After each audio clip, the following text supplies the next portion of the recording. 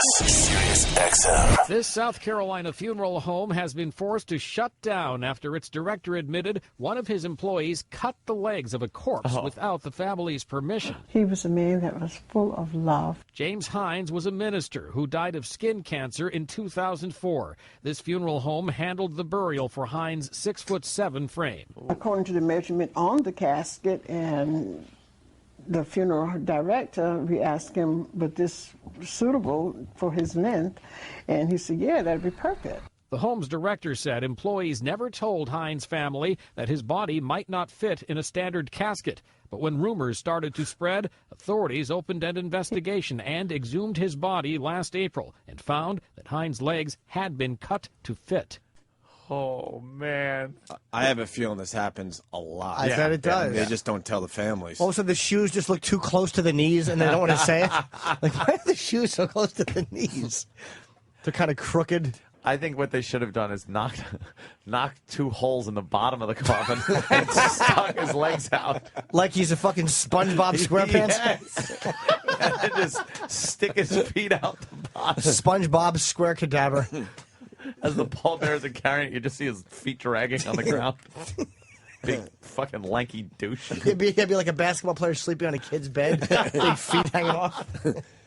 Let's go to Andy from Cleveland. Andy. You ever notice when a body's buried, you cut the feet off, and the religious family gets mad at you? You ever notice how a body smells when you put your fingers in his hiney after he's been rotting in the sun or the woods for a week? You ever notice that I belong in a coffin even more than that body does, and yet I'm still talking? You ever notice? All right, already. No.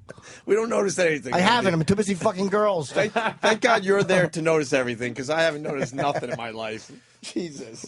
What the fuck? You ever notice that Ed Bradley's family didn't say anything? We did the same thing to him. Cut his ear off and put his earring on the lid. You ever notice? I'm Andy Rooney. You ever notice you've never seen me walking? My asshole has actually been stuck to this seat since 1973. You ever notice that?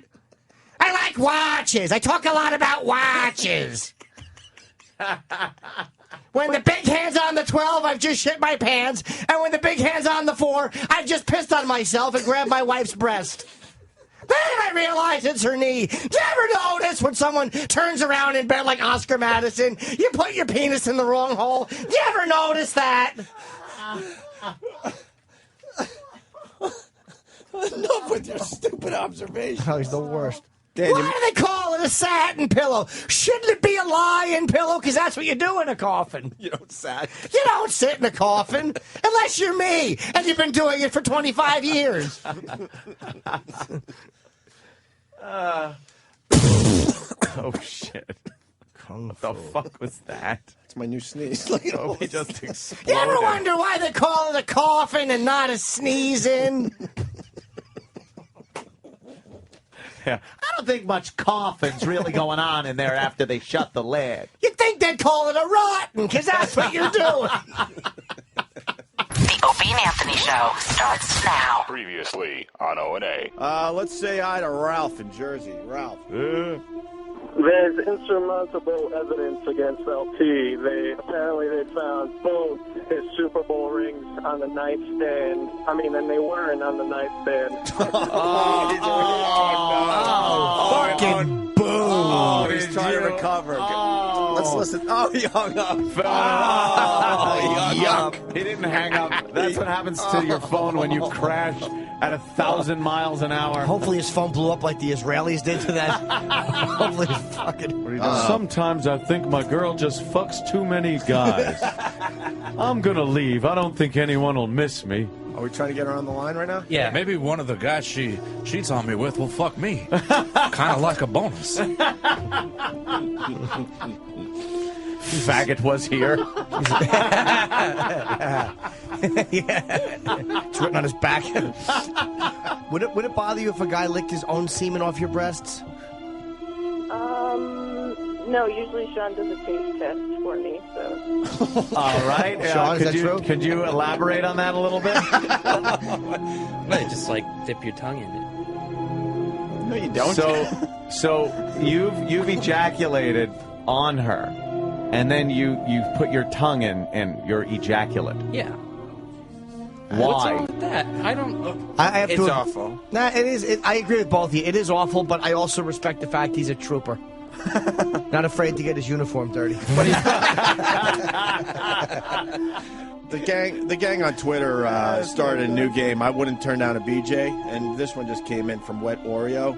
I wouldn't turn down a BJ even if it meant missing my mother's funeral. Yes. Wow. That turning down a BJ thing is going to stay with a Turn one lot down of people at today. my mother's funeral. Exactly. I wouldn't turn one down from my mother at her funeral. Opie and Anthony, live next.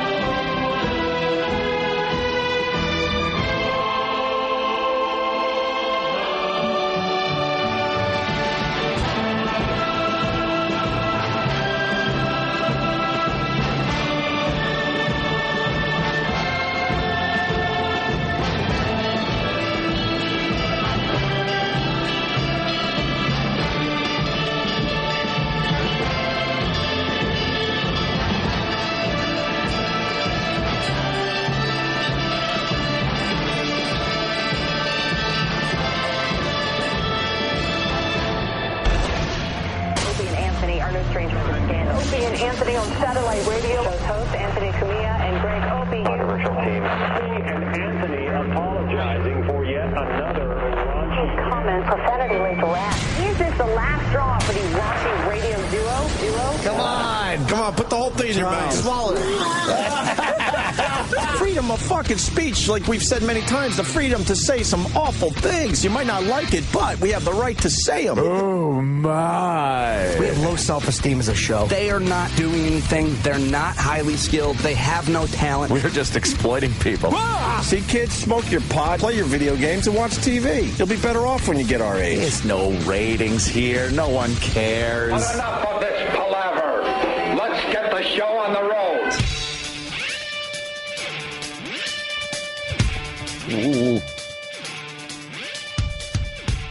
Show's on the road. I'll say it is. Yes. Hi, Opie and Anthony program. Wonderful Monday. Ugh. It's cold up in this bitch. Yeah. I walked out. I go, I see my doorman. I go, what is it, winter again? He goes, You like talking the weather with your doorman? I really do. Yeah. It's interesting stuff. Then I threw dollars in the air and I said, now fetch. And he did. Yes. He's a doorman. Yeah. I'm sick of the wind was crazy. Tried to go out for a little Mother's Day dinner with Mom and the family. And it's just like a monsoon winds going on. But then we went into a sushi place. And, goddamn, I don't know. Parents reach an age, and it just starts getting like... Oh, no.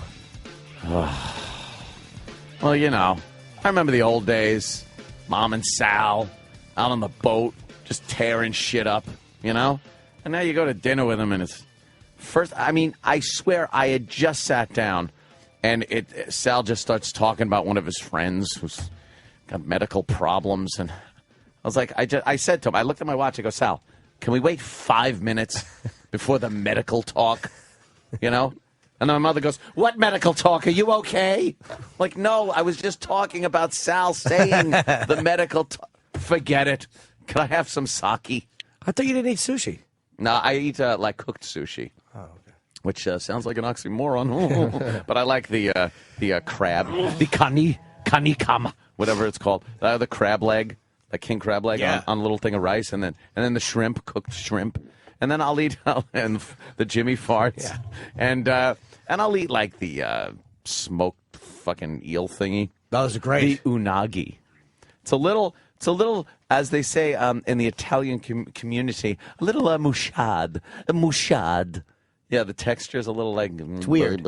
Yeah. There's teeny, thin bones in it occasionally. No, there isn't. You chew them, you sometimes, once in a while, I don't know if it's a bone or a piece of cartilage, but... What are you blowing it? His little bone? You didn't know eels had hands, but sometimes I feel them on my ears holding me. I never noticed the bone. Or it's a something in eel sushi, yeah. Little teeny something. Maybe it's not... They don't take everything out that they should. No. Some sushi's like, you look at stuff and, oh, you're supposed to eat that. And the whole thing where you just got to grab the entire piece and shove it in your mouth. Yeah. It's too much food in your mouth. I love that. I gag. I have a bad gag reflex. That'd be terrible. I bring a knife and fork and eat sushi. Do you? Yeah. Sit there slicing you know it. what a douchebag you'd look daintily. like? Cutting fucking sushi. You would. Be thrown out of the joint.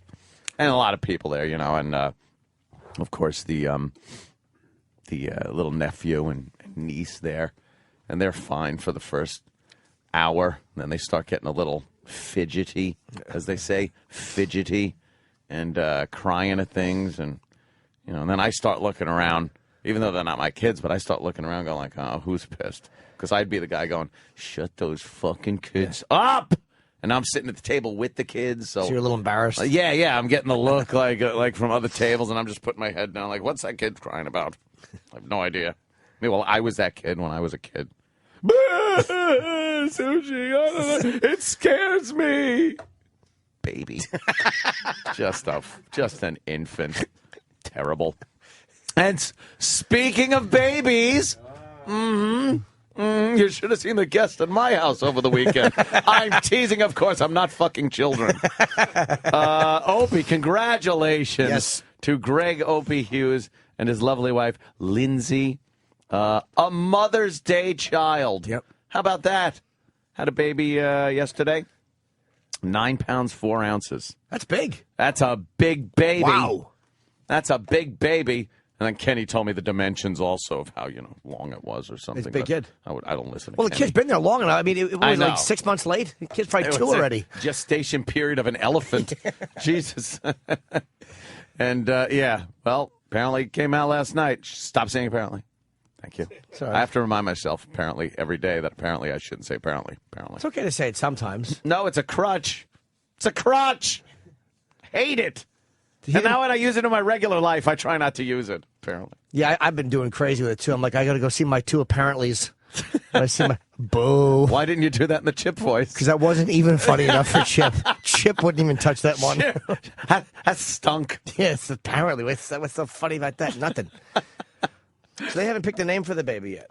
Yeah, which is odd. Like, that's something. But knowing Opie and how he packs 10 minutes before we're ready to go to a gig and things like that, I could see something like a baby not being named. Well, let's not forget, they did wait until the day of the wedding to do their seating chart. To do the seating chart and things. They're both, they kind of put things off a little bit. So, baby X, I guess. What are we calling the little baby? Young Gregorio for now. Yes, young Gregorio Hughes. Look, we saw a picture, very healthy baby. Very cute. Very cute. Wow. And no, that's not the baby. That's not the baby? No. That's a big baby. Yeah, Thank Sam God. just pulled up a picture of a giant baby. There's a giant kid, and I didn't know how to spin this one positively. Wow, that's a human. That'll be on Maury. that someone actually had that? Yeah, it's like a 17-pound baby. Wow. So that's more than 9 pounds, but yeah, by almost twice. Oh my God. Turn her upside down. She's a funnel now.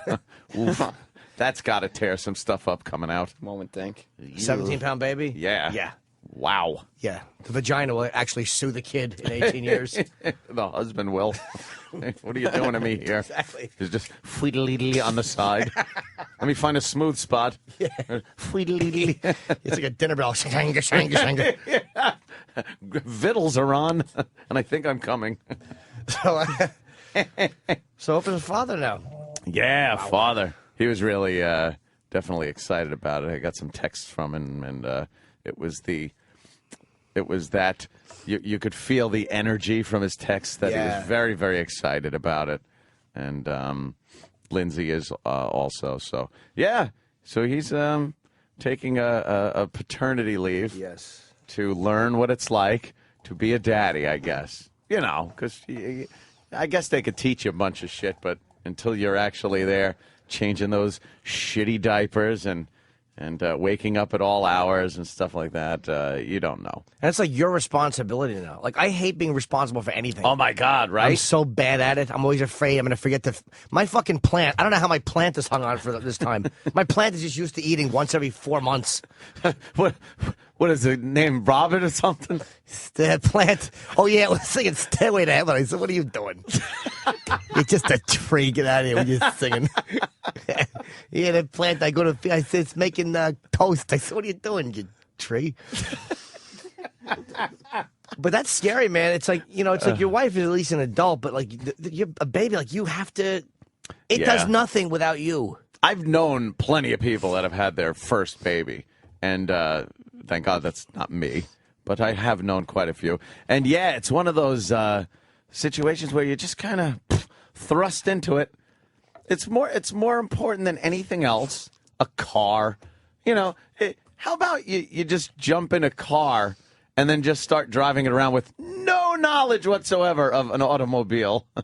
That's pretty much what it is, only it's a human life. Yeah. A living little thing that isn't even quite cooked yet.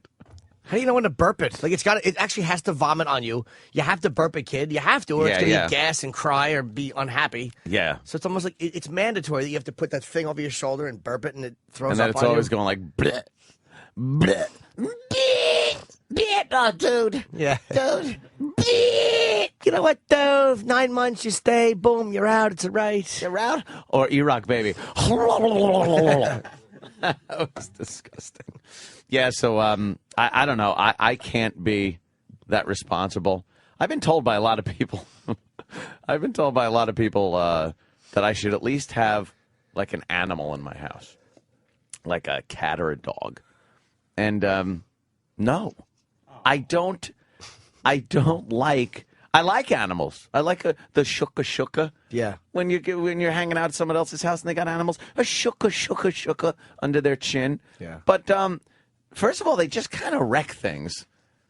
Like when you reach a point where you're kind of able to have new things. Like if I still have my couch with the duct tape on the arm because it was ripped, and then every month I would replace the duct tape to brand new duct tape and be like proud that now I had clean new duct tape on my couch. Why? Because I wish I had the beep there. Oh. All right. Let me see. Yeah, what do you... Here it is. Because Anthony, you see, was a many years ago. Apparently some people still think I'm a but I'm not.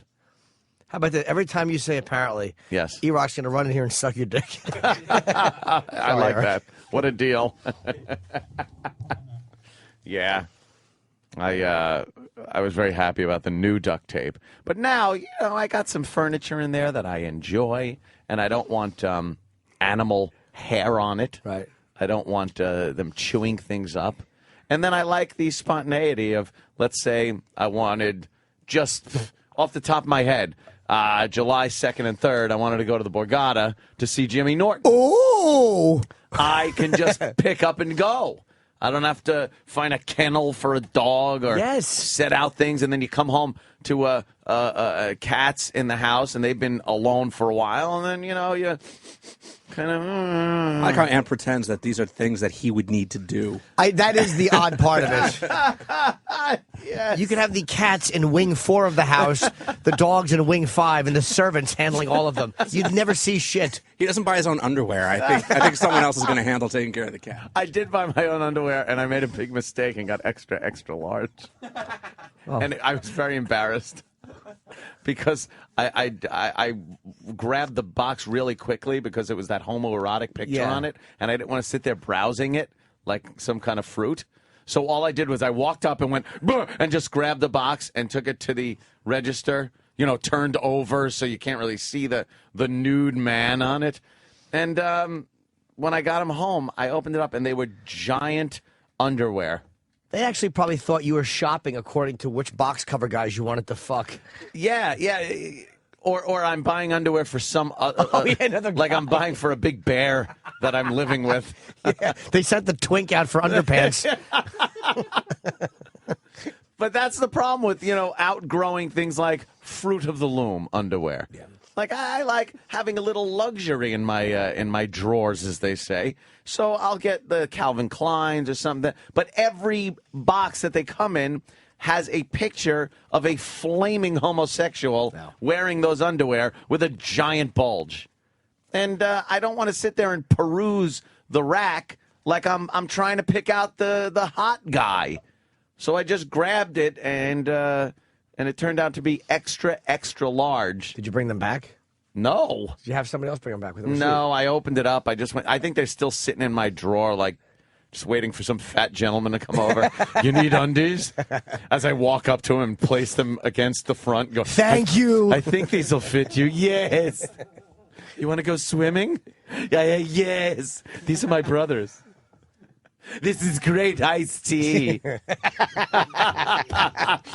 I've got to go, Anthony. I've got to go. Yes. I don't care if she stays, lays, or prays. If it happens on the show, I won't notice it. Isn't this great producing? No. Make like wherever you are, except for producing the show, that's the place to be. Whenever you're at work, act like that's not the place you are at. Oh, boy. Yes. Oh, God. Yeah, so I never took them back. And it's just hard shopping for things like that. They've made everything so homoerotic. You go into, which one is it, Banana Republic or something? Abercrombie. And they got dancing boys. They got rent boys dancing around. And why am I going in there? And they sell guy clothes. But you don't want to go in there while there's fucking guys with abs just walking around, threatening. In the one in New York here on Fifth Avenue, they had a guy. It was a topless Abercrombie model in the front. So you walk in, and he's just standing there taking pictures with girls. They always have. He's a 10, and it's just humiliating. What?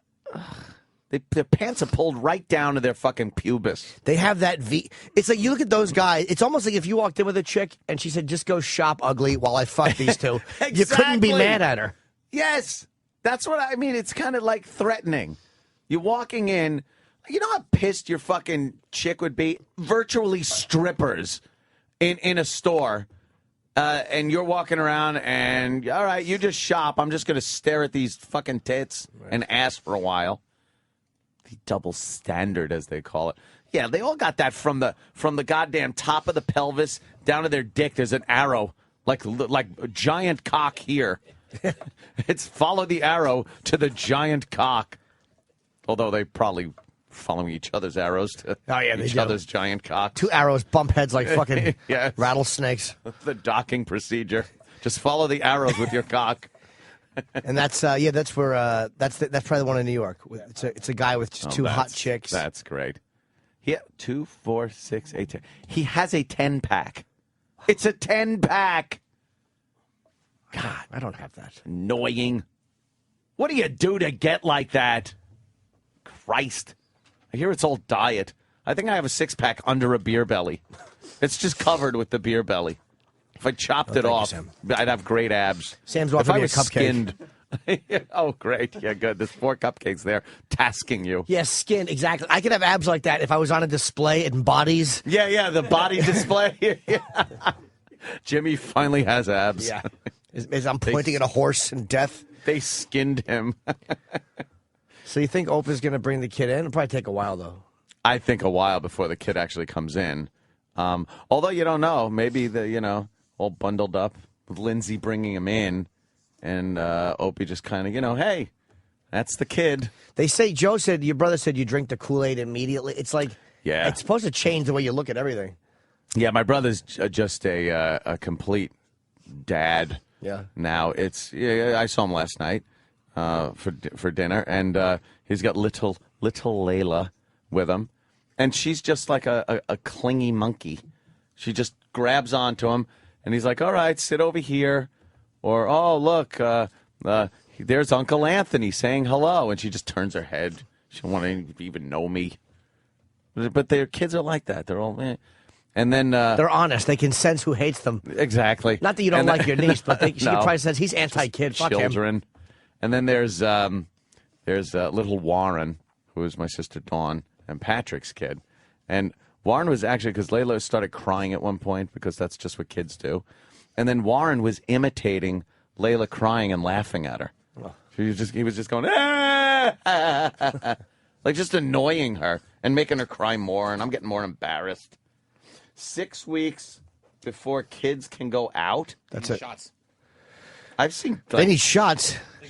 Oh, well, yes, No, yes. Yeah, you're thinking of a Or you're puppy. thinking of alcohol. They get nervous. They need blackberry brandy. We need some shots here. You can't, you can bring them over to the in-laws around like a small group of people, but like in Why? large, They're not vaccinated and they don't have immunities to. Why? What do people got around here? We got to Take worry your about fucking syphilis and chlamydia. Like basic germs, the kids haven't built up immunity, so they need to get their 6 vaccinations. weeks. Yeah. How old is your son? He is a month old today. How long before he was born did you name him? We knew at the baby shower. They pick out like parents. A lot of them do pick out the names. They know the names before the baby's born. What's on the little bracelet? Just what? Just Hughes. It's like what's on that little bracelet in the nursery? BB for baby boy, and then last name. Wow. That's it, huh? Yeah, that's it. That's all they put. But even if they know the name? If you know the name, you start filling out paperwork in the delivery room or wherever you're staying. It's usually they deliver and keep you in the same room for a while. Do they still take little feety prints? Yeah, they take feety prints and hand prints, and but these Why can't they days use that for criminals? Like if everyone's done it. If everyone's like nailed the hands and the footprints. I know, right? You just use it. They babies don't steal stuff though. 4 sets of handprints. What? I'm just saying that would be an error. Kids, yeah. Because you should take the feet and the handprints. Is all I'm saying. Interchangeable. So your baby is a month. So yes. 2 more weeks, your kid can come in. Yes. Oh, I'm sure he will. Your child has had the shots? He's a very cute baby. He's got no. He's the first thing the kid gets within a couple of days, like a day or two of being born, is the hepatitis B, and then they get their first set of several vaccination shots, like over the course of I think it's every month they get another set of shots. Aren't those nerve wracking to like give your kid these chemicals put in their body like that?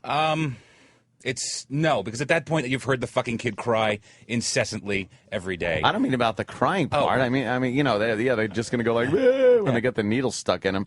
But you just hear that 1 in a million story of some kid getting vaccinated, and all of a sudden they're drooling idiots. Right.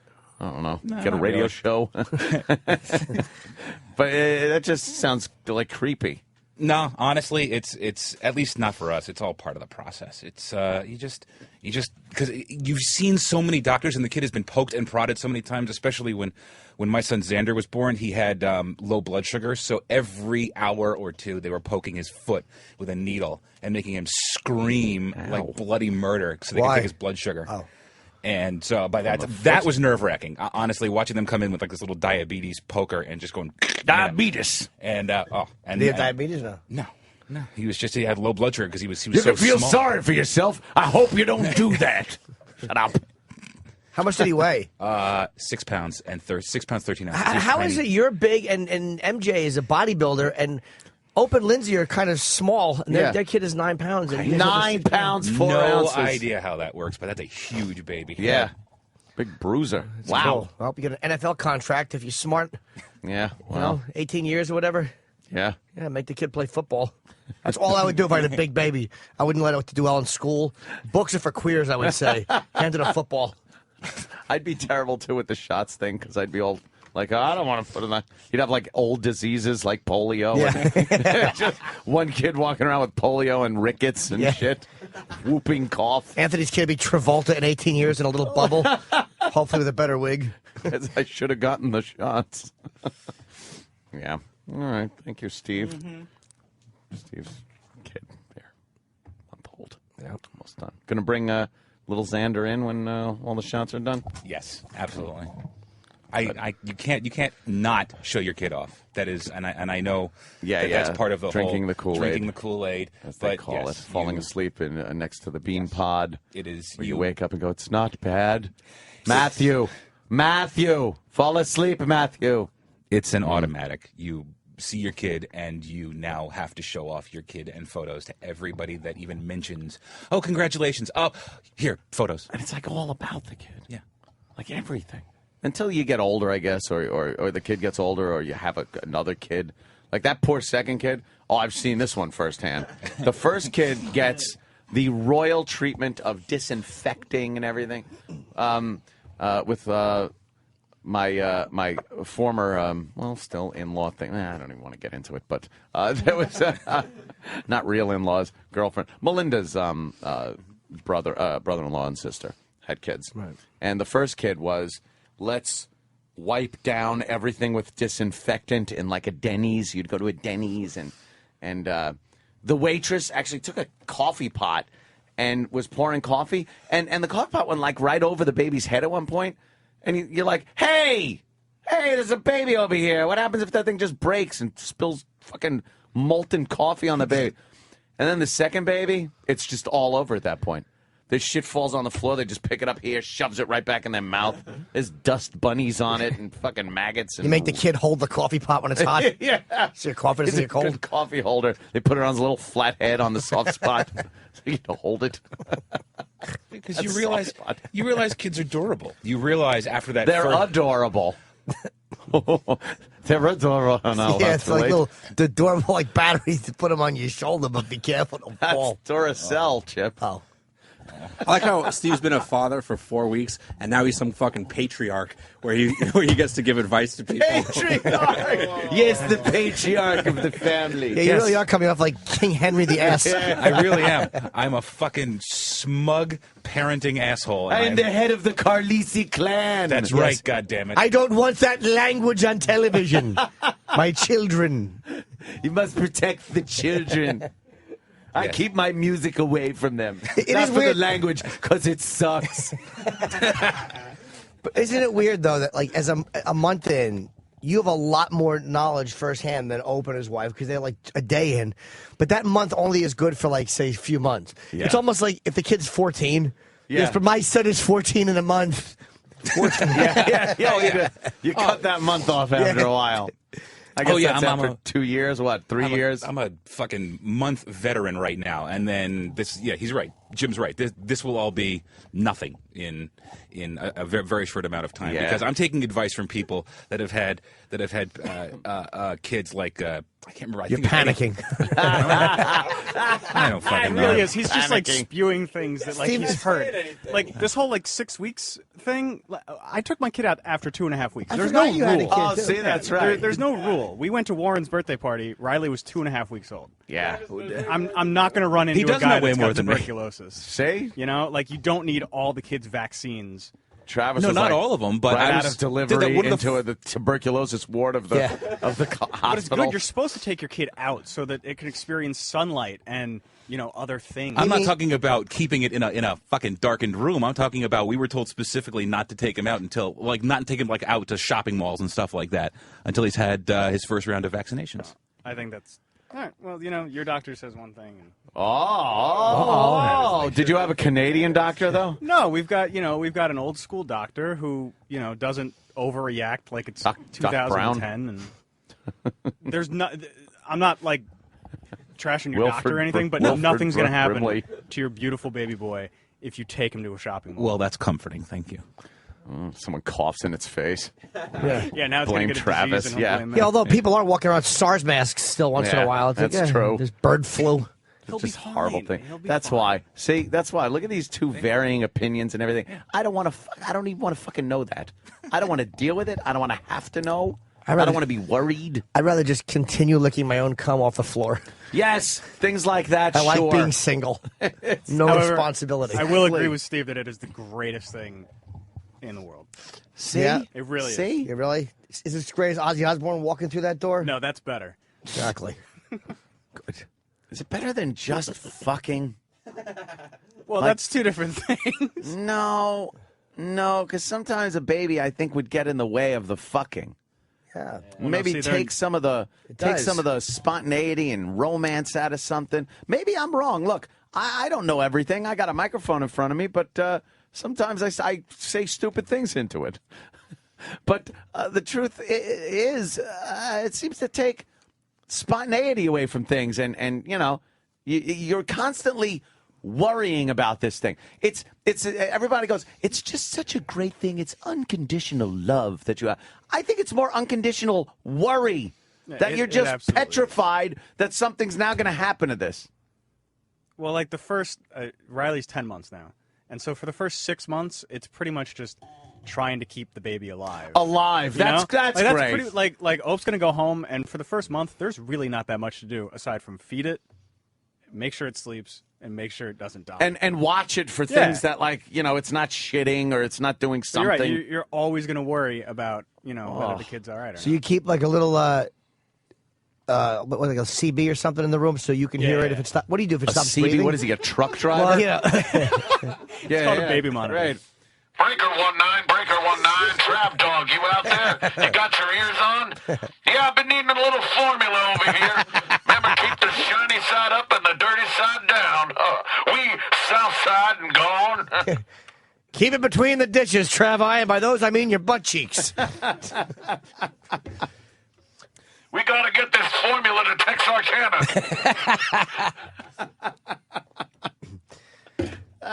Shit. I don't know. A CB. That's very good. They have a baby monitor. Oh, okay. Which does run off of some frequency. I'm not sure which. But, that's something that's not new, but relatively speaking. They didn't have that when I was a kid. They threw you in there. They threw you in there in perfect crib death position. And then just hoped when they came in next time from some drunken binge that you were still alive. That's all. That's what I did. We have a video monitor now. A video monitor? It's really weird. Can you hear the kids? Can you actually hear the kid breathing on this monitor? No. No, but I mean on the other one. How do you know if the kid stops breathing then? Oh, Jesus. They sell monitors where it's kind of like a flat board that you put underneath the crib where it can detect any movement. And if there's no movement, even breathing for 10 seconds, a siren will go off. Almost, Wow. All right. Is that what you have? We had that. We don't have it anymore. We should get that for Steve. Yeah. Siren to be going off all the time. Yes, I was just resting. Yes. Put it on his chair. Put it on his work chair.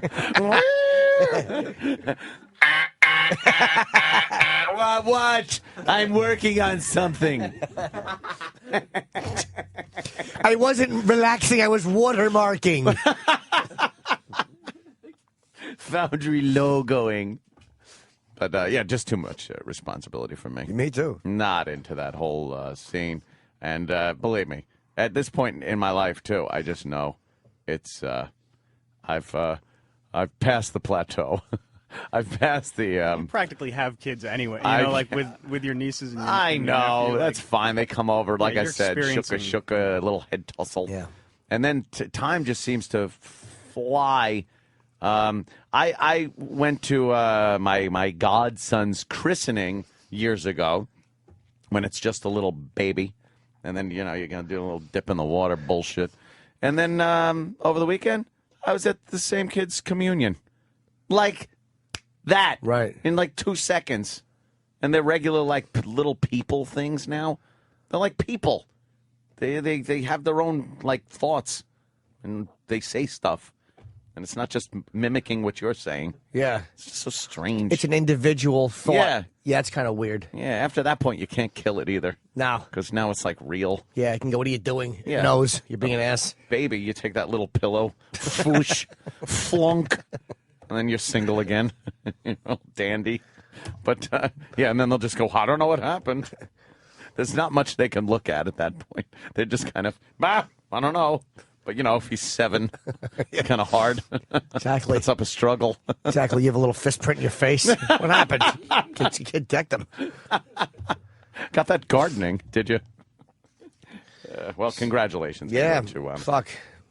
Opie and Lindsay. I guess Ope's out a week. Yeah. Something like that. Must be nice. That's to me, that's the plus side of having a kid. It's not a plus. Week off. It's not a week off. The plus side, you'd be getting up imagine your week off and you woke up every 3 hours. Ugh. No. It's not going to be a relaxing week. I do to vomit. Get the poison out. And to change your own shitty underpants. Change my own shitty underpants and puke. I have to burp myself. No. Shut him up. Can you take care of that? I'm just going to lay here and sleep. You think that's what Ope will do? Could you, Linz, could you take care of that?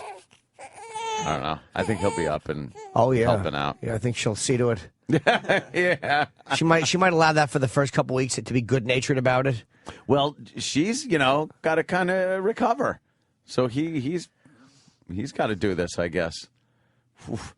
Yeah, my brother disappeared yesterday during dinner, and it was like, oh, yeah, he's changing a diaper. They got to go into that bathroom with the shelf, with the baby shelf, and pull that down and change babies on it. Just go in there and piss. Don't stay in there long enough to shake it so there isn't piss in my underwear. I'm in and out. Exactly. I'm actually taking my cock out as I walk through the restaurant. I just fucking begin. Hopefully no one's even in there, because if there's someone that's taking a dump, they get whiz on their chest and stomach.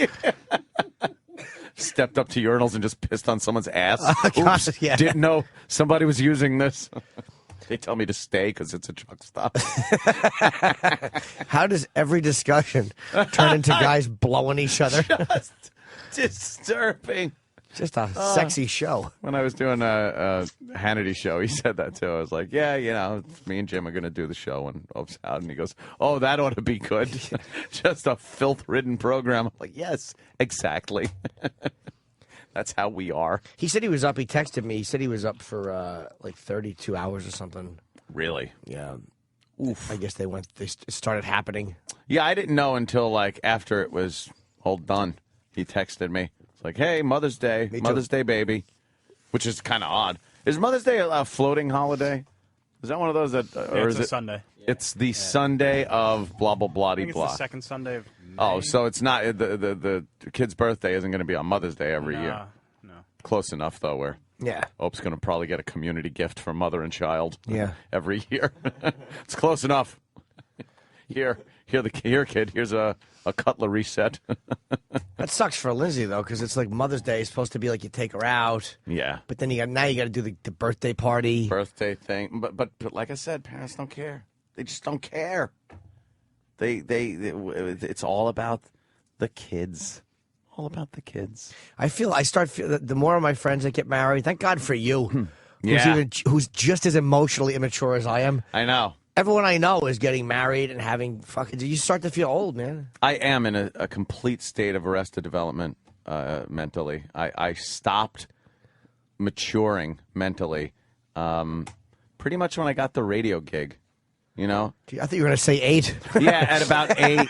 At about 8. No, I was trying to be an adult, and that's why I got into my miserable marriage. Like, I was just trying to be what I was supposed to be at, 30 or something like that. Like, oh, that's a big threshold. It's a big, benchmark birthday. I better start getting my shit together, pull myself up by my bootstraps, and be the responsible man. Because every time I went to where my mom worked, the bar she worked at, I would sit down and everybody's like, hey, it's Rosie's kid. Hey, yeah. And I was always treated like a kid, even as I, became 30 years old. And I would think, when am I not going to be a kid? Rosie. Yeah, my mom, They would Rose. call her Rosemary. Oh, that's your mom's name. Oh, Oh, yeah, okay, they would okay. just be like, hey, Rosie. Hey, Rosie's kid. Oh, and they'd Ro. buy me drinks and shit like that because I was broke. And I assumed I had to do something to show everybody and myself that I was maturing, that I wasn't just some 30-year-old loser and doing the same shit I was doing in my 20s. And I decided marriage was a great way to kind of enter the world of adulthood. Ugh! What a fucking mistake that was. I should have taken a ball-peen hammer to my head and gone back to 8. Drooling idiot. That's what I became in the courtroom. Just leaking money. But you think you know what you're supposed to do, and then you reach a point where you figure, you know what? I'm just gonna do what I fucking want to do within the boundaries of not, being homeless or murdering people and things like that. I stay between the boundaries of the rules and regulations, but for the most part, I do exactly what I want to do. I like having my own place, Mm-hmm. and I like having a girl over. And I don't want to fucking live with a chick. Mm-hmm. Like, we're fighting yesterday, so I'm like, go home. Go home. Like, it's not like even throwing somebody out, but it's like, this is going to be an annoying fight. Yep. Just go back to your place. Fucking, I don't feel like hearing this shit. I don't feel like fighting. You're on the rag. Fucking go home. I can't fuck you. Yeah, exactly. We're not going to make up in bed. Just fucking shut up and go home. I love somebody having their own place to go to. I don't want to live with somebody. No. I know I don't want to be married. I know I don't. I was in a place there where I needed a relationship, a live-in relationship like that. That's what I did for so many years. And then after my last long-term relationship, I'd find myself sitting at home, and we talked about this on the air, where I'm sitting at home just kind of alone, watching TV, looking around like, this is weird. Because I'd never done it before. But as time's gone on, I'm so getting used to that. What do you do if you're mad at the girl? If you're together and she lives with you, what do you do if you're like, you want to fucking choke each other, and then you just got to sit there? I don't get it. Yeah, that is a tough nut. So that's why these days I don't do that either. I don't have a live-in. I won't. It's not one of those deals anymore. You have some place to go. I got my place. It's good for me. It's but like I said, getting out of a relationship that lasted 8-9 years, something like that, you kind of fall into this habit where you're so comfortable. Even if you are arguing and stuff, and you're miserable, you get into this habit of just having someone else in the house with you, and it becomes a habit, and it's hard to break when you first break up. And I'm in the house alone. I've had girls over, things like that, but there are those days where you're just sitting there alone, and I would start looking around, going, and you start doing this self-assessment, like again, it creeps into my head, going, what are you doing? Are you going to be that guy that's is laying there and you got nobody around you and stuff like that? And then I just start smacking myself. I go, no, I got family, I got friends, I got shit like that. I don't need some broad in the house all the time. I had a girl tell me one time in an argument as we were breaking up, she's like, you're going to die alone. And I have never forgotten that. That's a good punch in an argument, man. Yeah. Oh, you're going to die alone. You should have told her, so are you. Right the fuck now. I kind of knew she was right, though. I was like, I was such an awful boyfriend. Were you? Oh, Yeah. she was. I don't. We were just kind of giving each other the boot. But that might have been her revenge for me busting up with her. It was fucking 20 years ago. But I always remembered that slam. You're gonna die alone. That is a good one. Because I was a sex addict, and she knew it, and I knew it, and I couldn't commit. It's like you feel trapped when you're. To me, when you're with somebody like for real, like if you live together, you're married. That's the ceiling. Like I don't mind having a girlfriend. I don't mind not fucking other girls. But I know that if we both stop liking each other, we can walk away. Right. There's no financially binding contract that keeps you in things. But yeah, it was just hard to get used to at first, but I've definitely gotten used to it. Like I don't think about it anymore. If I'm just sitting there playing some online poker, got some crappy TV show on, I'm not assessing my life thinking I'm failing in some aspect of my life because there's not somebody living with me in my house. I just think, fuck this. This is great. I'm having fun. I don't care. I'll see you next week. So he wanted a kid, though. It's not like they didn't have an accident. Like he was like, he wanted one. He wants another one. Like they want to have kids. It's like it's fine if that's what you want. He's been of that mindset for a while. Like he wanted the wife, the kid, the kids, things like that.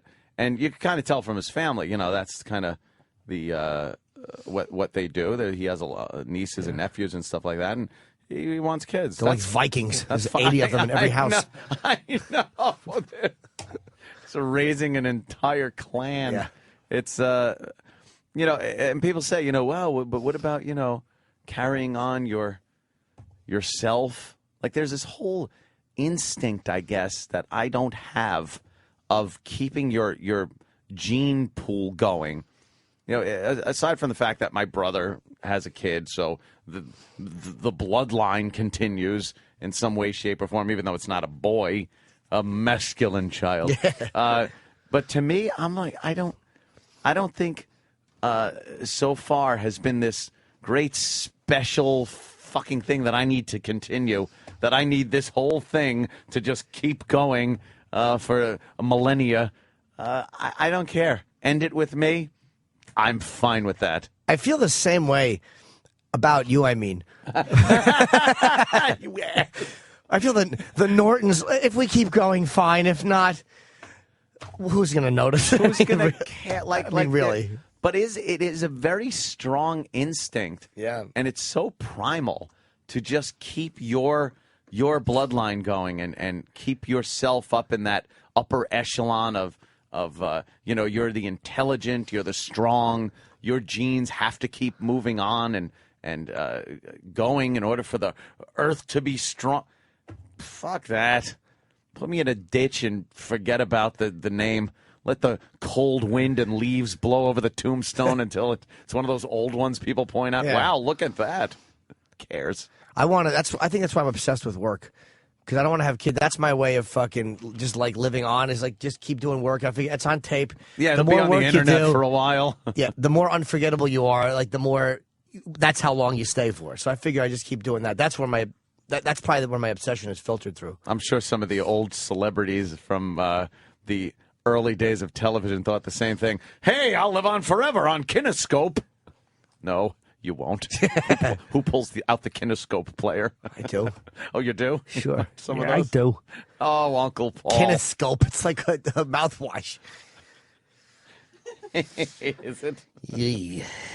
You. Where are we at? Oof, I got to piss. Do you got to piss? Yeah. All right. We'll take a little breaky, and then we'll come back and see what's lined up there. I see people every day come in here in the studio, and they lay down little discs and stories. There's Tiger, I guess. X-rated gaff. Anchor's flub. Reason for Tiger's tourney withdrawal. I don't know. We'll have to see what that's all about. And Obama, this annoyed me, of course, because Obama said it. But he's a little angry with technology. Why? Because it's all against him. We'll tell you about it after we piss. Oh, speaking of technology, cherry darts, if you'd like them thrown at your hiney, this Friday, what's the date, Denny? The 14th. The 14th of April. We will be. Are we in April or May? May. Yes, in exactly almost a year. Friday the 14th, we're gonna have cherry darts again, which is couples come in and we put whipped cream on your hiney, and your partner or whoever you want throws a cherry at your hiney, and whoever gets the closest to like a bullseye, we filter it down, and there's eventually a winner, and you get the first prize. Is an iPad for you and your partner. That's 2 iPads from Steven Singer. They're both diamond-encrusted WOW logos. It's really a very, very cool first prize. And it's like, what are you going to do, wait in line to get an iPad like every other asshole? Yeah. Get a nice one for free. A bejeweled one from Steven Singer, who, by the way, puts out those wonderful 24-karat gold. Thank God Mother's Day's over. I was about ready to vomit. With all of the reads. How many reads we got today? No reads, huh? 2, 3, something like that? 3. I mean, and there's not even a read for the new Jim Norton iPhone app, which is amazing that there's no read for the Jim Norton iPhone app. There doesn't have to be, because let me tell you something. Word of mouth is good enough. I was sitting on the turlet yesterday just playing Jimmy Norton sounds. Wah, wah, penis, as I was taking a dump. Just laughing at Jimmy Norton sounds. I had to explain because I didn't think it worked, so I called the manufacturer, like the guy Matt who did it for me. I'm like, dude, the fucking sounds don't work on this. He's like, is your volume off? Turn the volume up. I'm like, yeah. Oh, you asshole! I don't know how to use my own app. Wah, wah, penis. Wah, wah, penis. I'm 41 years old. Yes, and I knew that was going on the app, and I approved it. And there's like a bunch of ringtones. There's like fucking. Yeah. There's the oral treat sound.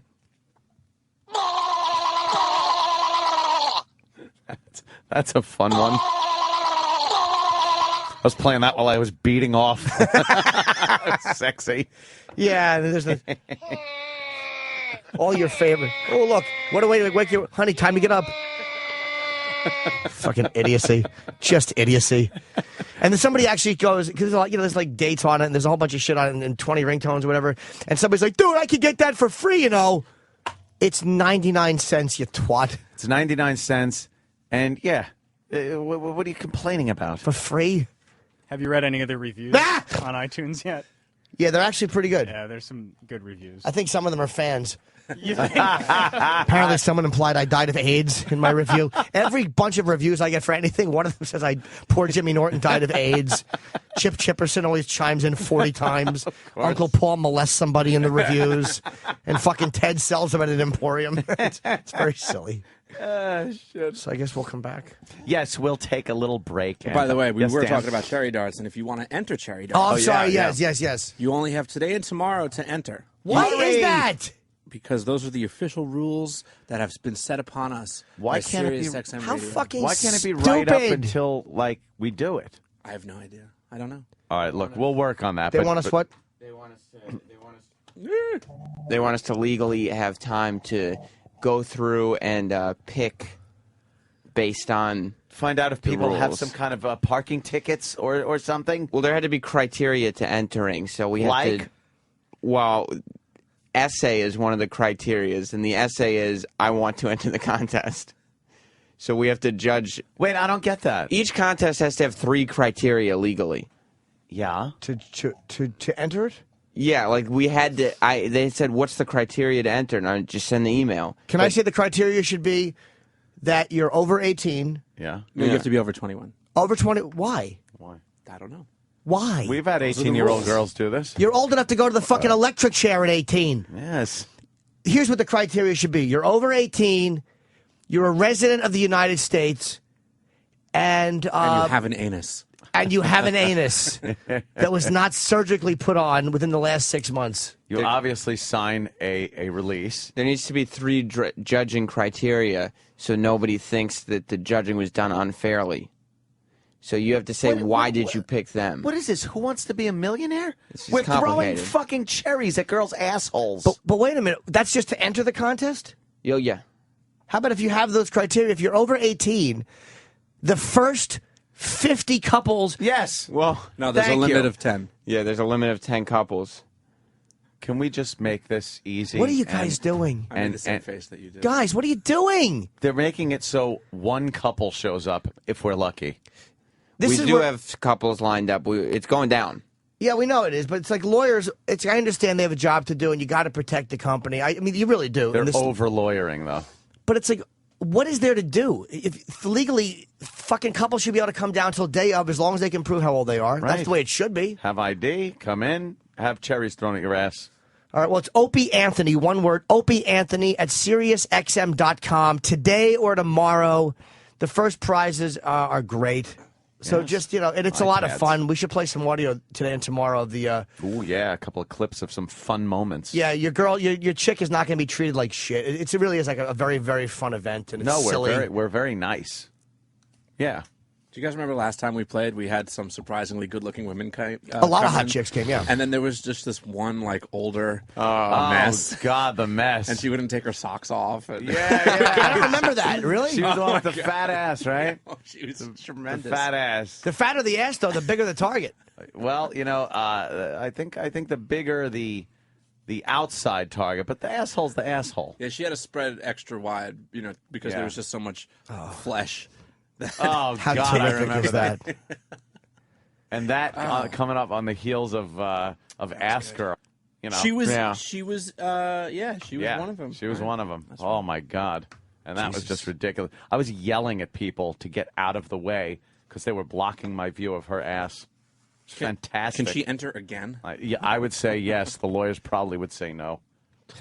My goodness gracious. So today or tomorrow, send an email. So we want people to come down. We don't want it to be 5 couples. We want to have a fucking full house. Yeah, a lot of fun. A lot of people. Yeah. Cherry darts. Come on, it's a festive event. We don't do enough of these. I know. We got to do more. We got to do more of these. Yeah, and any whores that want to drop by this week, feel free. Yes. Feel free. It's Whore Week. On the Opie and Anthony show with Opie out, featuring, of course, James Norton and Danny on the board. The incompetent Sam on the computer. Although I'm noticing you're getting a little better because the Wilford Brimley popped right up. So got it if you want to look again. But, yeah, I saw. Unfortunately, I've seen no porno yet, which Danny peruses every so often, and it gets me a little thrill and gets me through the day. Type in Wilford Brimley nude. Okay. Nude. All right, we'll take a break, and we'll be right back. On the virus, Sirius XM. Oh, yeah. God, I don't know why that cracks me up so much, but the Steve songs. Hi, everybody. Opie and Anthony program. Opie's on paternity leave. Had his baby. Well, Lindsay had a baby. He's married to Lindsay, so in essence, so is he. And it was his spermatozoa that fertilized the egg. Certainly was. That started the dividing process. And then it makes a baby. I don't know how it does that. It's a miracle. Over the weekend, boy, some of the movies, huh? I didn't go see any. Furry Vengeance, I understand, sweeping the nation. Furry Vengeance? With a shit broom. Did it drop off or did it pick up? Because I thought it was going to have a slow opening weekend, but then really take off. I just heard, Got to click a link because it's not in the top 5. Not anymore. Okay. Not anymore. Yeah. Oh, okay. It made $4 million this weekend. How much did it make total? It's got 7%. 7% positive. 7%. Positive. That's good. It was 2%, so it is almost fourfold improved. Look at that. To date, it came out on April 30th, and it has made $11.6 million. Wow. Yes. Yeah. 11. That's not good. Is there a way to see comparable movies that have made 11 million? Is there a way to look at movies that have made around 11, Sure. 10, 11, 12 million dollars? Maybe, just get a kind of a line on where the movie sits because we're biased. Yes. Because Jimmy and Patrice are in that film. Yes, we are. Well, like Iron Man 2, for instance. That one made $133 million. Yeah, in 1 week. So that's like not as good. Right. Well, I mean, once you're talking about millions, what difference does it make? Yeah. It's a lot How of much do money you either need way. to be happy? Right. You hear millions, it's like, all right, 11, 150 some odd million. Wow. Yeah, Iron Man really raked it in. Yeah. Raked it in. And mixed reviews on that one. I know our own Dan is kind of an expert on some of the sci-fi movies. What's the word on the street, Dan? For Iron Man? Yeah. Well, I've heard both reports that some say it's great, some say there's way too much. I heard that it was kind of like Spider-Man 3-ish, where there was too much stuff going on, too many new characters. They just because there's a 2 next to it, that means that they have to put double the amount of shit inside. Yeah, why is that? I don't know, but I mean, it got pretty decent formula. reviews on Rotten Tomatoes. So I saw it was not Spider-Man 3-ish. I checked it out. Spider-Man 3 was bad. It was rushed. So you're saying Spider-Man wasn't in this? Spider-Man was not By saying featured. that it wasn't like Spider-Man 3, no Spider-Man. Right, no Spider-Man. All right. Or Venom was not featured in this Venom, film. right. The only thing bad about Iron Man 2 was that they just chock-filled it with Marvel references that were just obvious, like, setups to shoehorned this in. movie's coming out, that movie's coming out, this movie's... Ew. Are you kidding me? They used it like a kind of a commercial? It was like Scarlett Johansson and Samuel L. Jackson in it. They were only in it... Motherfucker! Right. They were in Iron Man 2? Yes. But the only reason they were really in it was because they're going to be in the Avengers movie. Like a walk-on for... But they were in it for like a lot of the movie. So, but the only purpose they really served was to say, like, oh, I'm interested in these characters. I'd like to see their film. They didn't really add a whole lot to the Iron Man story. But they weren't the characters that they're going to be in No, the they film? were. They were the same. Like, it was the Avengers making a cameo in Iron Man. And it was just Why would they do because... that? What is you know how you do that? Here's what you have Scarlett Johansson come in and go, I can't wait to show my fat tits in the Avengers. Oh, my God. And then the film would, like, rake in some big bucks. A lot of money. And then there was See like her a, tits. a quick little Captain America reference to make you go, oh, Captain America's coming. A little Thor reference. Wow, they're doing that? Thor is coming Who's out. playing who? I know that guy Hugo Weaving, I think, is playing Red Skull, Captain America's Hugo arch Weaving? nemesis. I think. You mean the guy from The Matrix? I think so. Mr. Anderson. That guy. Agent Smith. I never heard of him. Oh, my God, The Matrix? You know when you see him. Oh, yeah. He's he was in Lord of the Rings. I never saw those either. No? I don't know why. I would see him. I just... That's one of those things people either love or hate, too. The Lord of the Rings movie. Like, I could throw that on and watch that. I have no problem with those. People call me a faggot. Regardless of what you're watching. Yeah, it doesn't matter what I'm watching. Just if I could be watching fucking UFC, I'm a faggot. And like Samuel L. Jackson's going to be playing the same character in every Marvel movie that comes out. That character... Glassman? No, what? That wasn't Marvel. Oh, what was it? That was Unbreakable, I think. Unbreakable. Yes. He played the glass guy. Right, that's not... That kept breaking. He's playing Nick Fury now. Nick Fury? Yeah. I'm Nick Fury, motherfucker. Yeah. Does he say motherfucker? No. Do they make him say, I'm tired of these motherfucking snakes on this motherfucking plane, and then add it into the movie because he didn't say motherfucker enough? No. Oh, how horrible is that? But other than that, I thought it was very good. I liked it maybe better than the first one. Wow, the reviews are in. Yeah. Better than the first one? No. Maybe. I can't see that. How about- Mickey Rourke was very good. Sam Rockwell was very good. Sam Rockwell is great in everything he's in. Including Iron Man 2. Sam Rockwell is the most underrated, great, fucking just cool actor. Yeah. The guy was fantastic. Did you see Moon? Not yet, but I'm going to. I Moon? plan on. That was good. He's good in that. That stupid Galaxy Quest movie. Yeah. He was the funny guy in that. Playing Chuck Barris as the spy. Was the guy's very good in his little eclectic roles. Yeah, I like. So what about visually? Good visually? Oh yeah, Yeah? Good visually. Lots of action. Like CGI looked good and Yeah, shit? yeah, it all looked real good. Because, man, when he was flying around as Iron Man in the first one, was some cool shit. Yeah, right you there. could. And he was doing other, like in one scene, he gets completely intoxicated in the Iron Man outfit.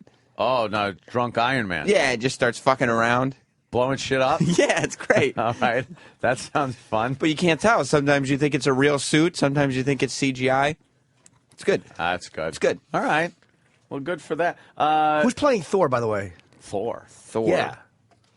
So far, a lot of the cast is rumored. Yeah. But the rumored Thor is a man named Chris Hemsworth.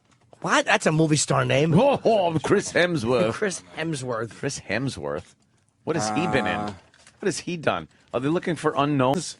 I was excited because Triple H was rumored to play Thor for a while. He was in Star Trek. That was really... Oh, which Triple H wouldn't be a bad choice. He was for George Thor. Kirk. Looks like him. Oh, he was Kirk's That father. was why I agreed with you. Oh, okay. Kirk's father. He was at the beginning of the movie, and he died, crashing into the ship. Is that Kirk's father? Yeah, in the new... Hemsworth. Hemsworth. How did I not recognize the name? Oh, my God. Hemsworth. Who the hell knows? I on demand, on the wonderful system that I call Fios. Wonderful Verizon cable system. Yeah. That goddamn Avatar is available now. And last night, I was going through my HD channels and saw Avatar on there, and I'm like, you know what? I have not seen Avatar. I hear people talking about it, and I should see it. So I took my remote, I pointed it at the TV, and promptly hit purchase for Aliens. And because I didn't give a shit about Avatar, and I wanted to go to sleep, so I just put on Aliens and didn't even make it to the part where they started shooting. I've paid for Aliens so many times I own it, but I'm so lazy that I will just lay in bed and order pay-per-view things that I have that I could just put in my DVD player, but I'm too lazy, and then I fall asleep. This is why I love being in this show, because most people's meaningless displays of wealth are buying Porsches or Lamborghinis. People that just, I bought a Porsche, I don't even need it. But it's like, things are so crazy lately. I will actually purchase on pay-per-view a movie that I own on DVD. I will just purchase it. I'm blowing $3 there that I had just lying around. So wait, what are you saying? There's a spy report now. There's apparently somebody's getting yelled at outside. Yes. Oh my God! Why? This is just in. I don't know. The spy report is Iraq is screaming at Mars outside. I just got a text that outside that planet door. or our engineer. Yes, they're fighting it out for a position on the new chart of the solar system. Iraq is angry that Mars is throwing his orbit off and bringing him too close to the sun. Exactly. Iraq's yelling, "Call me Mr. Pitter." Joe Pitter. He's all annoyed. Thank you. All right, Iraq. Oh, here comes a very annoyed Iraq. He's hot under the collar, as they say. Hot under the collar. Yes, he is. And very bulbous above the collar. Oh. But it's okay. That's right. All That's right. cool. Iraq, the spy report, Iraq is screaming at Mars outside. No, not necessarily true. That's the information I received. Rumor. This just is messenger. rumor. No, we were told that some of our headphones are missing. We usually have a bunch behind the TV here. Sean's headphones in the producer's studio are missing, and he came in asking if we knew where these were. And you said, "Fuck you, you Puerto Rican." Yeah. Oh God, did you? Why, Iraq? I should have, but I did not. Oh, you didn't. Okay. No. Alrighty. So we didn't know where it was. So Steve and I say, well, why don't we come and ask Mars?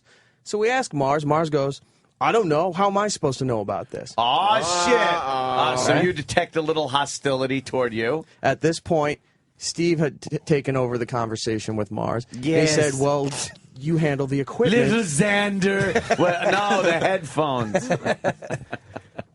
So Steve says, you handle the equipment. We got to find out. We thought maybe the Ron and Fez people might have packed them up. Now from we're Friday. blaming Ron and Fez. Yeah, he thinks Pepper Hicks stole the headphones. Blaming Pepper. All right.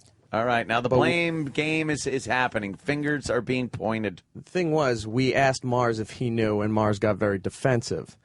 So at this point, I just let Steve deal with it, and I walked down the hallway. And then the last thing I heard was my name being mentioned, but I didn't know why. Where did the yelling come from? Yes, I'm getting to that. Anthony's trying to fast forward this. No, this is god-awful important. story. This is in real time. You don't have to tell it. Hang on a second. I'm sorry. Right. Oh, So- damn. He's right. So I turn around and I said, Steve, what was that? And he was being defensive again. He The goes, "Why'd treadmill." you-" It's like, I don't know where. Oh. Sorry. See, that was unnecessary and not part of the story. So I asked Steve, what happened? And Mars again was being defensive, and he goes, "Why don't you ask that little fuck Eric?" Oh, no, he didn't. Right? Yeah, no, little. No, yeah, really. Inaccurate. So late. That's not. I was just commenting. So later, I see Mars in the hallway. I go, "What is your problem?" And he ignores me. I go, "Okay, walk away." And he walks into the engineering room. You told him to walk away. Yeah, he listened to you. Yeah. What happened? So where was the problem? Don't be literal. No. So there was no problem. We were asked where the headphones were, so we asked Mars where the headphones Is were. Mars' job to know where the headphones are? I would guess they're the ones that were here from the studio and the producer studio. They're not yours, Opes, or Jim's that we take out of here. Who else is we all have ours? So which ones are missing, and is he responsible Apparently, for there's like one or two that were missing from that room, and You're there's like, your usually a hand is lot more shaking. behind Why the is your hand TV. shaking? Yeah, hold your hand You're not out. nervous, are you? Oh my Oh. God! You got the DTs. Yeah, what's the matter with you? Oh, heart attack. Rookie? I don't know. Oh Jesus! All right. So, By the way, my humble apologies for actually allowed reading the Spyro report and starting this whole ball in motion. Exactly. It wasn't much of a story, but it's kind of my big fault. exactly. I headphones don't missing. even know why It's it my was brought fault. up. So I apologize. It just seemed like something, the yelling outside. If there's ever any yelling between our staff members, we liked knowing why. And fair enough. I guess him saying, No, he called me a little fuck for absolutely no reason when we just asked, Exactly. did he know where the headphones were? yeah. And he son got of a all bitch. defensive and pissed off.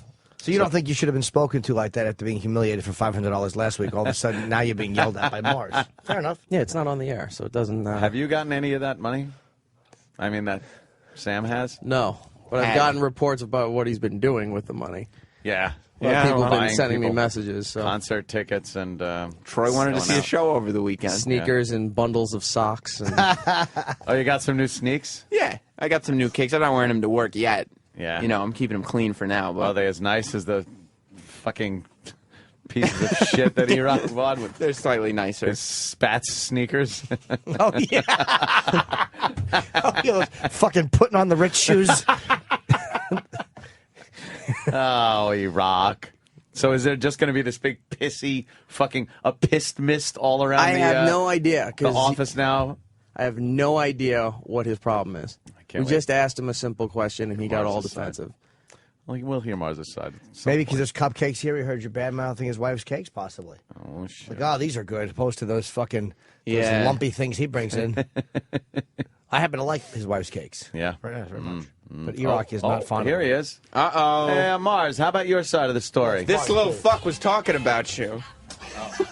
I don't understand what the problem is. I have no problem.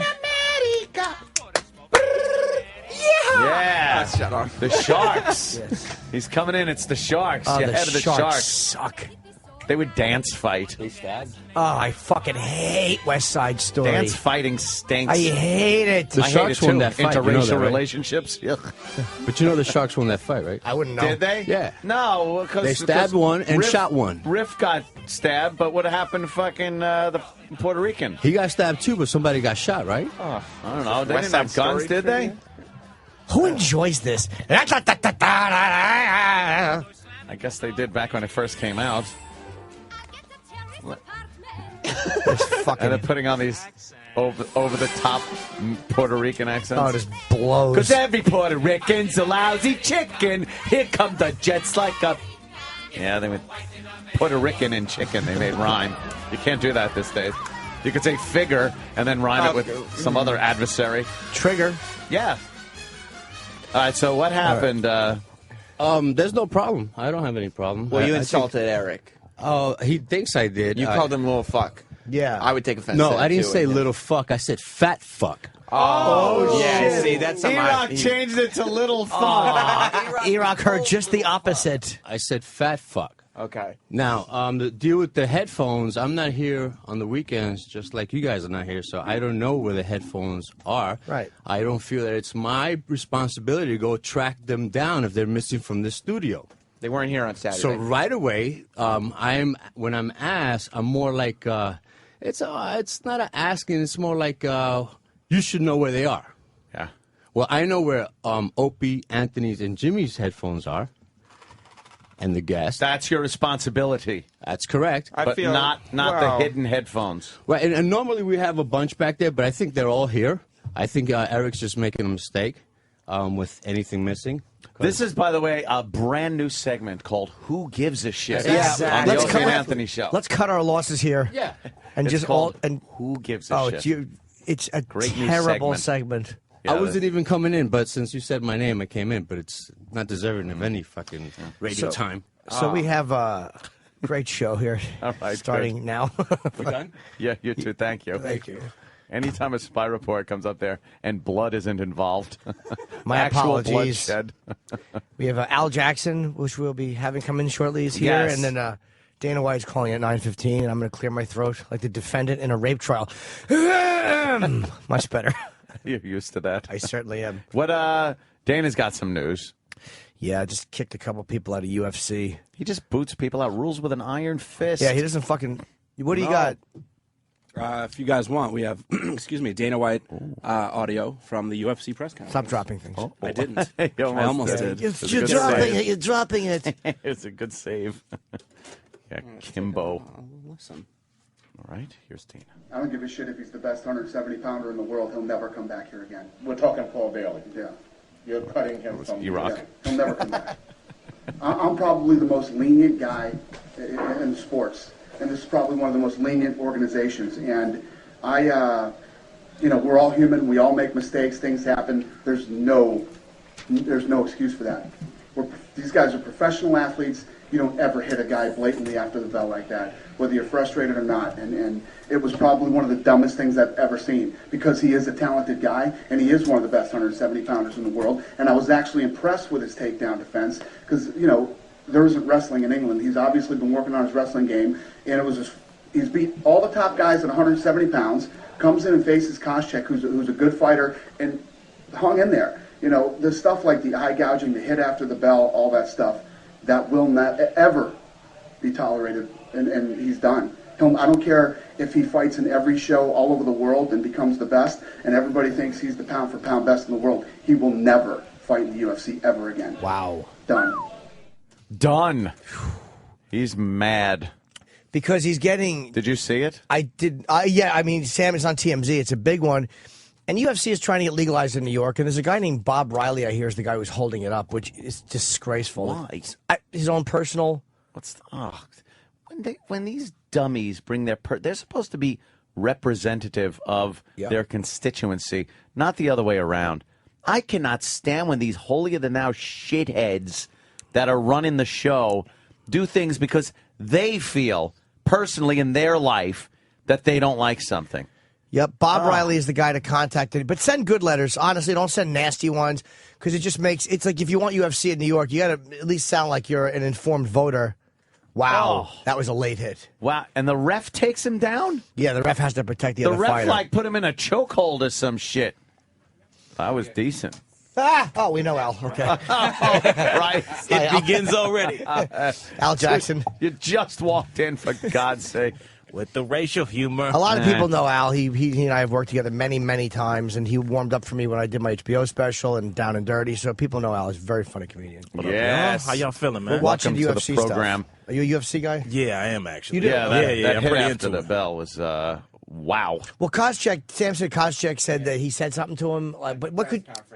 At the press conference, Koscheck said that he wouldn't say what it was, but he said as soon as the bell and as soon as the round ended and he was on top of him, he just whispered something in his ear that was, he said, not pleasant. Yeah, well, you got. And so the guy got up and punched him in his face. You got to be professional.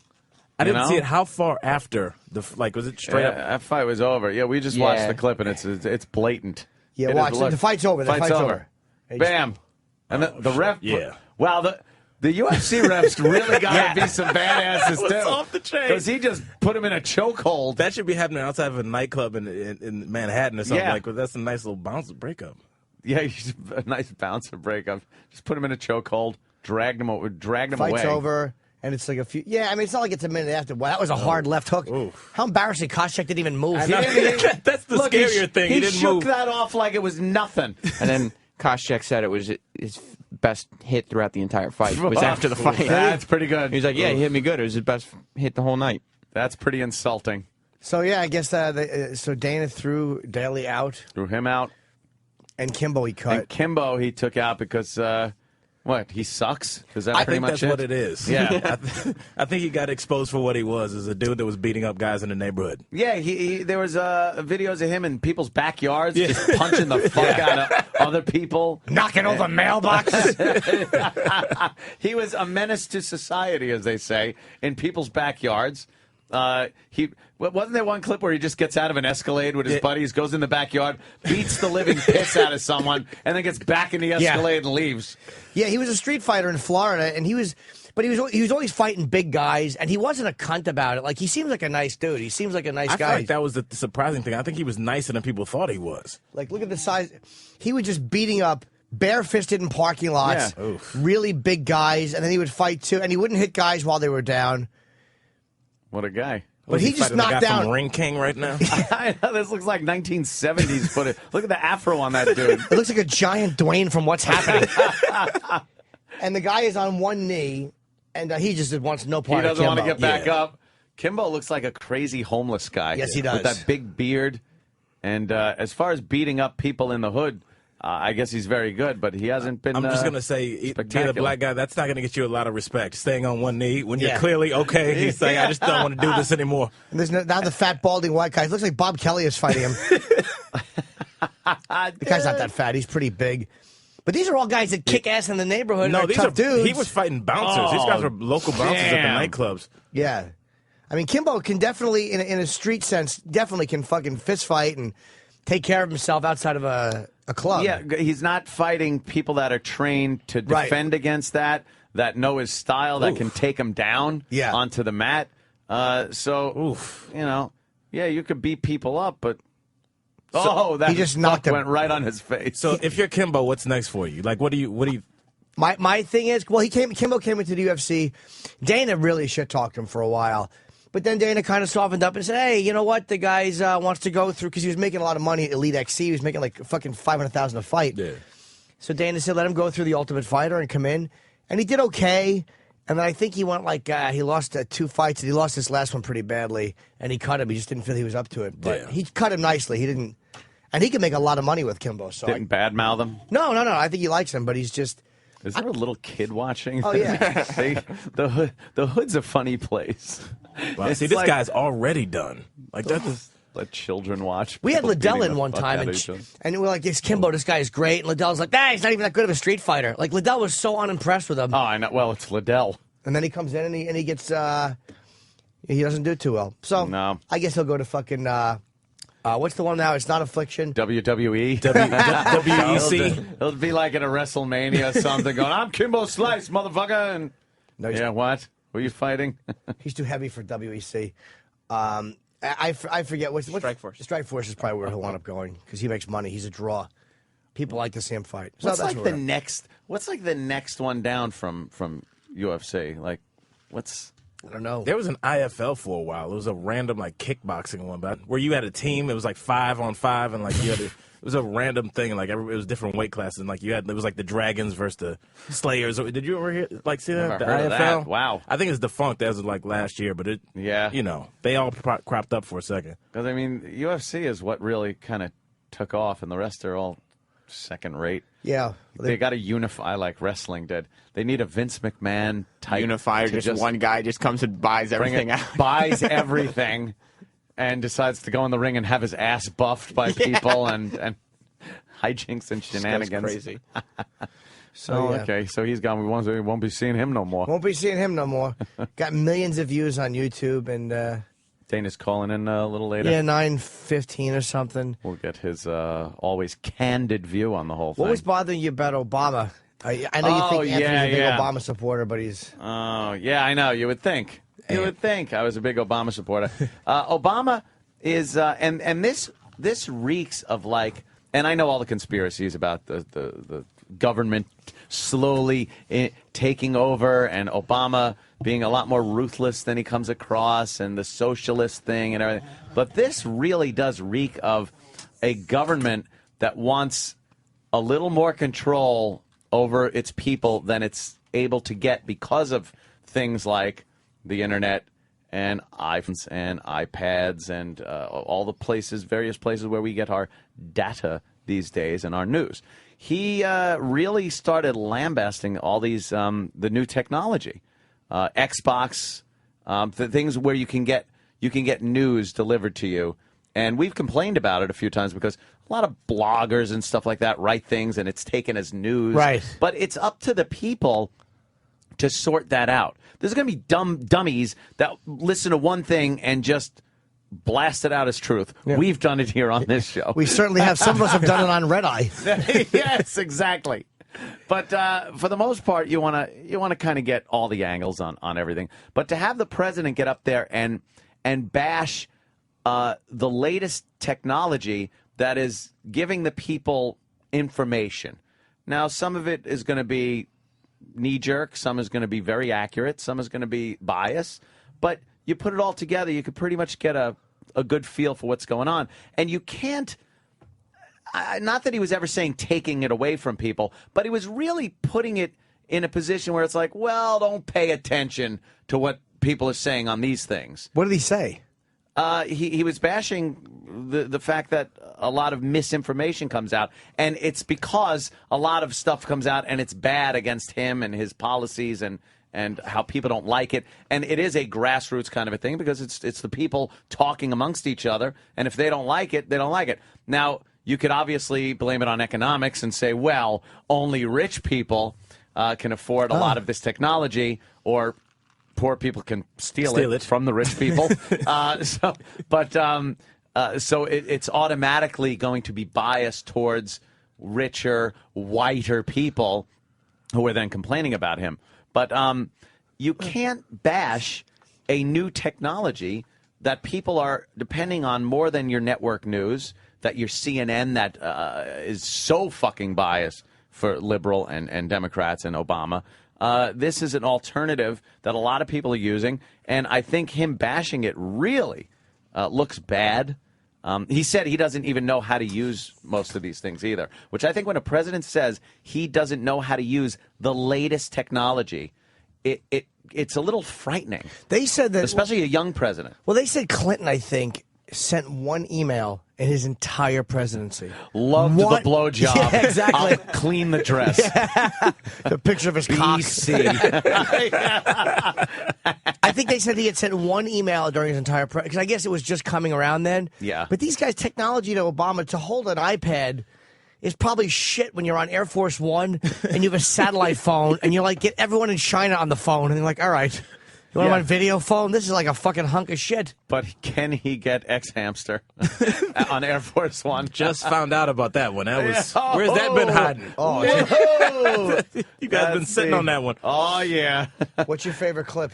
Like I'm into the girls wrestling. That's my thing. You like that? Why? Yeah, I don't know. I like that. I like the amateur stuff is great. I just like watching regular people fuck.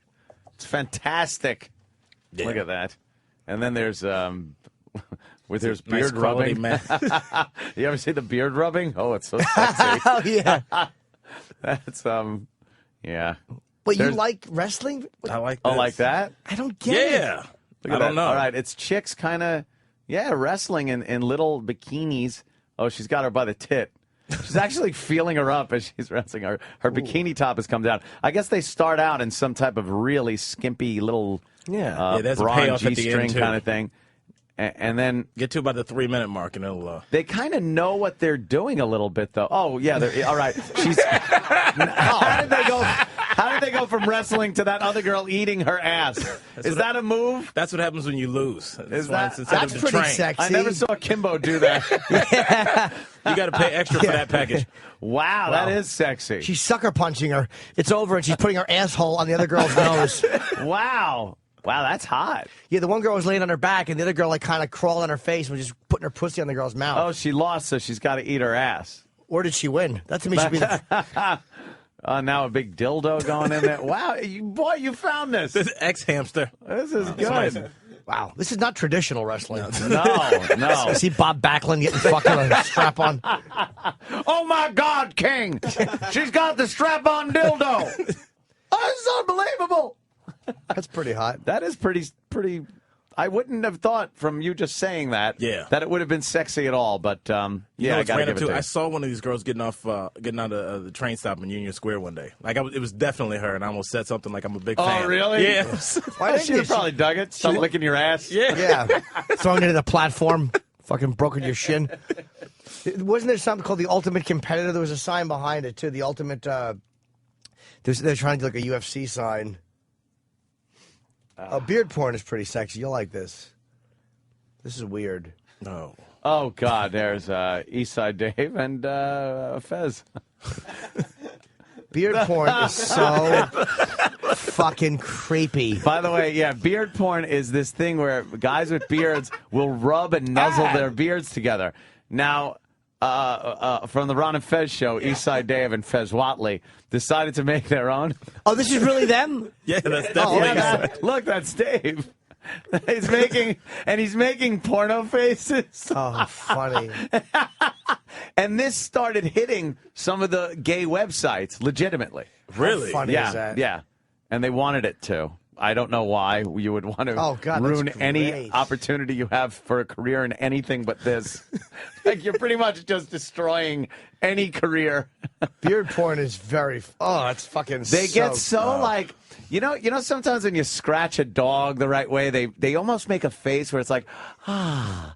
I would just feel his hot breath. Like that's what would get is the heat. You would feel that man heat. And the man heat coming off of their beards.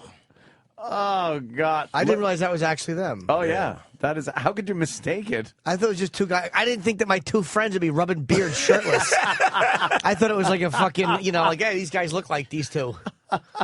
Oh, now that's definitely them. Now. Eastside Dave's kind of laughing. I guess because Fez is really getting into it. And there's Dave in some big underwear. Wow. He's wearing giant underwear. He's in better shape than I am. Do you know how fucking manically depressing that is? Well, he's laying down. Once he stands up, it's a world of hurt. Gravity takes over when he stands up. Yeah. And Fez just really creepily crawling up to him. And then Dave making the funny face again. He puts this pleasurable face that he looks right into the camera and starts smiling, and they're rubbing each other's beards together. That's fucking horrendous. Now, did they invent that, or they saw that? No, saw it. Oh, it's some kind of popular. It's real porn. Ooh. I don't know how long it's been going on, but I'm pretty new to even knowing about this. That this was going on. Gay guys have just the weirdest shit to get themselves off. The whole docking thing is just—that's unbelievable. Whose foot is Patty's that? Foot porn. Why are Patty's nails big and long again? Her toenails. Didn't we have her cut them once? Her feet have fucking elbows. She has the worst. Oh, Fez is sucking her toes. Ew. Is that? Oh my God. Looks like a tailbone. She has hammer toes that should be hit with a hammer. They should, in her face. She has hammer face. Get me a lump hammer. If you want to play foot porn and beard porn at home, it's 202 Friends on Twitter. 202 Friends on Twitter. Fucking Yeah. disgusting. Her toenails are like Nosferatu's fingers. They are horrible. And why is Fezzi licking it? And he's really getting into it. It looks like she's forced to wear shoes that are way too small for her. Yeah, and she probably is. Her feet look like that one Tetris piece that never, that weird the one that's really hard to fit with the little thing coming out of it. I don't know how to spin it. Oh, wow. Dave's making it like he's jerking off. They sure do put out some funny videos. It's disgusting. He won't stop. He won't. You know how they got to reek the dirty underneath her toenails, and he's sucking on them? Look at how filthy her fucking toenails are. God damn it, that's fucking rude. They probably smell really bad.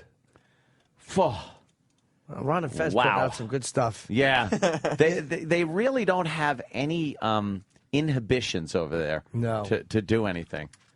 That's why I do love that show. God damn. I listen on my way home. Very fun. Ron and Fez after our program here on XM 202, Sirius 193 or something like that. I have no idea. 7. 197? I don't know. What's on 193? Because I listen to that expecting us, and I haven't heard it. It's not us. 97. I don't even listen. They allow you one radio now. I pay for my own accounts. Sirius 197, XM 202. Silly company. I'm a goddamn personality here, and I'm allowed one radio, and I don't even know which one that is. I paid for every radio, my friends, family, everything. They're like, hey, you think you could hook me up? And then I look like an asshole if I say no. So, yeah. And then I look at my Amex, and it's like, Sirius XM, Sirius XM, Sirius XM. I'm paying for radios up the asshole. Unbelievable. XM, they were tossing them at you. Yeah. Who the fuck do you know? Did you fuck her? Did you fuck her? Yeah. Here's a radio. Which, of course, is a lot less than she should have gotten. A little more. The girls are wrestling now. Stretching. And we're watching them bend over. I love watching a girl bend over in wrestling trunks with her fucking vag sticking out. The beginning of this, they're stretching and kind of bending. It almost reminds me of that old Showtime thing where they put the girls on the turntable to do the exercises. When Showtime first came out, first really got popular. When they had Lady Chatterley. Yeah. And in between those movies, because, I don't know, they must have had one fucking big VCR, and it took them a while to change tapes. So they would put on these girls, and under the guise of exercise, it was pretty smutty. It was girls on this turntable thing, and there were like 3 or 4 of them, and they would do these bending exercises, and the camera would, just for a second, get one bending over, and you'd see a little lip. Ugh. And then they'd go back to their faces smiling. That's hot. Oh, yeah, it was. It was extremely hot. Jerk-offable. It was jerk-off-toable back then. I love when a pussy lip flops out. Isn't that great? Flops when her out. panties pull aside, comes out like a fucking elephant ear. Indian or African? That's the big difference. You know, if it's an African elephant, wow. Yeah, I'd say the big one. Which is smaller, the Indian? Yeah, Indian. Oh, look, she's got her pin and she's Oh, my fucking... God. I think that girl's losing. Yeah. The girl, she's got her on the floor and she's sticking a fist up her ass or something. Oh, nice reversal, though. This is great. Boy, I never How have you thought guys about not been this. on this? Thank This you. has been 2 years for Wow. me. This is When do you start? 2 years? I'm You've a been on vet. this one for 2 years, I'm the teaching girl wrestling? a community college course on this. When do you Nude. start jerking off? Like, as the clip starts, or they have to be naked first? Nude. I have to watch a couple first, and then the third one. Really? Yeah. Oh, my God. So you'll that go is through 2 of these just like this? This is on the road in Davenport. This is it right here. Ultimate Surrender, it's called. Ooh, now she's throat fucking her with an orange strap on. Strap on. Oh, now she's ass fucking her with a strap on. Wow, that is amazing. Okay. Wow, she's good. She's got good technique. Much better fuck than I am, this chick. Yeah. Oh, that girl's asshole's nice and rusty. I love a good rusty anus. That's not my like. I almost won't watch the porn if the asshole is discolored like that. Yeah, you need I a can't. same skin tone Yeah, asshole. I need the bleaching. No, I like a dark, deep asshole. Do you? Yes, I really do. I like a sinkhole hiney. I want it to look like some fucking dad just fell in with his lawnmower in the yard. Sinkhole. I love a sinkhole anus. Look at those awful fake tits. Those are terrible. Yeah, naturals are always better. It seems like naturals made a nice little comeback in the last couple of years. I don't really feel like guys are chasing the fake tits like that. Naturals did, and much to Jimmy's chagrin, which I know you're not a fan of, pubes are making a comeback. Not entirely, not the old school 70s Earth Mama Muff pubes. Yeah. But a little line, maybe a little triangle, some type of hair there, not just the complete shaving, is kind of making a little bit of a comeback. You seem like a complete shaved dude. No, he's a no hair yet, dude. I go through. I'm a trend guy, so the shaved thing was good, but now I'm kind of digging I like a little there, like dusting. It lets me know where I am, what's going on, and reminds me of what's supposed to, be there, what it's pointing to. Hey, eat here, like a diner sign. You've been driving for miles. It's, I like a little bit. If it's not, I don't want a forest. I don't want to be going, but, a little something. See, I could work with the forest. I could definitely work really? with the forest. Yes. Yeah. Yes. Like the big one? You don't like all it day. shaved?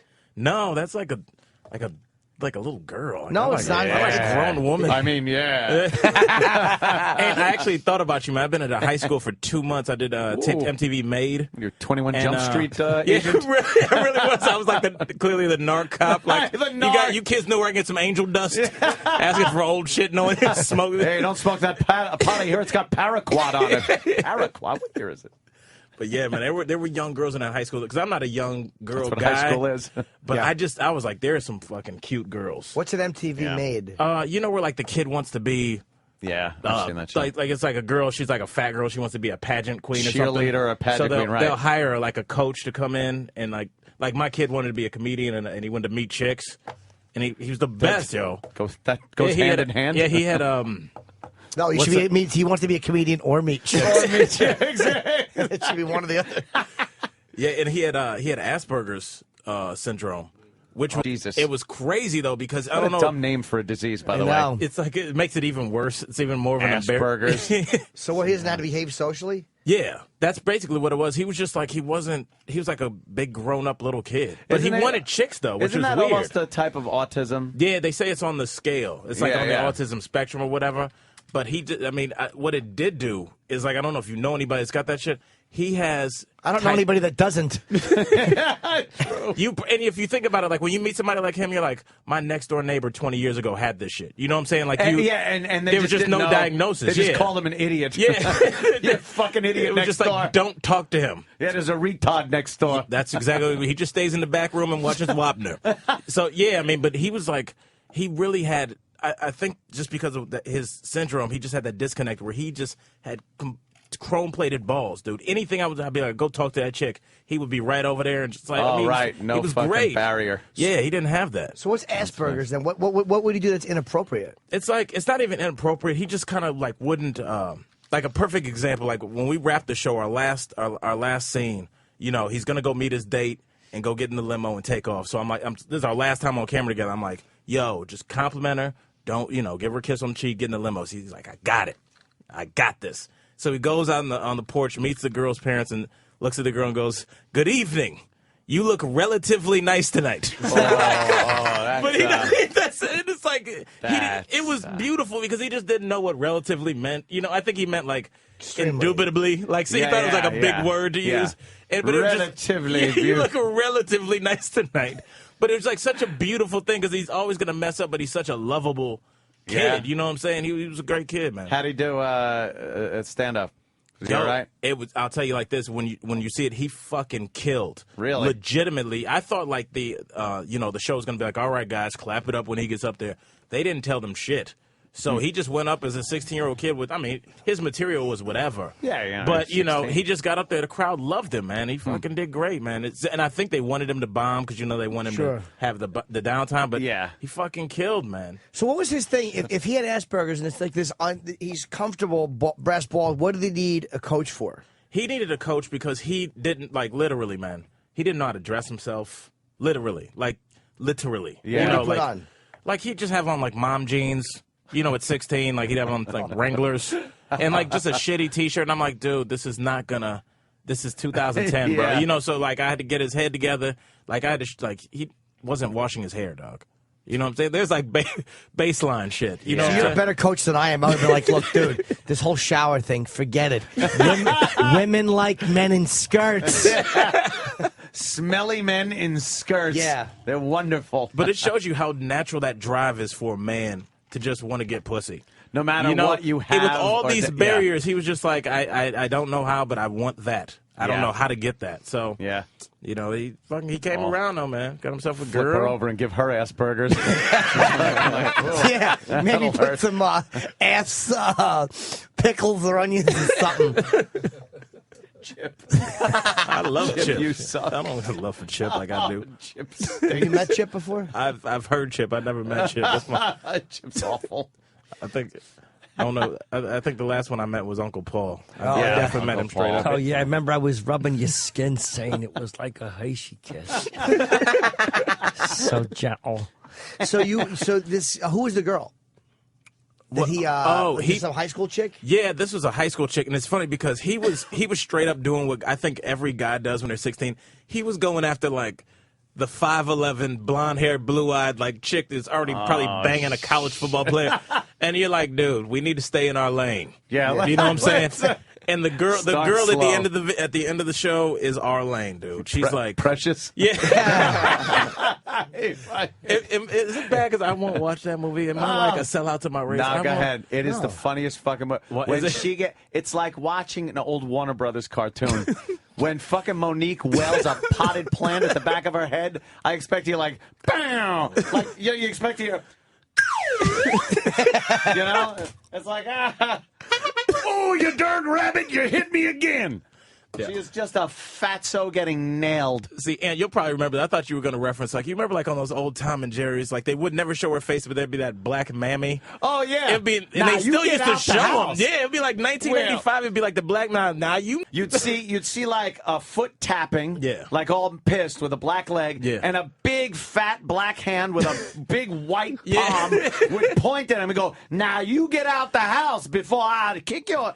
It's like that was a mammy. It was it was an indisputable mammy. Oh, yeah. I call those the good old days.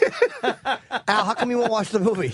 I feel like I You won't be able afraid to you'll be eat too after sad? that. No, like she's disgusting. I don't wanna She see that. really is. I don't want to When see she's that. running with that fucking bucket of chicken, dude, I nearly pissed myself. It was good though. Monique was fantastic. It's worth seeing just for her. Monique's that good? Phenomenal. I heard Monique she was stunk really on Saturday good. Night Live. Monique? Gabrielle. Yeah, she was terrible. Yeah, she was. Monique was fucking really good in that. She deserved but, the Oscar. But you know what? You know what gets me? I watched it thinking, all right, that's the real Monique, though. Yeah. Like the fake Monique is the one you see Showtime at the Apollo. Yeah. Hey, everybody! Woo, woo! We're gonna have some fun. Like that is the one she puts on for TV, and then the real Monique is, hey, motherfucker. You know, she's like the pissed off bitch. There's a great scene with Monique where she's dancing. Remember, she's dancing in the mirror trying to get herself sexy. Oh, yeah, and she's like smoking and dry, and she looks fucking. She's like maybe a 2 after she gets dressed up. A disaster. But it was a great that's what this woman is like. Like that's her idea of getting attractive is just dancing in the fucking mirror, and she's horrible looking. And I actually thought Mariah Carey was really good too, going in there with no makeup on and just kind of sitting there and being the social worker. Yeah, it was. Yeah, and I'm not just saying this because it's supposed to be a sensitive movie, and I'm supposed to be the guy that doesn't like this sensitive movie. There were parts that were really good, like wow, that's fucking some heavy shit, you know, to lay on somebody. But I swear to you, I found a lot of that movie funny. Just fucking fun. When she throws that goddamn TV at her, with the kid down the fucking thing. I'm laughing. Going, this bitch out of her fucking mind. Did you like the part where she said, "Come in here and help mommy"? When she made her go in there and eat her pussy. Yeah. Come in here and help her out. Yeah. It's not sexy. Look at her. No. It's not my sexy. God. That is now, Ann, have we found one black girl that you would bang, like a dark skinned one? I still haven't found one yet.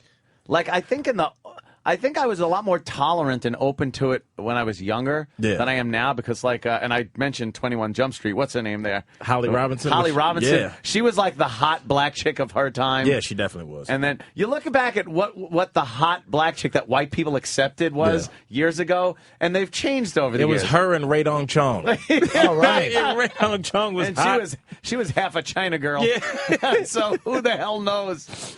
But nowadays, I'm not really finding any black girls really, you know. Who's that? That's Holly Robinson now. Her face a little long, but I you fuck get her in the 21 Jump Street days, you fucking nut. What are you pulls her doing? up, she's 53. You pull up a fucking old-ass picture of her? It's Jimmy Come Robinson on. from Lost in Space. Might as well be. That was the one I liked. Jesus. Come on, give me some fucking, that's what I'm talking Was Johnny about. Depp on that show? Yeah, that kind of, wow. He made his bones there. He hated it, though. Like, he did the show for a year and then wanted out. Why? Because he didn't want to be that sex symbol kind of 16 magazine guy. I wanna He wanted be to that actually guy. be an actor. Wow. And then what's his name? Fucking who was the fat kid there? He was the son of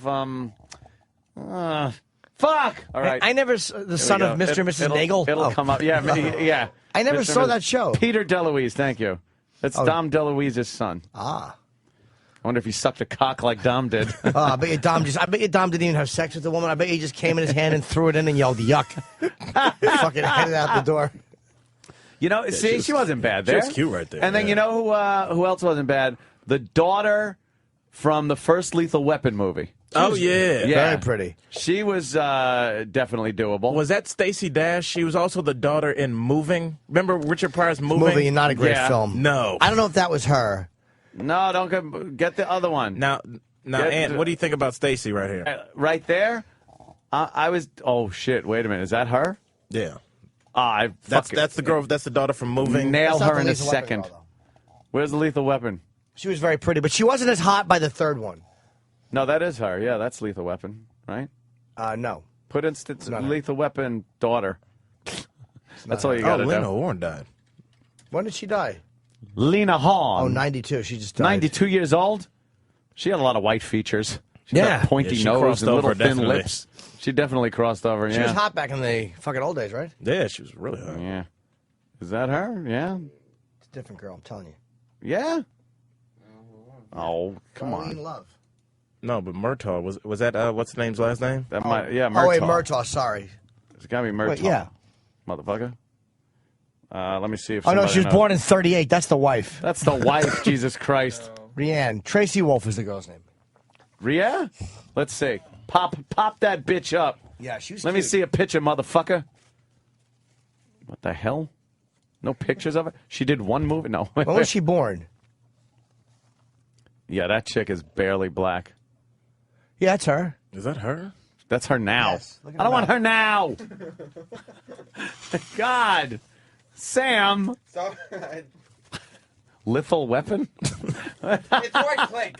Oh, You're an idiot. You are no Danny Ross, He's punching my in friend. Mr. Wolf. Fucking Harvey Keitel is stopping him. God damn, man. You are a boob. Well, there are not many pictures of her, but yeah, that like that. I guess I would have fucked a black chick back in the 80s. That seems to be what's happening.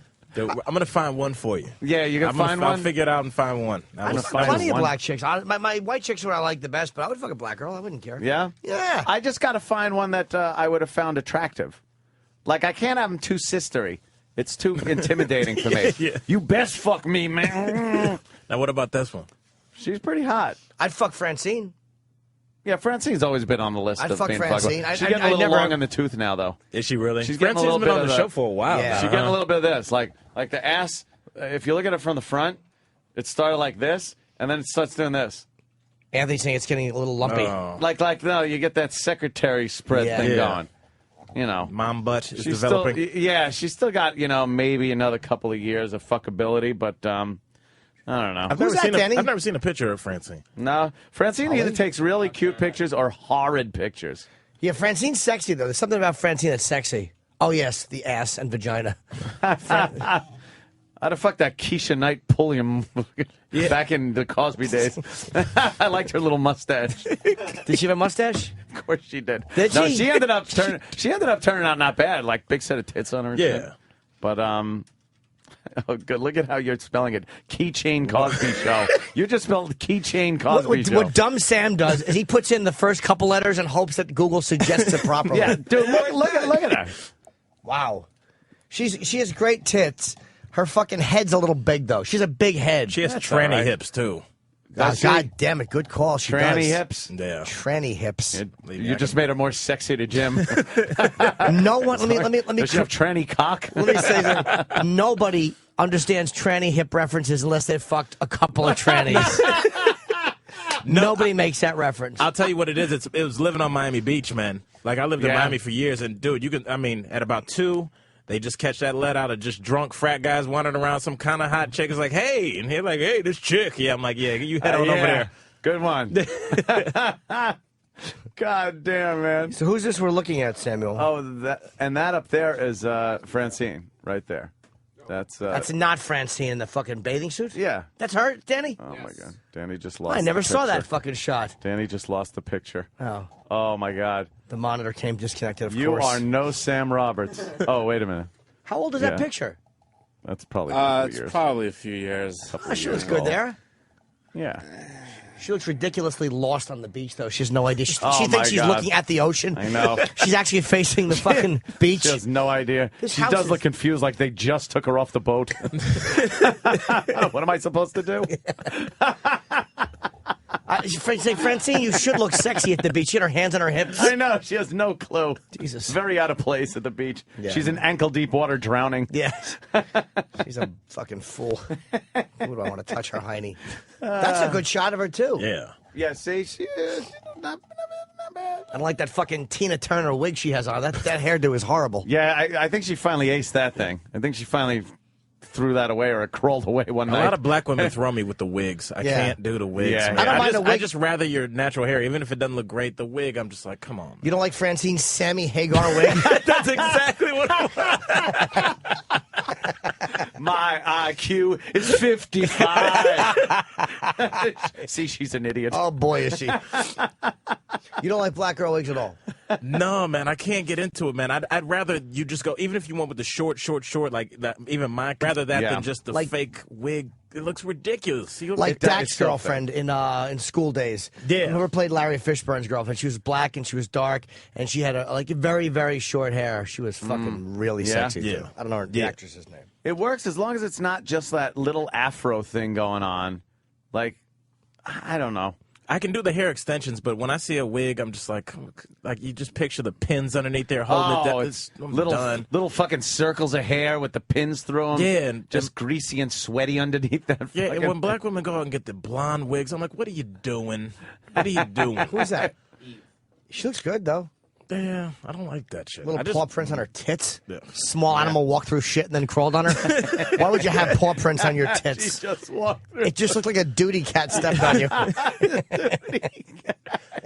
Yo, speaking of cats, man, I'm leaving my friend's house yesterday. His cat, I have my bag with me coming to New York. His cat fucking pissed in my fucking bag and must have zipped it back shut. I mean, I'm in LaGuardia cat. yesterday. I'm like, who the fuck is smelling Something like that? stinks, yeah, like a homeless. Dude, I Oh. got near all my clothes cat piss, dude. And you can't get rid of No, cat that piss. stuff It's is done. It's done. Throw it out. Yeah. It's done. How annoyed are you? Just because I know that I was probably stinking at the bar. You know, I had a beer. I'm like the cool guy, like, hey, I'm waiting on my flight. This cat piss. And people are reeking. coming by like, the fuck is a cat piss? Homeless guy. No, motherfucker. Are you drinking beer and just pissing yourself That here? shit is unbelievable. I had when I was living with Melinda, she wanted a cat really bad. I want a cat, I want a cat, I want a cat. And Anthony gave in and got a cat, which promptly clawed my $4,000 living room rug, Immediately. which now resides underneath my Mustang in the garage. That's great because just all the pile got pulled up. It had 8,000 cat toys everywhere, and we just fuck with the $4,000 rug. I was like so pissed. But initially, she wants a cat, comes back with 2 fucking cats. Now I'm like, well, 2 is just as easy as 1. You still got to clean a litter box and feed and stuff. I'm like, so Were you happy? I was so pissed off. I go to bed, I lay down, and I'm like, I smell cat piss. She goes, oh, it's your imagination. You just don't like the cats, blah, blah, blah. I'm like, no, I smell cat piss.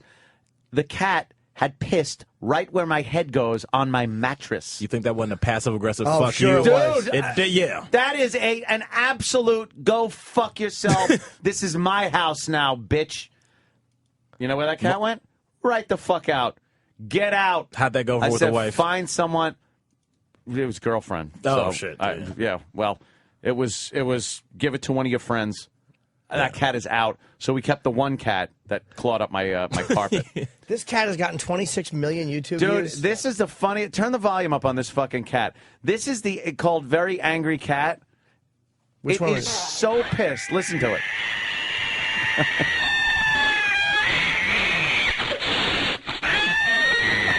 His ears are back.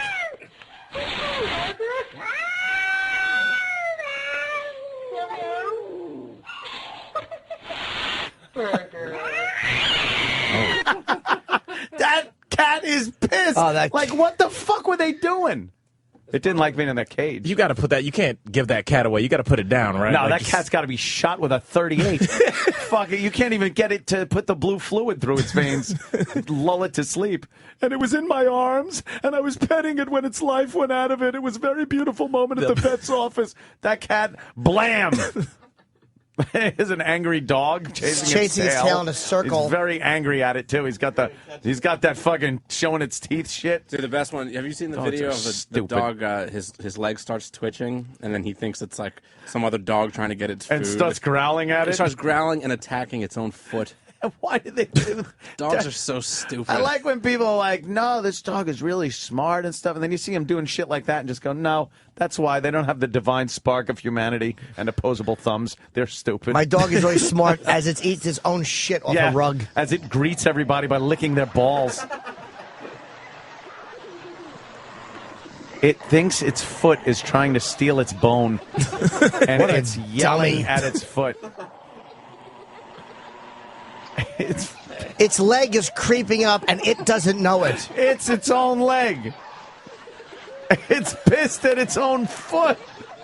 And there's a laugh track. Obviously, an animal is just trying to kill itself, and people are enjoying it. That's why you can't have kids around animals, though. That kind of shit. Yeah, imagine if that was a kid just crawling around wanting to play with the little doggy bone. That's where you get the person that's 30 years old going, well, when I was a child, we had a dog when I was 6 years old. It's got half a face. And apparently, you got to watch out because dogs really like the smell of, like, the way piss smells in a diaper. Like, there's something about that. So does Uncle Paul. Yeah, you know. Sometimes you can smell it in the elevator when you're coming up. Yeah, man. So you got to be careful. Yeah, well, they'll attack those genitals, man. My buddy's a doctor, and he said he had to do, like, reconstructive surgery when he was a resident because, like, wow. And one of those hot dog dogs, too, the non-aggressive ones. Yeah. It just goes in the diaper and fucking chew this kid's dick off. The kid was, like, fucking 6 months old, man. And you already got to fucking have the how are we going to raise him conversation. Yeah, what are we going to do? Because your fucking stupid beagle bit his dick off and Do you chewed it just up. give it a sex change and then not tell it? They try that, but then you're like, well, why do I like, this shit doesn't work. You can't tell somebody they like, Then you just go, yeah, you're a lesbian. You can't just build a pussy on something. Sorry. You're a lesbian. I think at that age you could. That's a very cute All right, kitten. now you're just putting adorable kitten footage up. A little kitten attacking some guy's hand and then spreading out their paws when he pulls his hand back. All right, kittens are very cute. Who doesn't love a kitten? Turn into pissing, fucking clawing your rug things. Here's the rule. I play with a kitten until it's 6 months, and then I put it down the garbage disposal, and I get a new one. I'm taking any shit from kittens. What is that thing? It's a baby jaguar. Why would you have a baby jaguar? Isn't that illegal? Yeah. It's playing with a little mechanical mouse that somebody's driving around the floor. You're not allowed to have that. Maybe it's Siegfried and Roy. Oh, no. Christ. The little mechanical gerbil would be driving up their asses. It's got a clothespin on its little mechanical nose because the German put it in his hiney. I got to piss, Duke. We break, so I got to take a leak. Yeah, let's take a little leaky break, and we'll be back and talk about all kinds of other great shit. Thanks for calling the Opie and Anthony FU line. Here's the latest batch of FUs. You have 8 new voice messages. First voice message. I want to say a big FU to this motherfucker Tim I work with.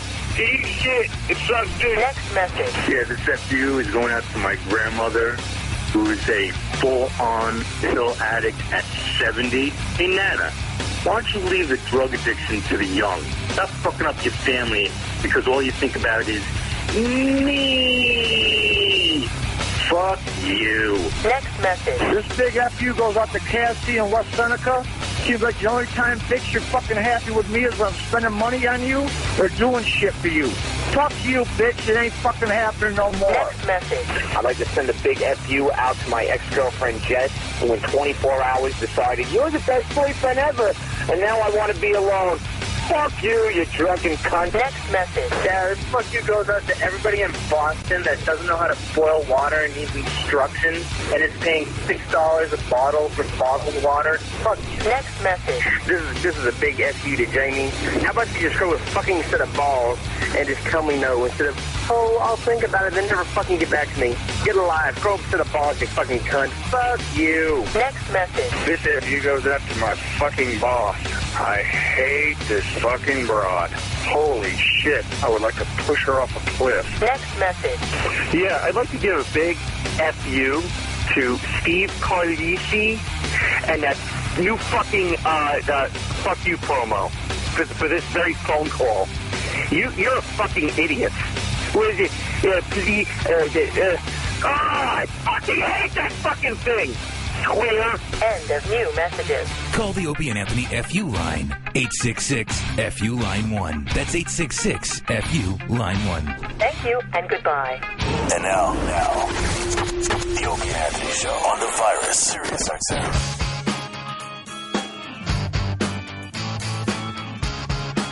Detachable penis. This is a big song on Lithium. What's it called? Detachable penis. Yeah, it's a little story about a guy who wanted a detachable penis. And he had one, and he lost it. And then he finds it at a book kiosk. And he bought it back from the guy and put it back on.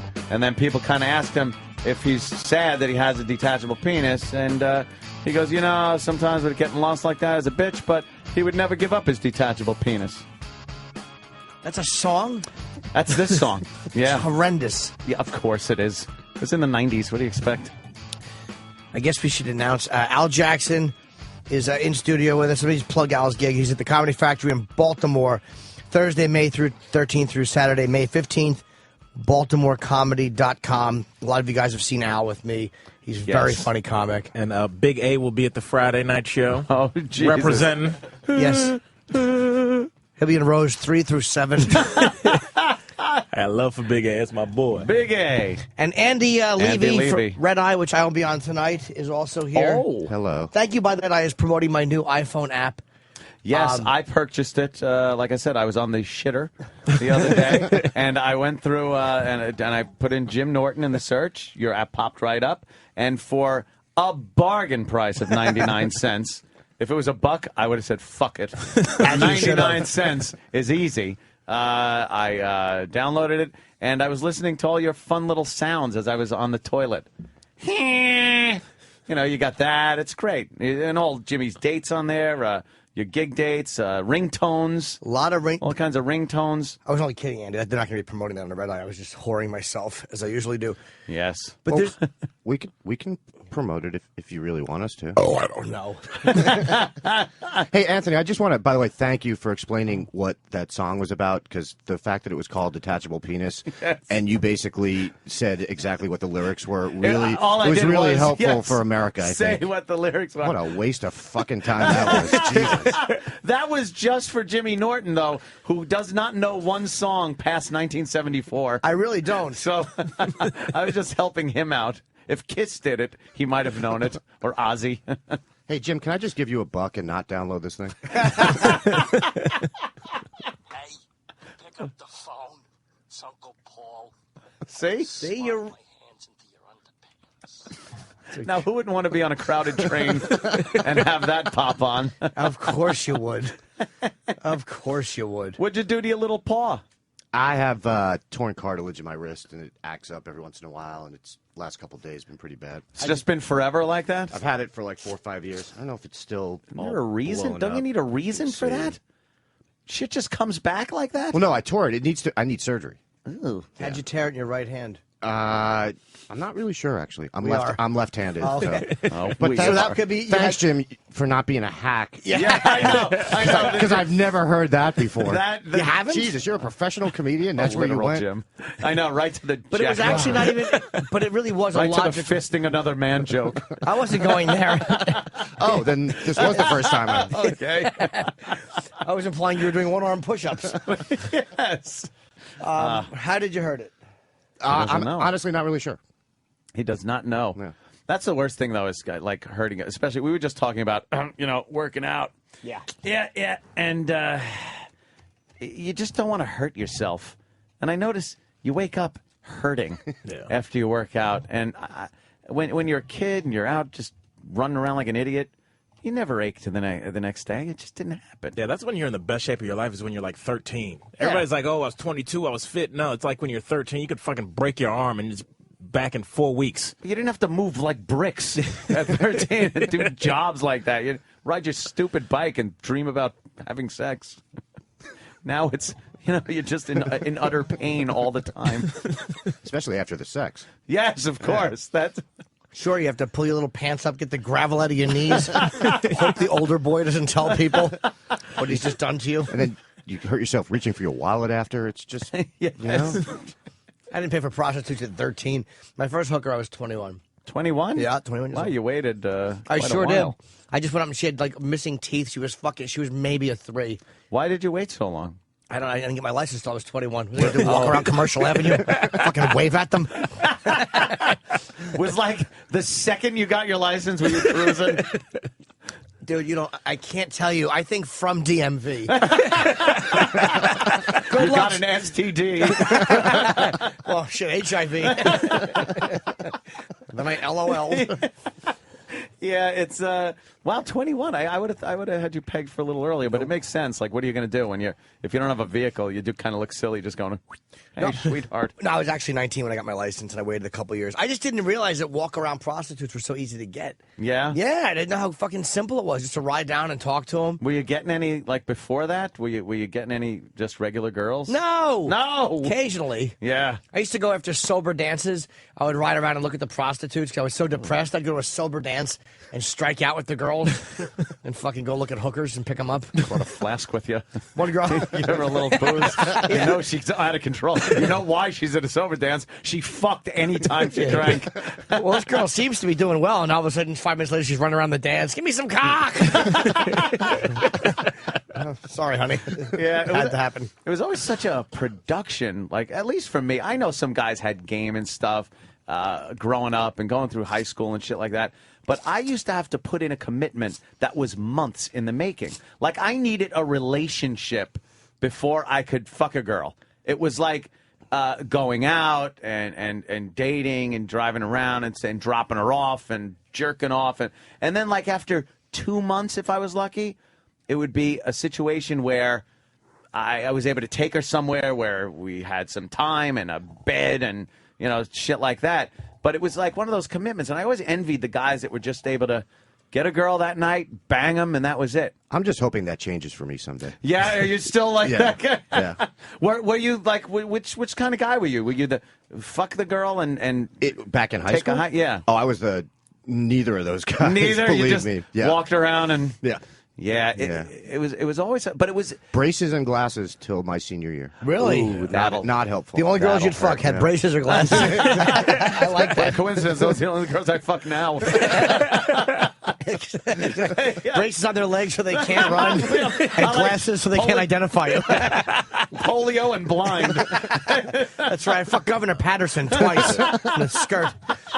My friends in high school were fucking. Like, I wasn't, but they were fucking. Like, 14, 15, Miami? Cleveland. That's where I'm from originally. Cleveland? Born and raised, baby. I didn't know that. Yeah, really? Man. They were. I was. And super how much late. time they do after? They were, and it's funny because they slowed down and I speeded up. I turned into the guy that was fucking girls on just the one night. But I started out as like, let me take you to Chili's, and I'll call you in 3 months. Like, it was. Yeah, you kind of learn what girls want. You gotta. Like, I don't know what movie's from where they say you can't put the pussy on a pedestal. I just stopped treating them nice. Damn, they don't understand that. They understand brute force. I would do that every time, and that's why it took so long. And it's odd that was my prime directive through high school was to fuck, to have sex with girls, and it would take months. Like, I was on the long-term blue-chip stock plan. I wasn't day trading bitches. I was fucking looking. You were investing in commodities. You get a good stock and you hold it long. Go long with this bitch. So you basically had 3 shots a year. That's pretty much it. Yeah. I'm like a locust. I come out every few years and just fucking. I wanted it so badly, and I would put it on a pedestal where if I did finally get laid, I knew that was like my girlfriend. And if she looked at another guy, which of course, you know, she just got fucked, so she's all like hormoned out, wants more cock. Yeah.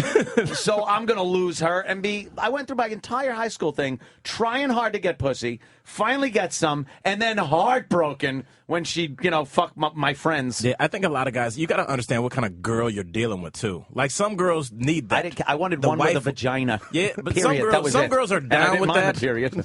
Anything. Didn't matter to me. Guys don't pay attention to girls that are clearly going to... Guys want the 5'11" chick, and it's like, dude, there's probably a girl that sits across from you in math that'll fucking do whatever. Yeah. Fucking focus on the 5s and 6s. There's nothing wrong with that shit. You really didn't want to take the abuse from the people around you, your friends and stuff. If you went around with a fatty or something like that, or a 3 or shit like that, your friends were giving you shit even though they weren't getting any pussy. Yeah. They would look at you like, you know, what the fuck are you doing with her? So you would look at the girls that were cute and, you know, shit that you wanted, that every guy wanted, and that's probably why it took fucking months to even get anything going. What a horrible time. The first pussy I ate. The first pussy I ate was very hairy and it smelled like urine. I swear to God, I had no idea what it was like. Oh God! I was like 18 and she was like my age, and I licked her pussy and it was horrendous.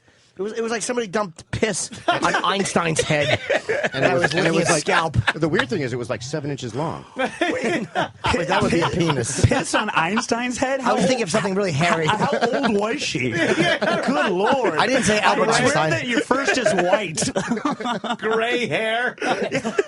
Her name was Grandma. Yes. Bill Schultz from Red Eye is in the studio. Yes, Bill. Thanks for having me, doing, guys. Sir? I'd like to personally apologize to TV's Andy Levy right now because I bumped into Keith Hernandez in the green room, and longtime viewers will note that Andy is a huge New York Metros fan, as we call them, and I didn't get him an autograph. Mostly because I didn't feel like it. Thanks, man. Oh, sorry, man. How is Keith Hernandez these days? He was good. He was like talking to some guy his age who grew up with him or something like that, saying, "Yeah, we're both old." Just for Men was kind of dribbling down as he talked. Yeah. I was going to ask if he had. He's right there. If he had used some kind of beard. That's Keith Hernandez? Yes, he was doing some mustache upkeep when I came in there. I was transfixed. Yeah, that's Keith. Wow. He looks good. Yeah. And he looked better by not giving Andy an autograph. Why do you like him, Andy? What's that? Do you like Keith Hernandez? I'm a huge Mets fan, but I'm not an autograph guy, so I don't really. You really don't care? Oh, now you're not. Did you meet Sarah Palin at Fox? I did. Did you get a picture with her? No. Why? I don't do those kinds of things. I don't know. He's a journalist, and he doesn't want to. It would have been unprofessional. Exactly. He's not a journalist. He points out when I do the wrong penis reference. What part of journalism are you not understanding there, Is that Jim? not what a journalist is? Yes. Jim is the most unprofessional ever. People walk by here and he's like, "Can I have your autograph?" They're not even celebrities. Yeah. Like an intern that looks like, you know, Wesley Snipes. Yes. You're a publicist? Oh. I've made a few fucking graphic errors. That reminds me of Aziz Ansari.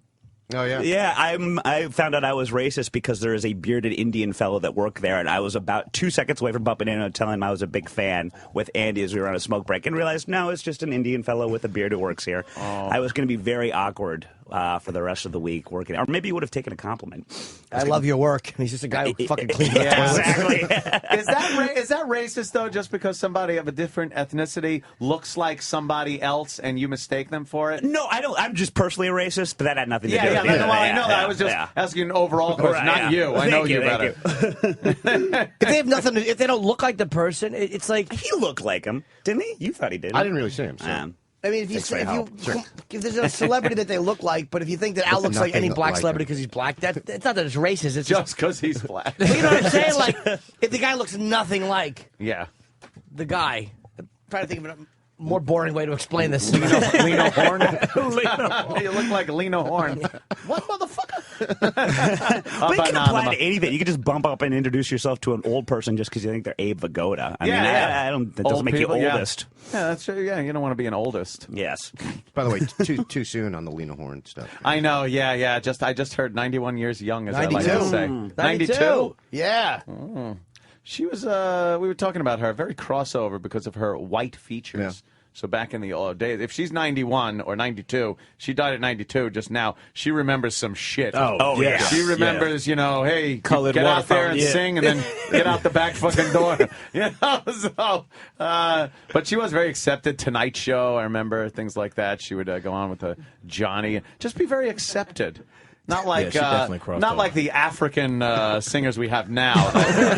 Wow. Could absolutely not get on any of those programs. But could you see Lena just taking a piss in the colored-only bathroom? Oof. Poor Lena. She's probably happy she's dead now. So I guess we should be congratulating her. Not having to remember the horrors of racism. Kudos to you, Lena, At least for she got finally to leaving. see a half-black president. I don't know why you pointed to the desk when you said that. You're like, he's this color. Beige. There's a very embarrassing clip which they have of me making an error while I was interviewing the X-File creators. Oh, God, yeah. It's Yeah, a wow, it's a were you two-parter. bad? Are Are they short? How long are they? It's 28 seconds and then 50 seconds. Okay, They're fine. short. Yeah, this is the creators of the X-Files. Hey, do you guys when you're in between, you got 6 years between doing films? Are you doing theater and stuff like that? A lot of actors just get so bored with being known The as the same role all the producers time. They he's just doing. want to go out and Gandolfini always wants to go out and do some weird thing. I mean, Right. that's the end. As far as Dave and Jillian go, I mean, Jillian did theater in London where she lives, and David, I don't think, did any theater. But, they stayed busy. No, he's trying to bring it around and not embarrass Jimmy. Was that like Chris Carter? Yeah. And he's asking Chris Carter what he does for acting. I don't know what the fuck these guys are. I don't watch that show. So then he tries to bring it around by talking about David Duchovny and Jillian, the actors in the X-Files, who doesn't know about the acting. It was a phenomenon. I'd never seen it.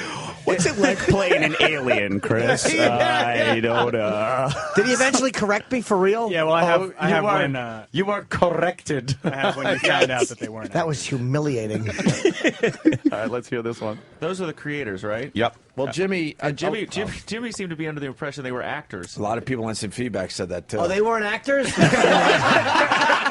have no idea who they were. Do you find yourself other roles like De Niro, and they were looking at him like, "What are you talking about?" I don't know. Did you do any Broadway? I was wondering why Chris Carter doing fucking Rent. I was wondering why you kept talking about the other actors. Chris Carter is the creator of the X-Files. Fucking good for me. All right, so the Instant Feedback was accurate. I have no fucking idea. The Instant Feedback was coming in, and a lot of people going, I think Jimmy thinks that they're actors. I thought they were the two leads in the show. Oh my God, that's hysterical. Are you kidding? That would be hysterical. What a dope. That's like asking Oliver Stone. So do you act in theater when you're not starring in the movie? What a fucking asshole I am. But they didn't call me out on it either. They didn't want to embarrass you, Jim, is what they were doing. They were being courteous. Hey, those assholes didn't call me out. Wow. So, J.J. Abrams, your character, John Locke, is just amazing. Yeah, that was a fucking dud. Mr. Spielberg, how long did it take to get into the E.T. suit? Would you do CGI now? Did you enjoy playing Hooper in Jaws? Wow, am I a fuck? That was a great faux pas. That was a fun one. What are you guys working on for this evening's Red Eye? I know Jimmy Norton will be joining you.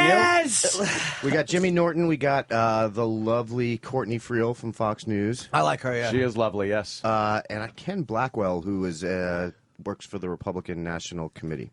Oh, I'm sure he'll be pro-Obama. Pro-Obama? Pro-Obama. And I'm sure we'll have someone from the head of the DNC tomorrow, right? To fair and Equal balance. time, Yes. yeah. All right, good. Just What wanted about to double check. No, we have you, Bill. Oh, yeah, that's right. I'm head of the Socialist Committee on the show, actually.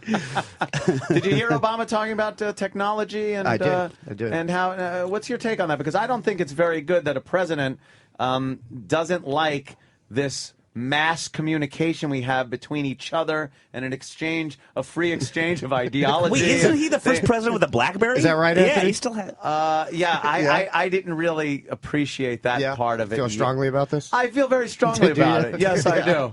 I also feel strongly about only white presidents. But I can't quite just come out and say that. I thought if I drilled down, I might get to that. Yeah, you didn't have to drill very far. No, it really didn't. Take long to get through that onion. Drill down, you had to just kick the dirt off the fucking... Yeah. No, doesn't that seem a little odd, though? And then him saying he doesn't even use these items. I think a president would want to kind of be connected to that whole thing. Well, it's and just use weird it. to sit there. I mean, the guy, like as I think Bill's about to bring up, the guy says he can't live without his BlackBerry.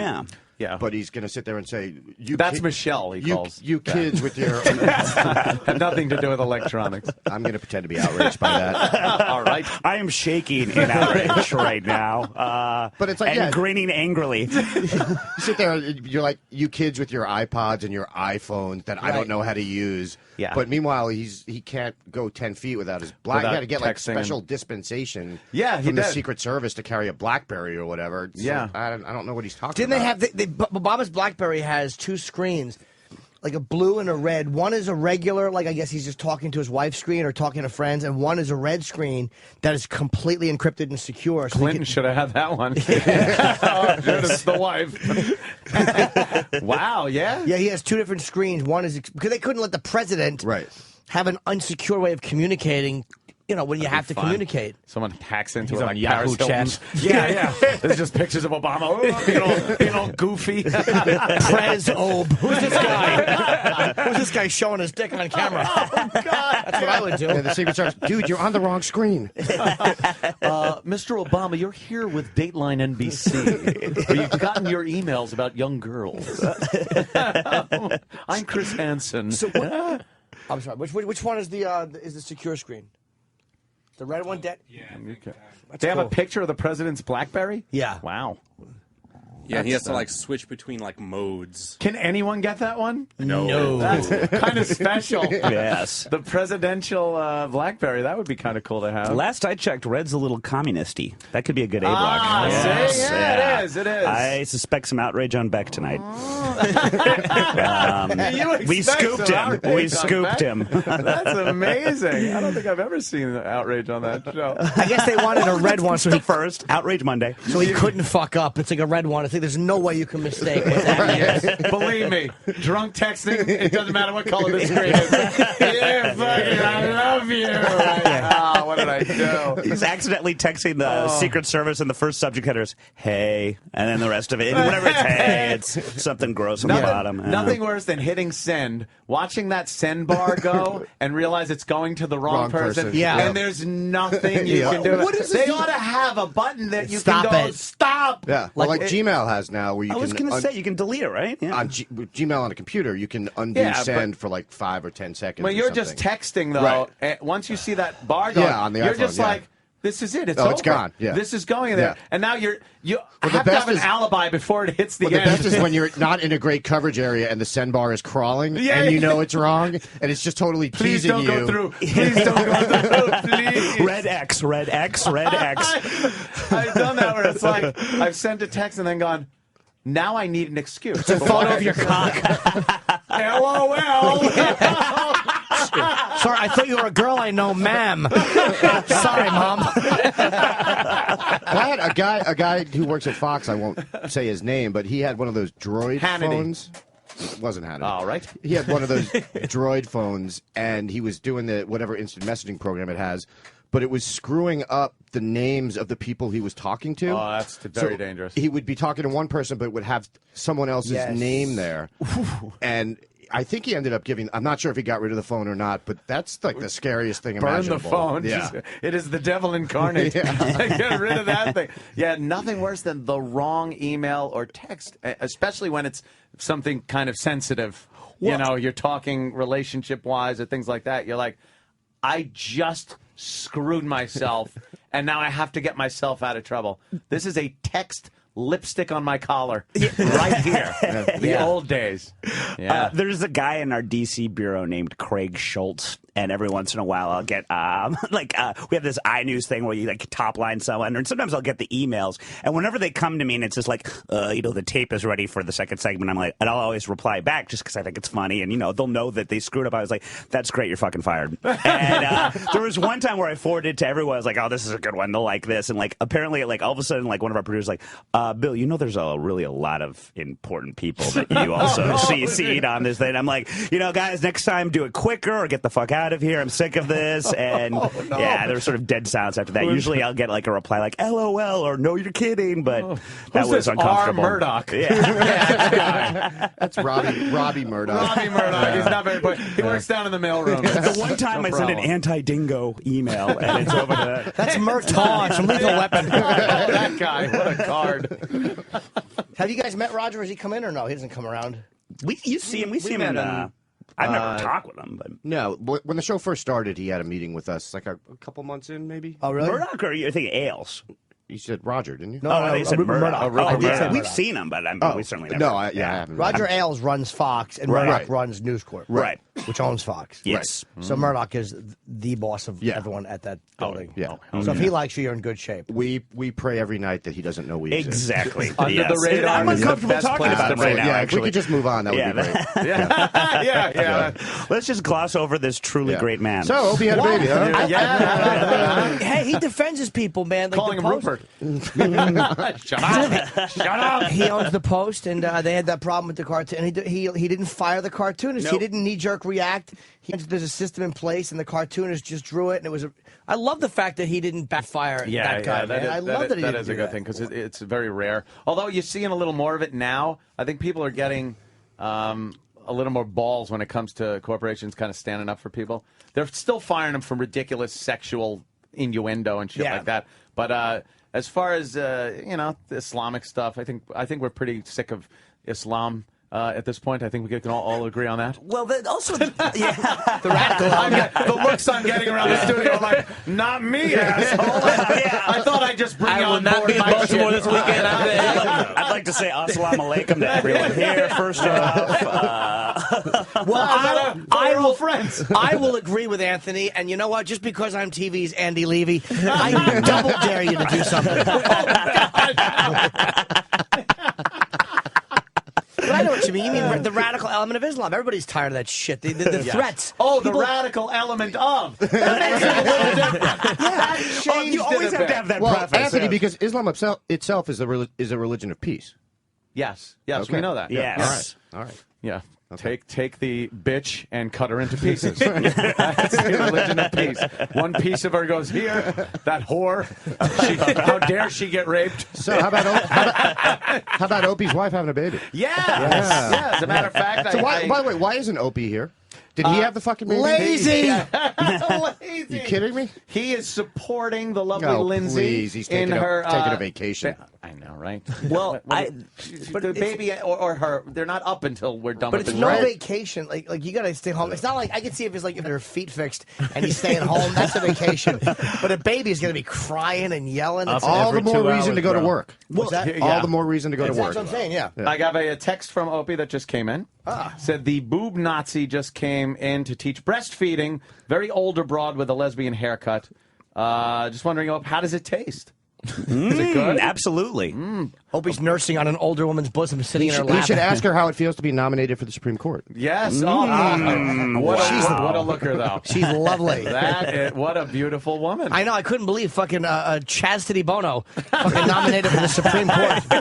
It's Chaz Bono Oh, right yes. now, please. Thank you. Do you see any problems with her? I will never forgive Obama for not nominating Betty White. Yes, she is so hot right now. He had the perfect chance. Yep. And he blew it. I started an online campaign for that and went nowhere. This woman's not a judge, though, Anthony said. I didn't know that. No judge. She's never been a judge. Who is she? She's right now. She's what? She's the Solicitor General. She went to Harvard with Obama. Yeah, she apparently. was the dean of Harvard Law School. As far as it goes. They were friends. Harvard she's nepotism. Smart woman. Obviously a brilliant woman. But what does the Solicitor General mean? What does that mean? The Solicitor General is the person in the administration that argues before the Supreme Court on behalf of the administration. So a little all right. experience. Okay. A little experience. It's not like he just Either picked that or out. I just made that up, but I think that I'm fairly certain that's You got a correct. mic in front of you. It's actually. true. I'm actually pretty sure that's so right. she's like the lawyer who the government says, look, we have something with the Supreme Court. That's the lawyer they use. I think so, yeah. That's a good fucking lawyer. That's a good fucking lawyer. Well, she wasn't spending her time on dates. She certainly wasn't. She was in those law books. Yes, the Grim Reaper took her out and couldn't get a hard on. Yuck. Who is she not good looking? The Oh, okay, is woman. that what she does? All right, so she's got experience with the Supreme Court, and she understands a lot about it. She's not I don't know if she's. Yeah, I don't know if she's personally argued before the Supreme Court or not. I'm not sure. Have we gotten any of her? Wow, yeah. Have we gotten any of her viewpoints on some of the issues that are so important? Take down the Kevin Meaney photo. Wow, does she look like Meaney? Oh, she does. Boy. That's not right. I don't know. From the That's Not Right case of 1998. Oh, my God. She finishes, her final argument is always the we are the world bit. Right? We saw it, Kevin. She's great, though. She doesn't have fat forearms. That's one thing I like about her. Jesus. Yeah? Yeah. Yeah, she does. Horrendous. Wow. Like I said earlier, you should your indented knuckles should stop once you're 3 years old. Oh. They should pop out at some point. Her hand looks like a baby leg. Oh, yucky. That horrible fucking tweed outfit she's wearing. She works her way up to the career to be appointed a Supreme Court justice, and we just look at her on the outside. It looks like there's a mermaid up her sleeve. What? I said it looks like there's a mermaid up her sleeve. It's unbelievable. A manatee. There should be boat propeller marks on her arms. That was horrible. Well, those things don't swim deep enough. What am I going to do? Well, do we know where she? I'm sure she's pretty far left. She's of Obama. actually not that far left. Yeah? She's argued pretty strongly for extending the battle to non-battlefield places, like in terms of how you treat people. Oh, really? Yeah, in terms of like that, saying you don't have to. You can treat captured Al Qaeda people as POWs. You don't have to treat them as criminals. You can treat them as if it's a military capture. Well, she's replacing a lefty, though, a pretty far left. Yeah, guy. I think she's not as far left as him. That's kind of good. My thought. Are you guys surprised? Like a Holder is now saying that a lot of times maybe the constitutional provisions of the Miranda rights for people arrested for terrorism, even if they're citizens, might have to be redefined a little bit so they have a little more time to question him. Boy, that'd be a. I guess because hell of a I'm battle. surprised to hear Eric Holder saying that. I guess because of the implications of how many people are going to wind up dead if they don't get information. Isn't that what happened with our little Times Square Pakistani friend? Didn't they wait a while before reading him his rights or something before they could get his Yeah, but straight? he wouldn't shut up. They did that. Yeah, he came out with it pretty they quick. just threatened to tickle him, and He's he's like, yes, I did it. And they're like, shut up, wait a minute, you got the right to read. No, I don't even want to hear it. He just came babbling about everything. That would be a tough one, though. And I think, of course, I'm always a little cynical when it comes to Obama and his cohorts there. With November elections coming up, I think they want to look a little tougher on terrorism. Yeah. So, of course, they'll talk about this. But do you think you'd ever be able to get anything passed as far as the Constitution goes about Miranda rights and citizens? It would. It won't work.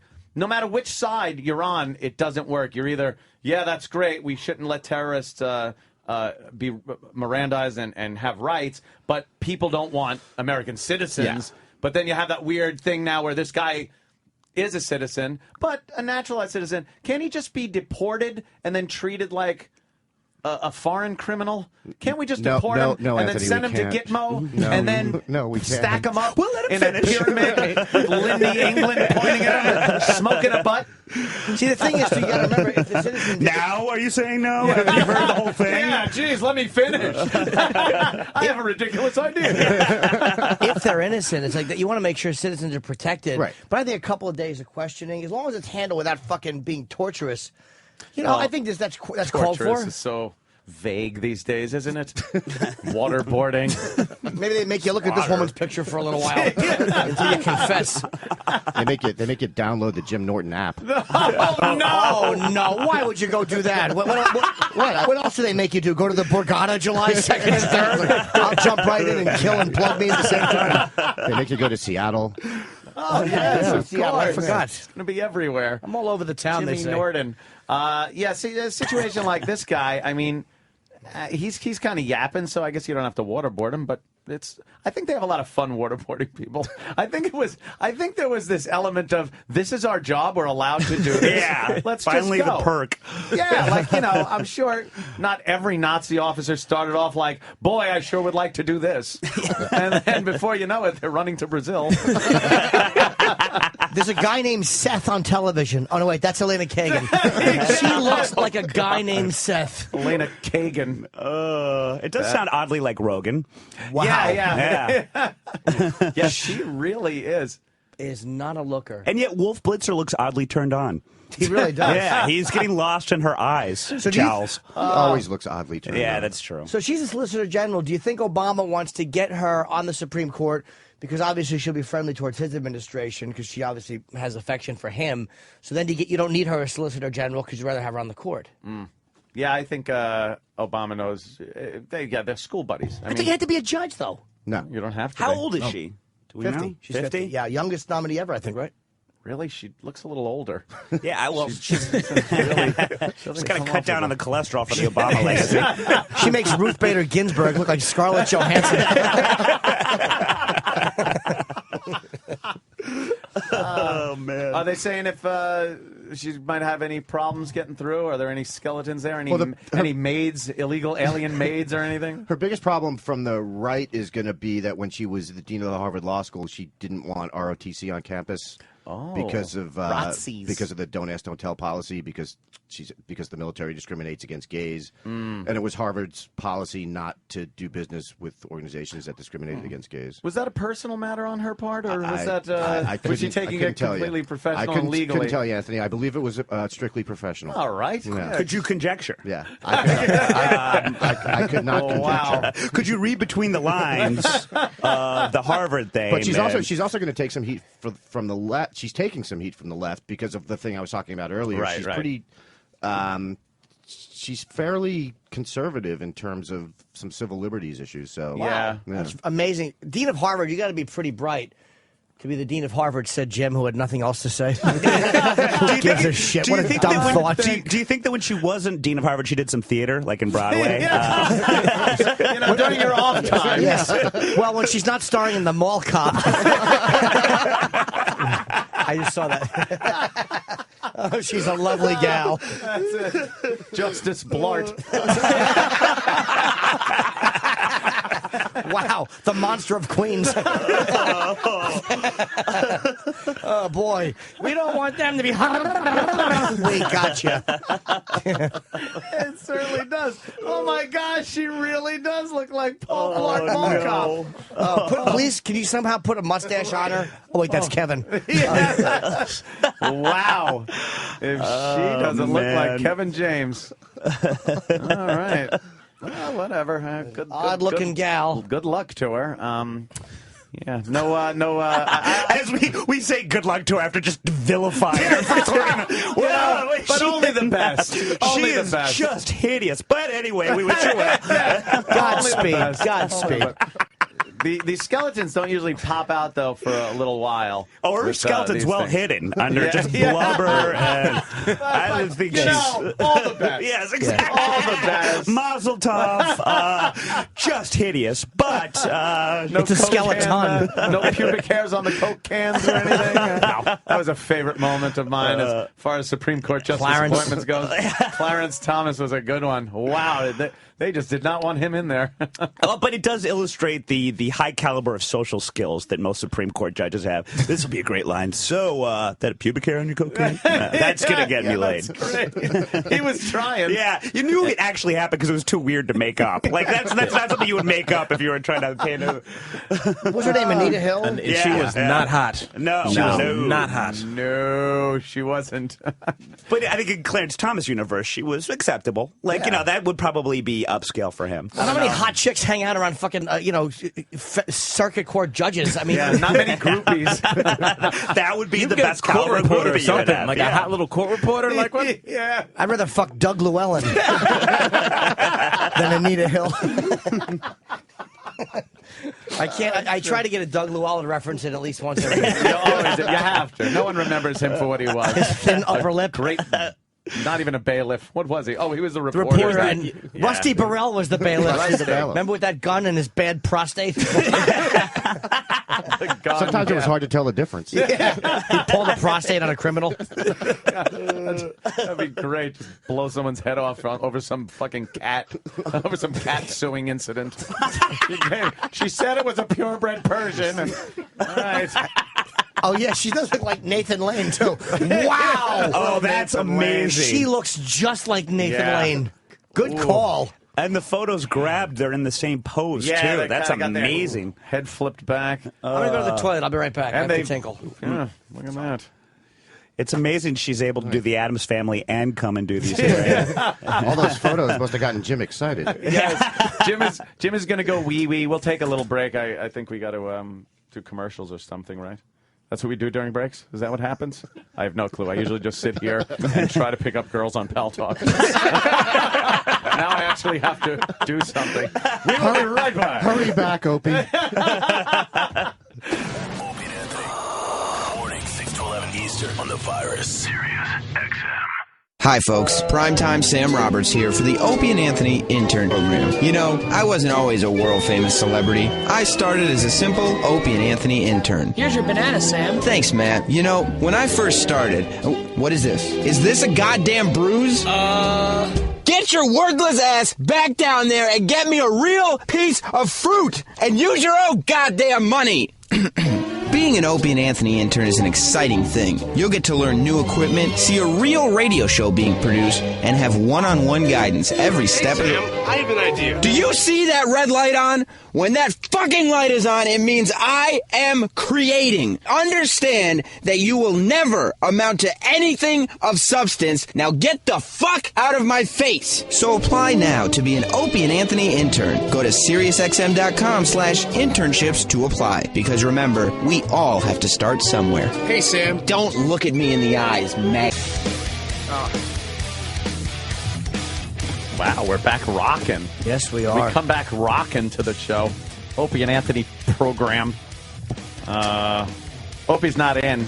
Right. He should be out the whole week. He's daddy. Daddy Opie. A boy, 9 pounds? Big 4 kid, man. ounces? 9'4", big child. Please tell me that was a cesarean. And then all 9 pounds weren't in the head. Dude, but he's not a big guy, and his wife is very small. It's like they're not. It's not like one of them is a big bruiser. They're small. He's what is he? 5'10"?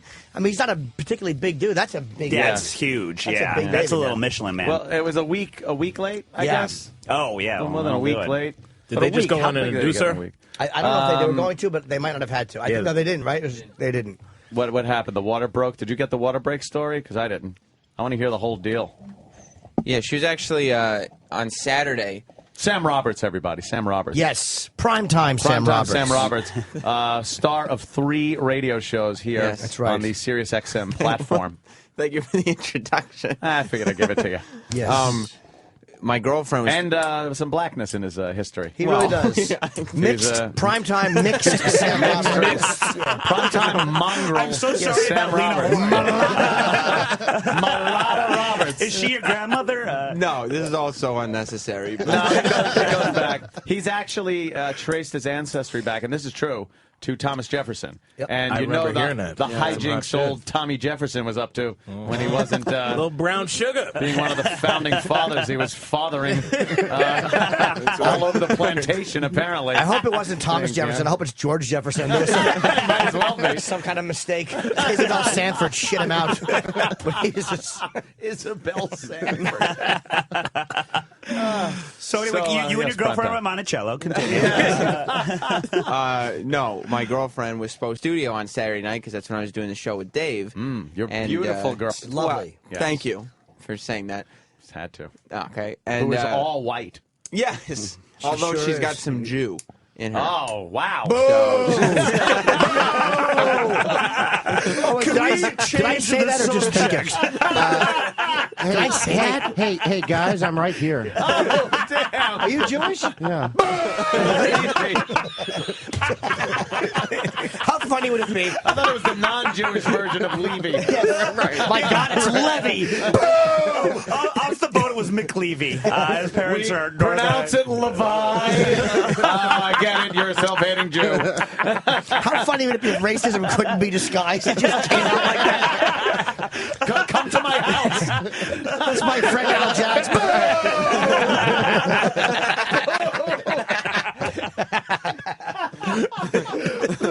Oh, God damn. Come to my house. Jesus. Okay, but I'm sorry about that, Tim. But yes, Jessica was hanging out with Lindsay before she came to the studio. And they were at her apartment, so I texted Jess, and I was like, are you still coming? Or are you staying over there? And she said, I'll be there in like half an hour. And then like 15 minutes later, I got a text that, holy shit, the water just broke. Water broke. And so... Where did the water break? In their apartment. Like where? I on think a in the couch? vagina, Yeah, right? I'm not Dr. Spock, but... Wait, you're not? Exactly. They had just cut up some strawberries, and they were sitting down on the couch to enjoy them. That sounds like a euphemism for Coke. They cut Strawberries in the bathroom. If they were doing that much strawberry, how's this kid 9 pounds? Strawberries on the mirror.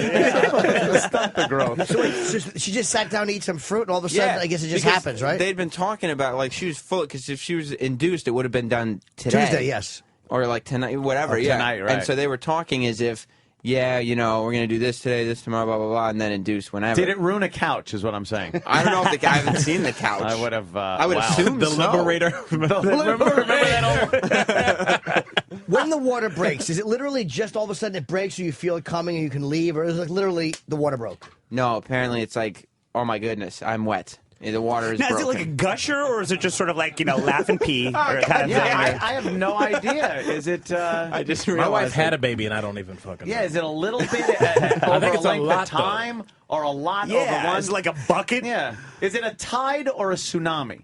I believe it. I think it's a little bit of a tsunami. I think it's all it's the just- shit that's in the stomach, except for the baby Stomach, comes out. listen to you. I hope I'm not over your heads with this fucking medical. Slow down, Einstein. Well, it depends the on how stomach much thing. you know the shit Earlier that's she in the belly. swallowed the watermelon seed. Obviously, in the stomach, it will grow. I believe it started, and then she had time to run to the bathroom to get the majority. Oh, really? Okay. So the water breaks. How much time do you have once that happens? Because I'm sure that they were ready. They had to have their stuff packed and ready to go to the hospital. Well, the water breaks. Didn't have a bag packed. Of course. Whenever we've been on gigs and we have had to take trips to various cities and stuff like that, he never has his bag packed. He literally, and why would it be any different? He literally has to fucking run down the runway and follow the plane and come up through the wheel well. This is a vacation that you got 9 months to plan. I mean, at least get some talcum powder ready. Something in a bag so when the water breaks, you can leave.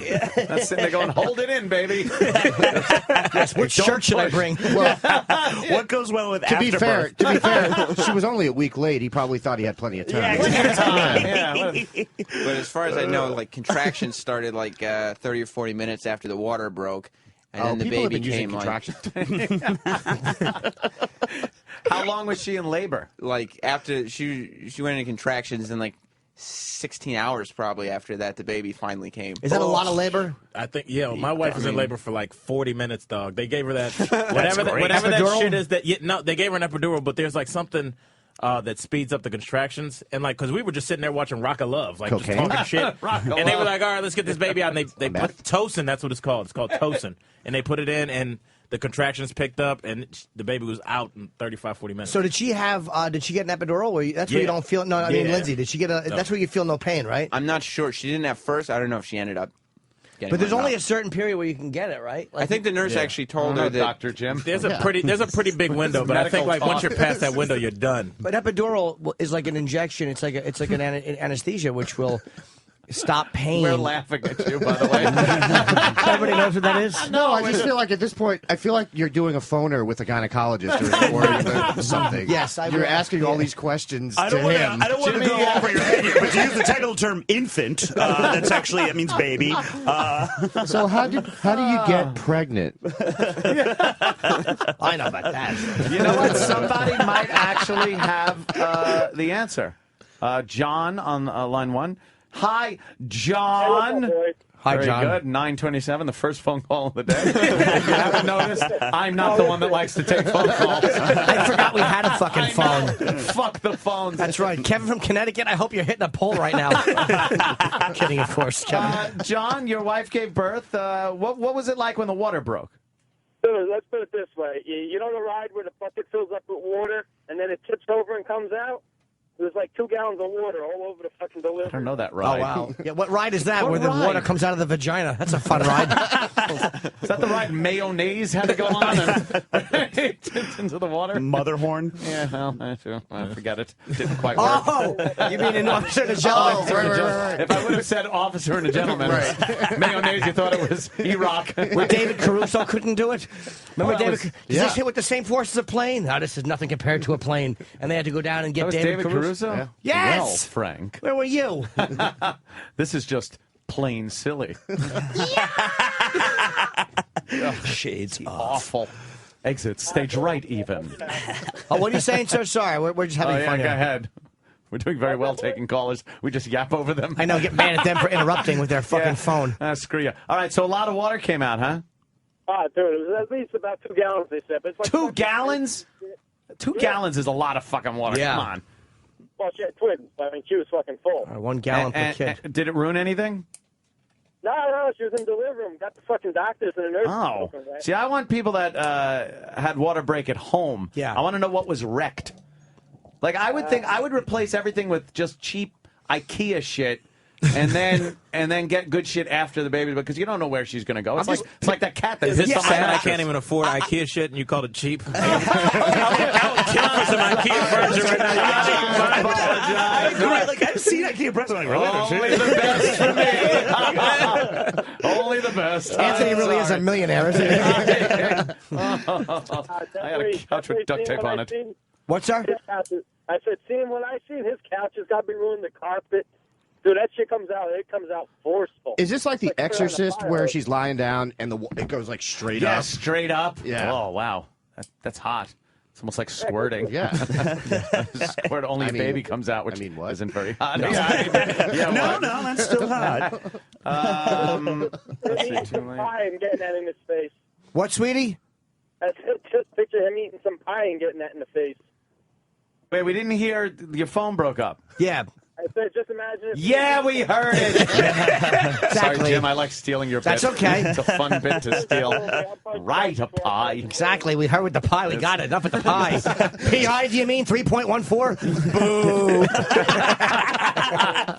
Apparently, the pie is an ethnicity that you don't like as well. What about this guy, Bart from Jersey? Yes. Hey, Bart Yes. from Jersey. Your wife gave Yes. birth? Yeah, she gave birth about 2 weeks ago, and she was sitting on the couch. She started screaming, and she calls me downstairs. She's down there with her pants down to her ankles. She's like, I think it broke. Can you talk slower? I'm so scared. She was scared? This is your wife we're talking about, right? It wasn't 2 gallons, that's for sure. She's screaming her pants down. She says, I'm scared. Is there a black gentleman in the You house? see his black foot going out the window? A Blackfoot. Yeah, you see an Air Jordan slithering out the window. See you, man. Oh, She goddamn. was sitting in there. She was scared. I looked for Jimmy Norton. What's that, sir? I looked for We Norton. heard you. 2 in a row we got. Fun every time. Goddamn. All right, thank you for the call, sir. Oh, we got a girl, Jennifer in Detroit. I like the girl calls because it's very rare that we get them. Yeah. Jennifer from Detroit. Hi, guys. Is it cold in the D? It is cold. Yeah. It's like winter weather again. Yeah. What part of Detroit you live in? I live in Grosse Pointe. Oh, okay. So you're all right. Yeah. Yeah. By the way, you do know that about 2,500 milliliters is considered the upper limit of normal for amniotic fluid. Dr. he's Jim. amazing. I wish you had said that earlier, Jim, instead of saving it. Why? My closing bit. Dr. Steve texted me. Go ahead, madam. I just think it's funny that all these guys are calling in and they have really no idea. Word. I is that also funny? had my water break while watching The Wire. Oh, which episode? Says Dr. Jim. Season 3. But for weeks, I've been sitting on the couch with like 4 beach towels because I was afraid that Very smart. this would happen. Yeah. And I was sitting there, and at first I was like, uh-oh, what's that? And then I shuffled to the bathroom, and sure enough, the water broke. But it's not a ton at once. It's slowly leaking for a very long period of time. And by water, I don't expect it looks like it's coming out of a Brita filter. It's probably is it? See, actually, I kind of expected that. Did you like? I would have had a nice cup. crystal Yeah. clear. I already have my ice there. Oh, let's do this. Is it a little mucky and monkey? No, at first not. And then by the time I got to the hospital, I wasn't really looking at it anymore. Looks like Crystal Light. What does it taste like? Yeah, what the? Can imagine That I that. don't know. Oh, so it just comes out like kind of steady and. Yeah, but for a long period of time. Yeah. And then, you call the doctor, he says, get in here, and then usually you have to give birth within 24 hours of your water breaking. Do contractions hurt? Or is it just the coming out part Was that it just hurts? in the movies when they're screaming? Yes. Well, look, there's lots of sci-fi that could have been involved there. Answer And the by the question. way, it's Answer the question. Yeah, please stop being so evasive, madam. What are you hiding? Listen, baby maker. Exactly, please. The onus is on you to explain. Yeah. Huh? No? I missed I all guess that. that's it from old Trickle Vulva. All right. Sorry about that. So my theory is that giving birth doesn't hurt at all. It's this big fraud that women are perpetrating on men to make us cater to them and feel bad. And it really actually feels good. Oh, imagine that it just felt like a big, long orgasm. Yeah, but they're taught, okay, you have to act like you're in a lot of pain. We're going to Scream. pretend to give you a shot. Curse at Yeah, them. and meanwhile, they're feeling great. Yeah. I didn't know most girls take a huge shit when they're having like a baby. Oh, Like yeah, a yeah. ridiculous. No way. Yeah, they're pushing. What do you think? You can control which fucking thing you're pushing out? I can't. You're pushing as hard as you can. Fuck. I think it's a nice quality log, dude. I think a lot of chicks. I can't remember. A It lot actually of makes chicks. sense. I can't remember the last time I was pissing and didn't shit in my pants. I mean, of course, I'm assuming that happens to you guys too. But Am I right, fellas? right? Am I right? Can I get a hollow? Who's on with the me? ass crapping part when you're at the urinal? That's why I've got towels on my couch.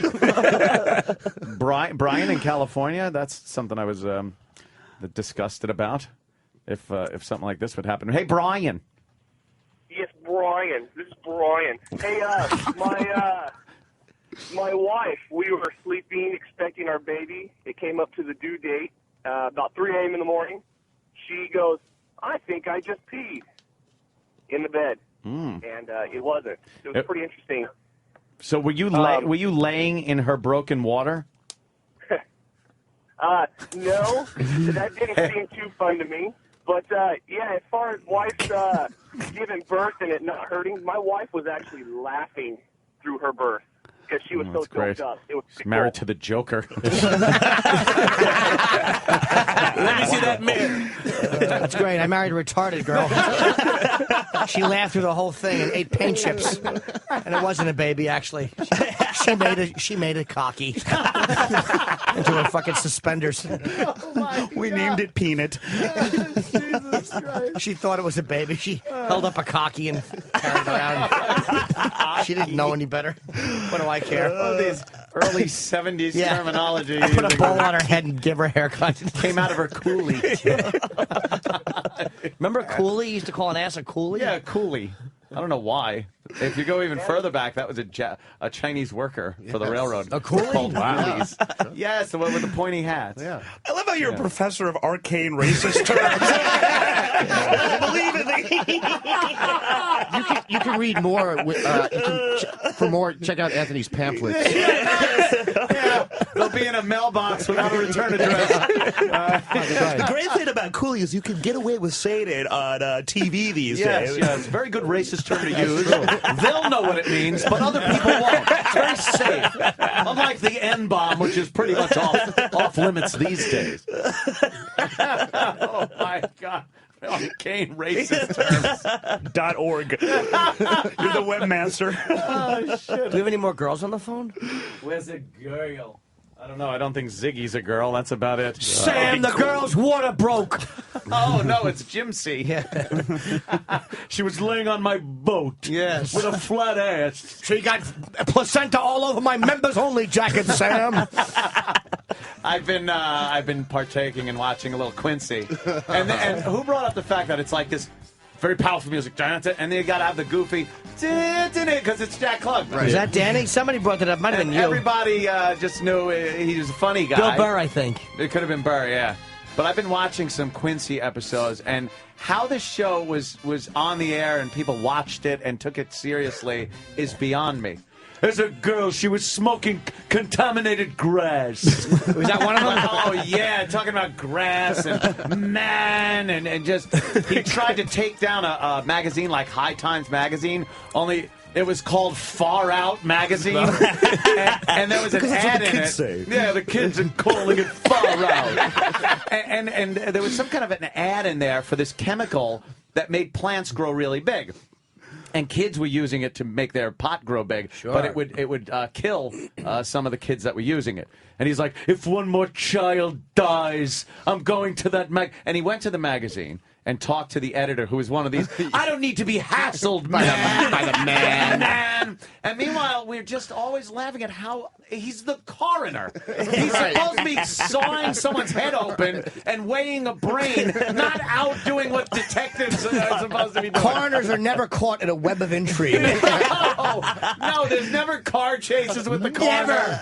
He's never questioning people. Yeah, but we do that like with CSI. Yeah, same thing. What the fuck are those people doing? They're supposed to be in the lab or at the crime scene. They're not supposed to be going to suspects' chasing apartments. people. When I watch things like First 48 or Cold Case Files, things like that, you'll see the detective will get a lead on what who the suspect is, and then they call the cops. Right. Yeah. They call officers Right. or the SWAT team or whoever has to go in, depending on what this guy did, and get him out. They're not there knocking on the door. David Caruso is, with his gun out. And no, they're like, hey, I need some detectives, some patrolmen to back this shit up. There's no reason for anyone in bones to be in a car chase. Yes. Like, they don't even get to deal with the flesh. They're just, it's all like... Yes, and Quincy is out there just investigating crime. He went over one of the girls that died from smoking grass. and he goes over the house and was like, do you mind if I look in her bedroom for, like, clues? And he's looking for clues. He's the coroner. And he's going through her music boxes and trying... Taking her panties. Yes. Yeah. Well, let me smell these. I need to know if she had a yeast infection. And he finds pictures of her. Frederica Bimmel. Was she a big fat person? Yeah. I'm gonna write big fat. There's a moth in my hair. I was watching the very first episode of Quincy. Ooh, the first one, the pilot. Yeah, he actually travels to Mexico on his own dime for an investigation because he was, he had to go figure out who the murderer was. So there was some connection. You gotta go to where the jazz cigarettes are first made. Sam, I don't touch them. I just like to look at them. They're so small. I go to Mexico and photograph them. Book me a flight to Thailand. He brought his live-in girlfriend with him to Mexico, and then they get into a car accident where, like, the car goes over, like, the cliff, like that cliff sailing. And then he leaves her there and flies back to the United States to finish the big investigation. He left her in Mexico in a Mexican hospital. Well, she said it was okay. So. Oh, okay. He was only interested in she's dead. That's really my expertise. Into slavery. Yes. It's in my chest of drawers. Chest of drawers. He tried to expense it, too. He tried to expense it. They were like, what the fuck were you doing in Mexico? What are you doing? Yeah, the gruff lieutenant guy. Monahan. Yeah, it was Lieutenant Monahan. Was that it? Lieutenant? Hey, Quince, we can't do it. We're too busy. Yeah.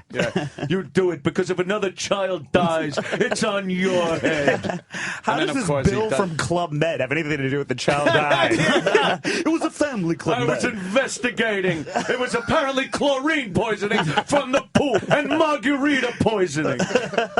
Quincy, the guy was shot in the head. No coroners out there investigating. But you know what? I remember it was on in my house when I was growing up all the time, and and people would talk about it like, "Wow, did you see Quincy?" It's about an ugly 55-year-old coroner. How shitty would it be to like live in a time where the water cooler talk was Quincy? Quincy, yeah. Did you catch the Quincy last night? And then Sam came in and helped Quincy, and he opened the refrigerator. You thought he was going to take out some kind of a human organ, and it was a sandwich. And they thought it was an amoeba, but it was only Sam's genitals and his jet black pubic hair. I forgot about Sam. Sam and Quilcy. Quilcy? What show was that? That was a girl. That was the leather Tuscadero of Quincy. And shows like that, and Cannon was another one. Big fat Cannon was great. Cannon. Yeah. And I remember the coolest thing. Cannon had a phone in his car.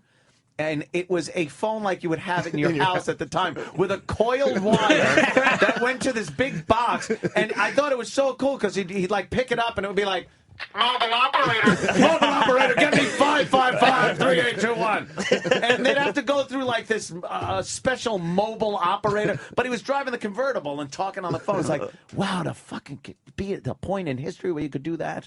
That is fucking... Then a cop pulled him over. What are you doing? You're not supposed to be on that thing. You know, in 40 years. You'll fat fuck and be dead by then, though. So. Cannon. A Quinn Martin production. Epilogue. Yeah, they'd have like chapters, like it was a big drama. This was the theme song to Cannon? Cannon.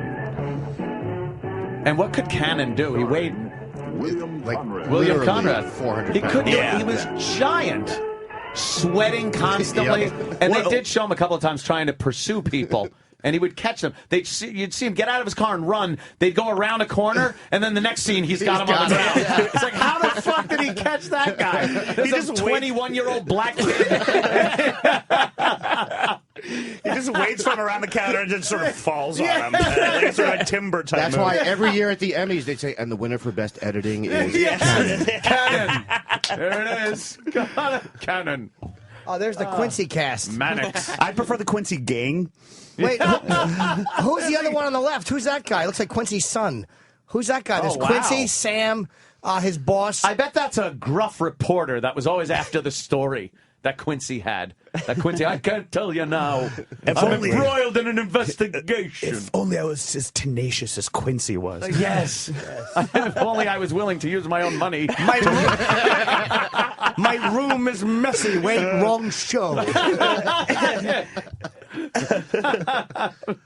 Yeah, with those, I grew up on those shows, and at the time, they, I guess, were the shit, you know? Yeah. Your parents would sit there and just be glued to this stuff like it was fantastic. Mannix. This is what happens when you would only have 4 channels. Like, stuff like Quincy would be... That, God forbid, you changed it too quickly. Yeah. You gotta break it! Invent a remote. What the fuck you want from me?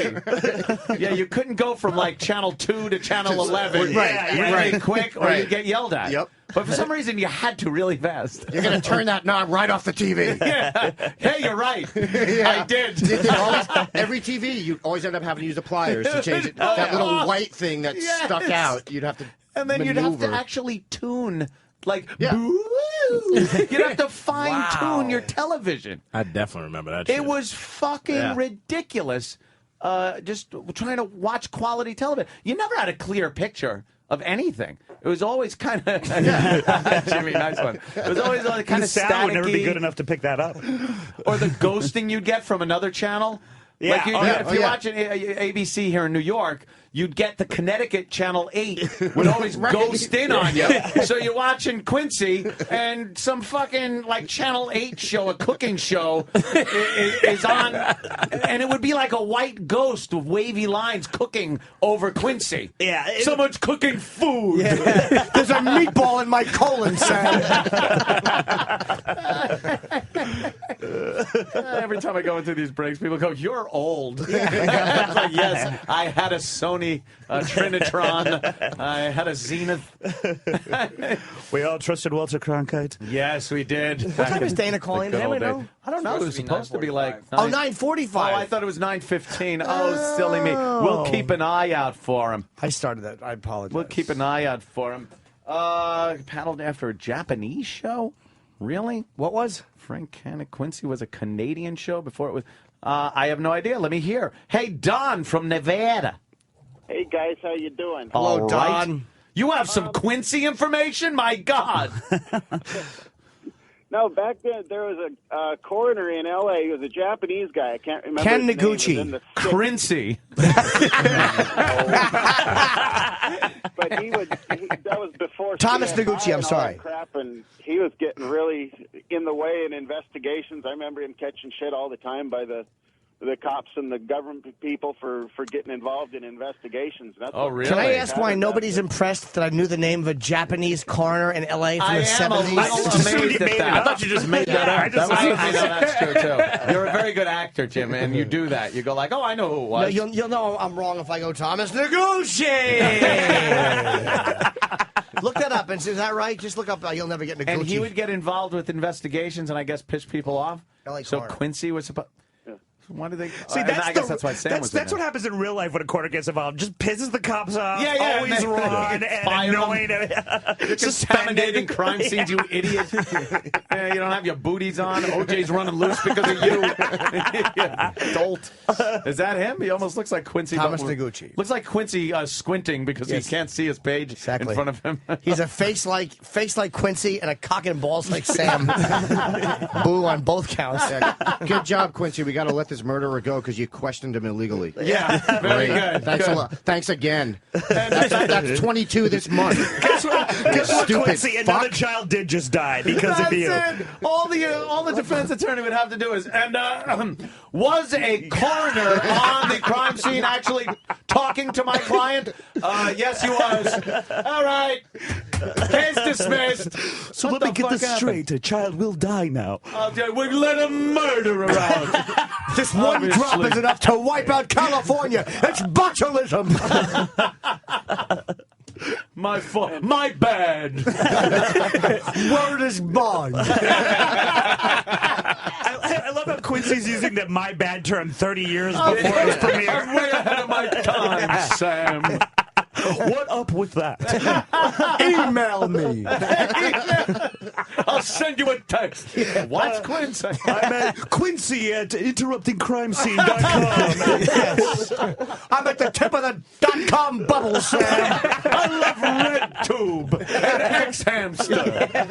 I just twittered some false testimony. I tweeted crime scene photos, which will get the case thrown out. I have my own app. Quincy app. Quincy, don't Twitter pick that. It's all right. It doesn't exist yet. It's a cue on your phone, and you press it, and it opens up, and you can see where Quincy clothes shops. You can buy my jacket and slacks at Quincy.com. Actually, Quincy ME. Quincy is a place in Massachusetts.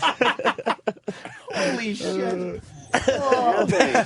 That's she was killed when an Asian cyber squatted on her face.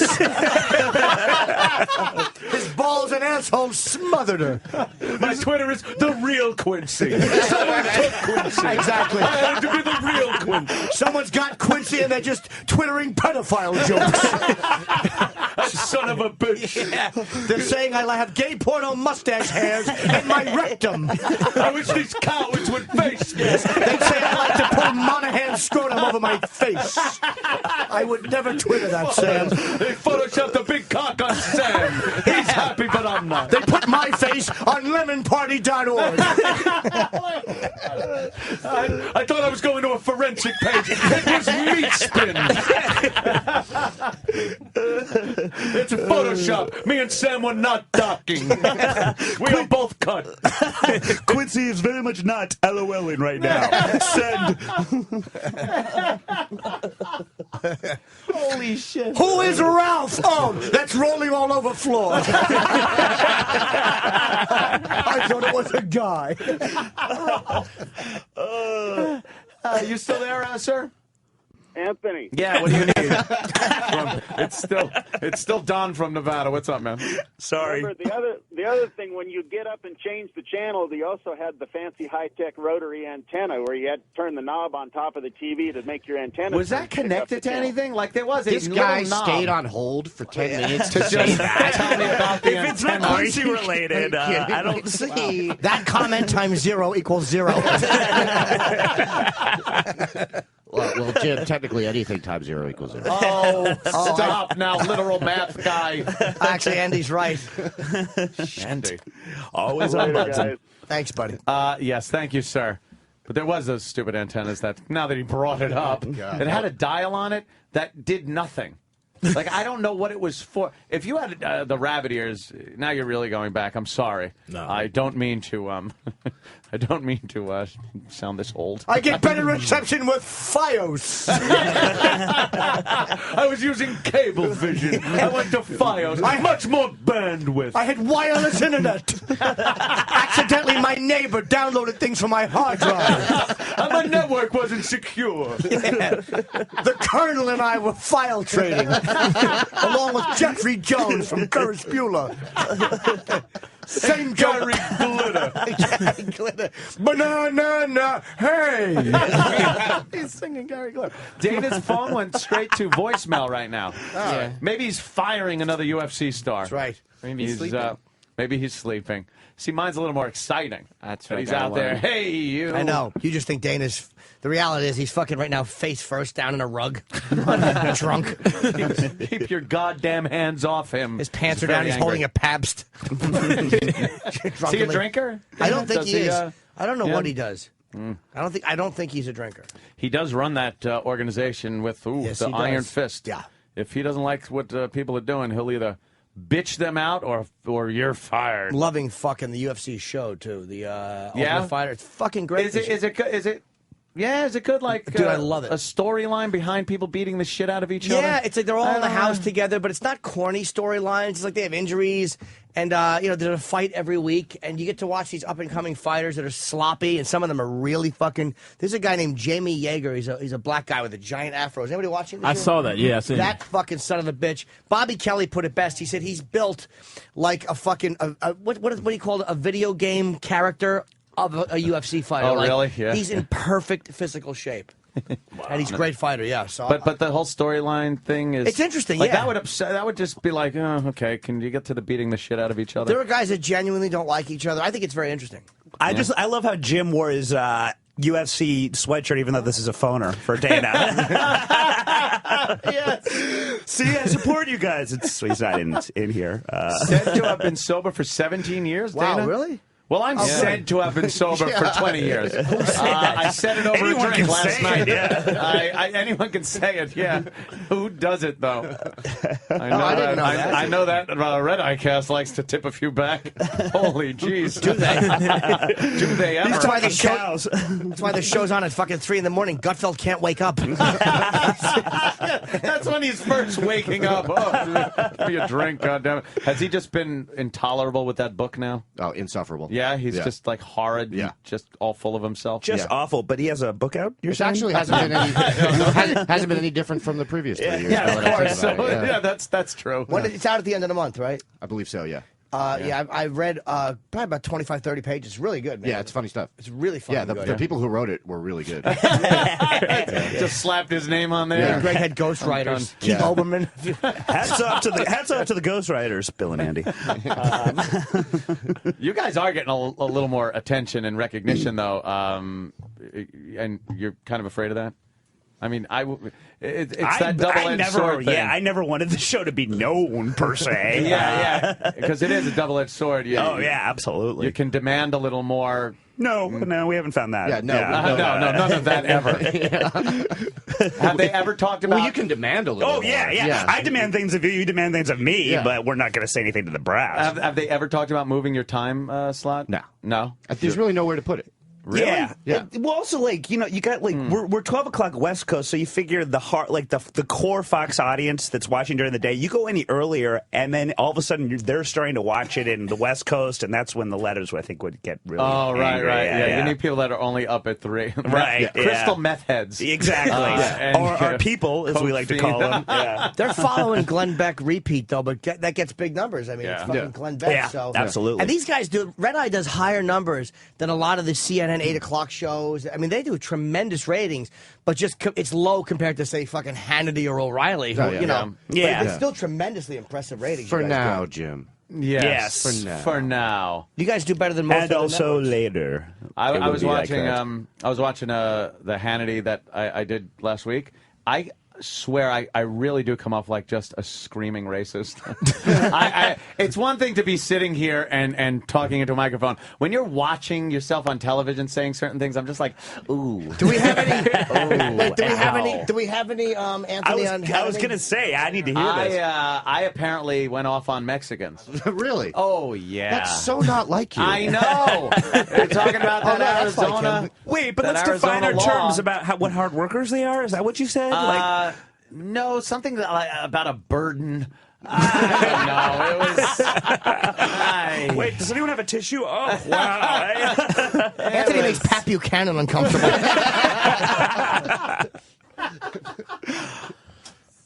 Shit. I just remember that time Mangala went to Anthony's house and was like, dude, what's with the Nazi stuff? Lighten up here. Exactly, we got it. You like the era. That was years ago. Enough is enough. Even 7 rooms, really? Even Bon Jovi cut his hair. You got to move on a little bit. You gotta move on. Wait, can we hear a little bit of Anthony on hand? I really want to hear that. I did not watch. I never watched myself on TV. Yeah, it's a little rough. So you much. just kind of. The Phoenix Suns are going to wear Los Suns jerseys in tonight's game and in the series against the San Antonio Spurs. The team's owner has spoken out about this. Is that for Cinco de Mayo or also for the... It's to honor the Latino community. Yeah, but it's a direct response to the Arizona law, which obviously I read as kind of he hasn't read the law because it doesn't do what he says it will do. A lot of people have misconceptions. The day that my sports team becomes a political activist, I am done. Well, talking about pulling the All-Star game, so another sporting event taken out of Arizona. I know. Well, you try to politicize everything. Anything that's popular, they try to politicize it. I honestly, since my teens up until now, if a police officer asks me for identification, I give it to him. In 42 states, you have to have it. You have to have it, and I give it to him. And you know what? If I was doing something wrong, he writes me up. If I'm not, I go on my merry way. I don't see a difference in it. Oh, you don't see the difference? Skin color might be the difference.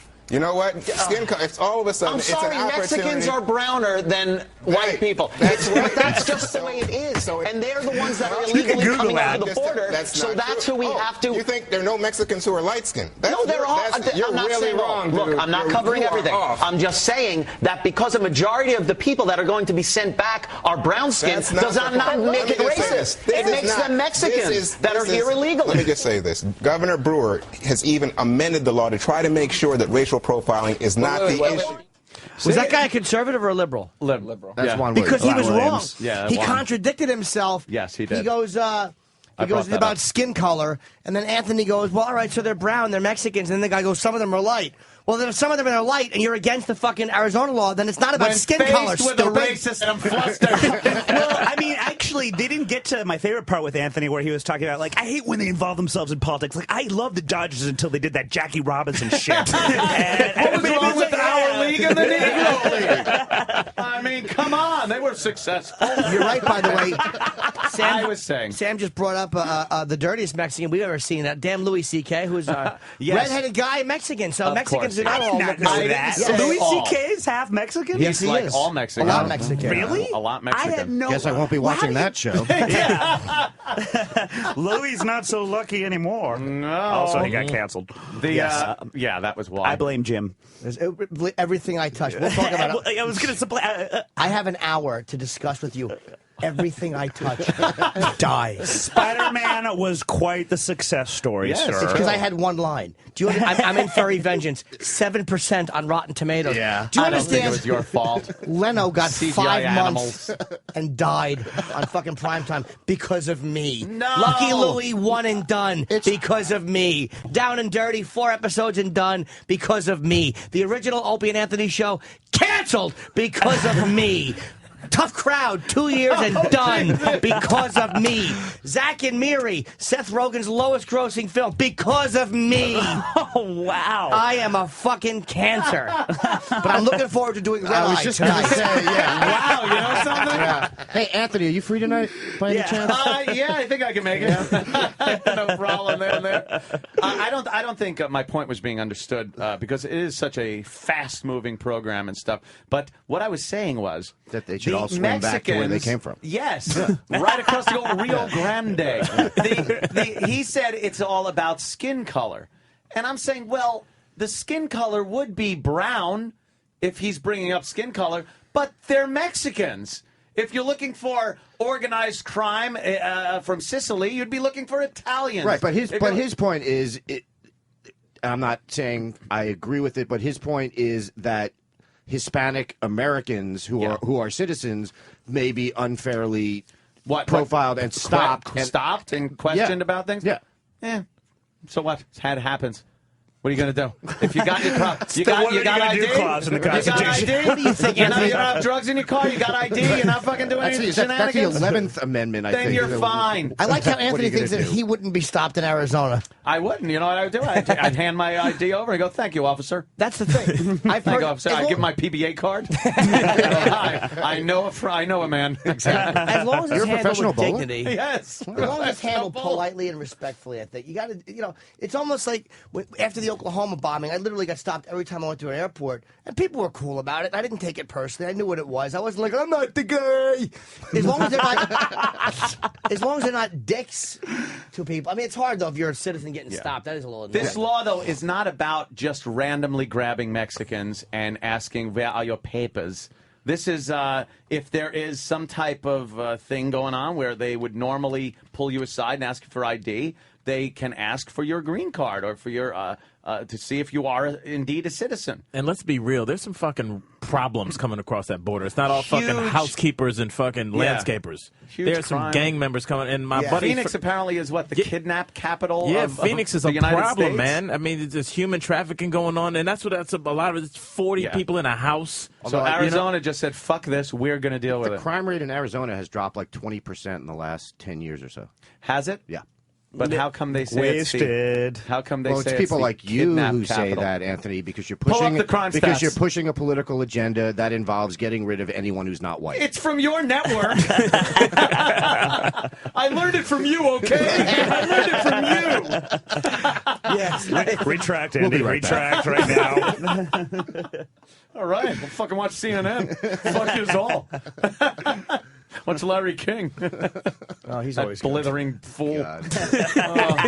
You know what we'll do? We'll take a quick break because I see Danny there as the executive producer of the on-air program for today and probably all this week, running the board. Thank you, Danny, for running the board for me. Steve's not the one who's not. Who's Steve? Yeah. Is he here? Yeah. Opie's the one who's. I didn't know.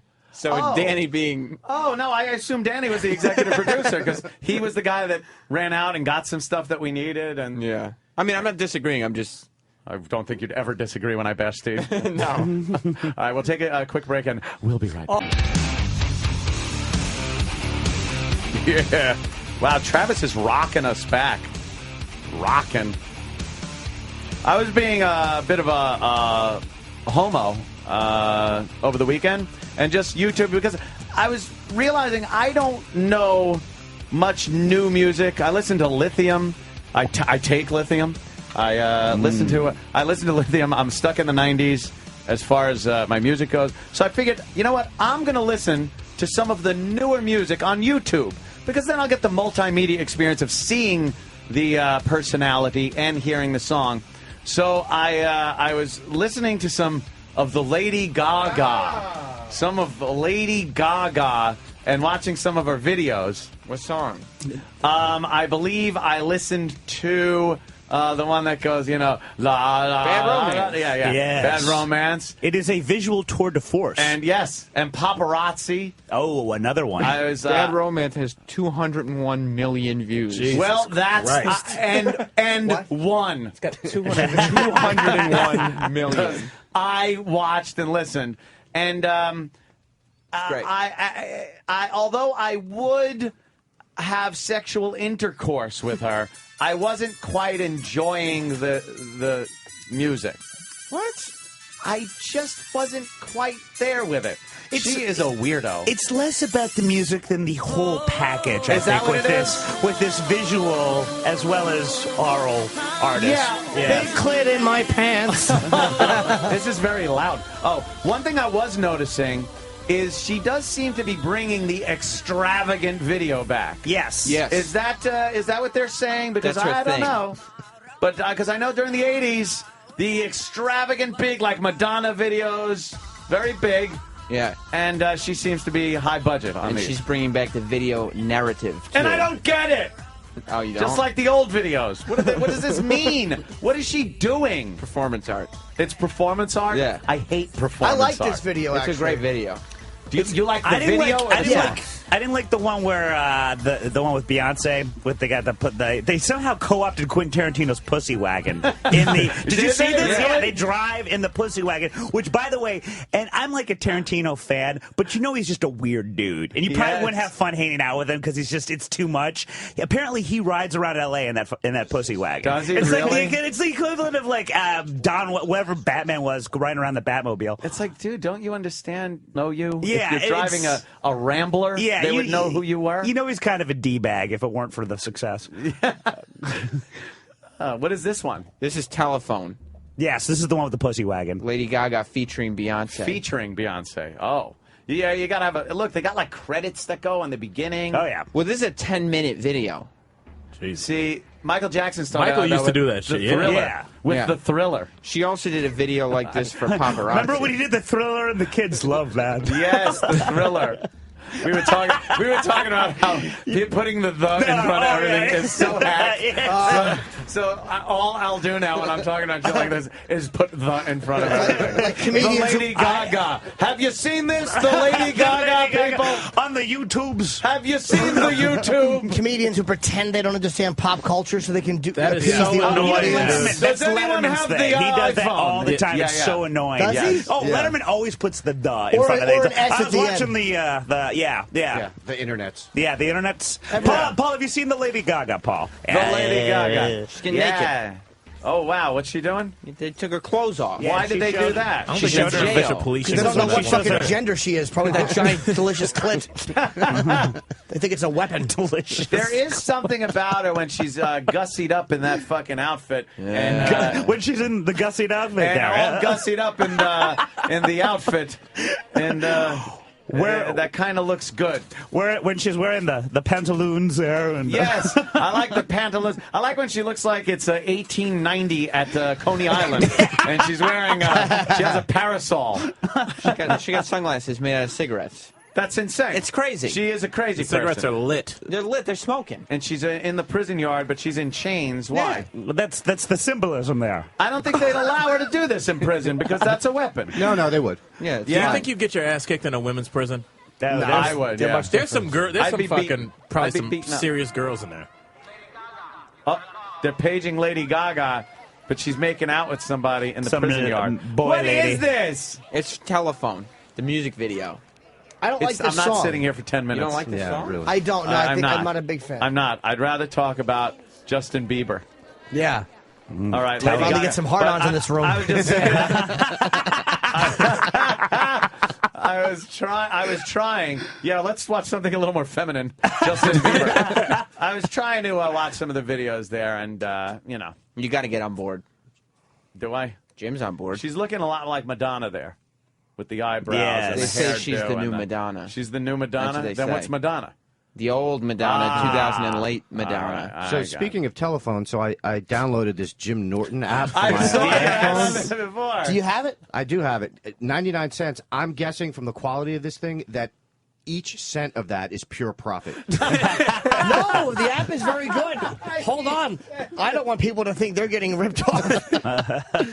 I hired a very, very good app man to make my app. Andy's actually asking for more money back due to the undue stress he's going through right now. There's punitive damages, not just a He actually was weeping openly as during the commercial break while listening to it. Oh, shit. Oh, no. She does. She's got, boy, I like her. Yeah, I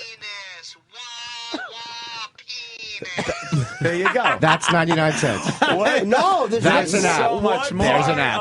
High quality app, are you not understanding with that? Let me explain one thing so Andy doesn't make it look like all of a sudden my app is just childish. First of all, 5% goes to charity?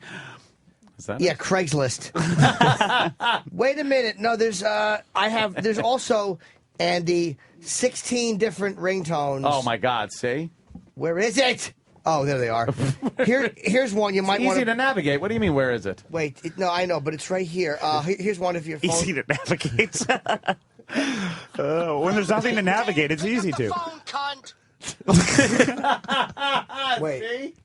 You could do that. Ding, pick up the phone, cunt. There you go. That's funny. That's good, right? Yeah. Especially if you're in church. Or how about the blowjob sound for your phone?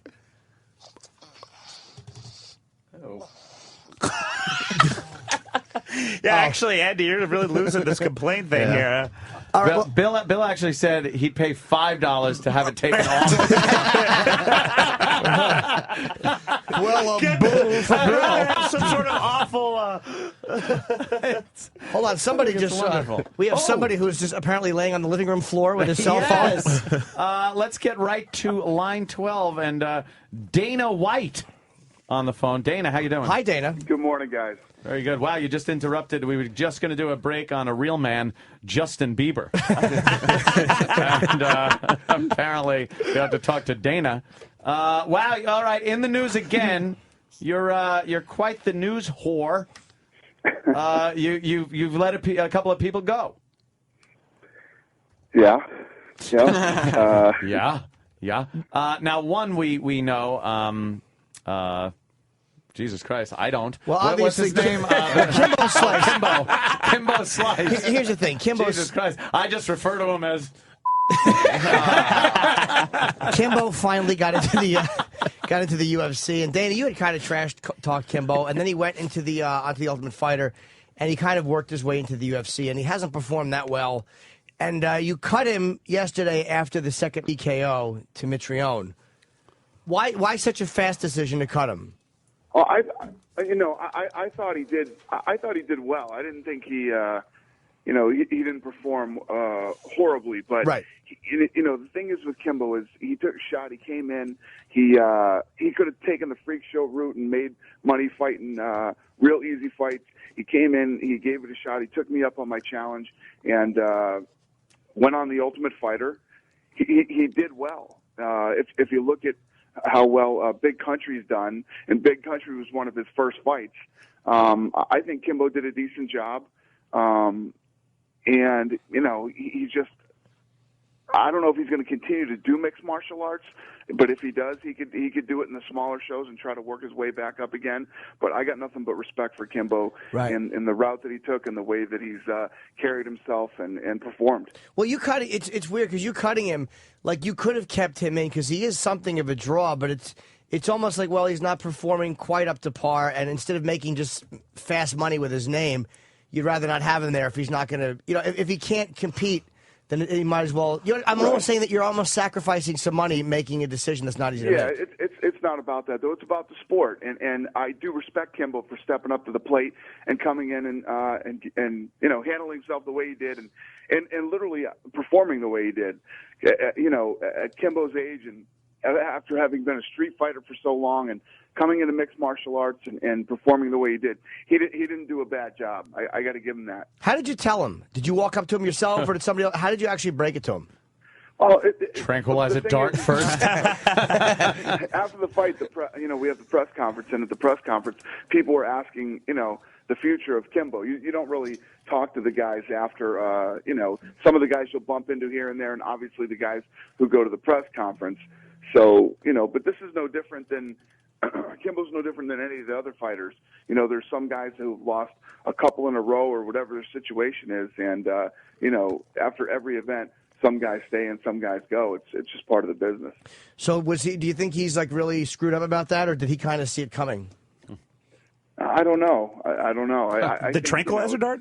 Yeah. It's part of the business. I mean, if you look at the NFL, if you look at how many guys, come and go every year out of the NFL when the draft happens, it's part of sports. It's the way that it works.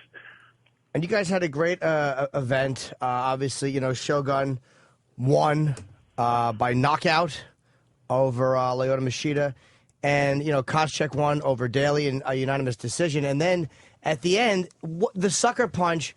I really haven't heard you address somebody. I've heard you address things harshly, but you really seem adamant that Paul Daly is not going to fight for you guys again. Ever. And here's the thing. When you go in and fight, this is a sporting event. When you go in, these guys go in and fight hard for 15 minutes or 25 minutes, whatever it is.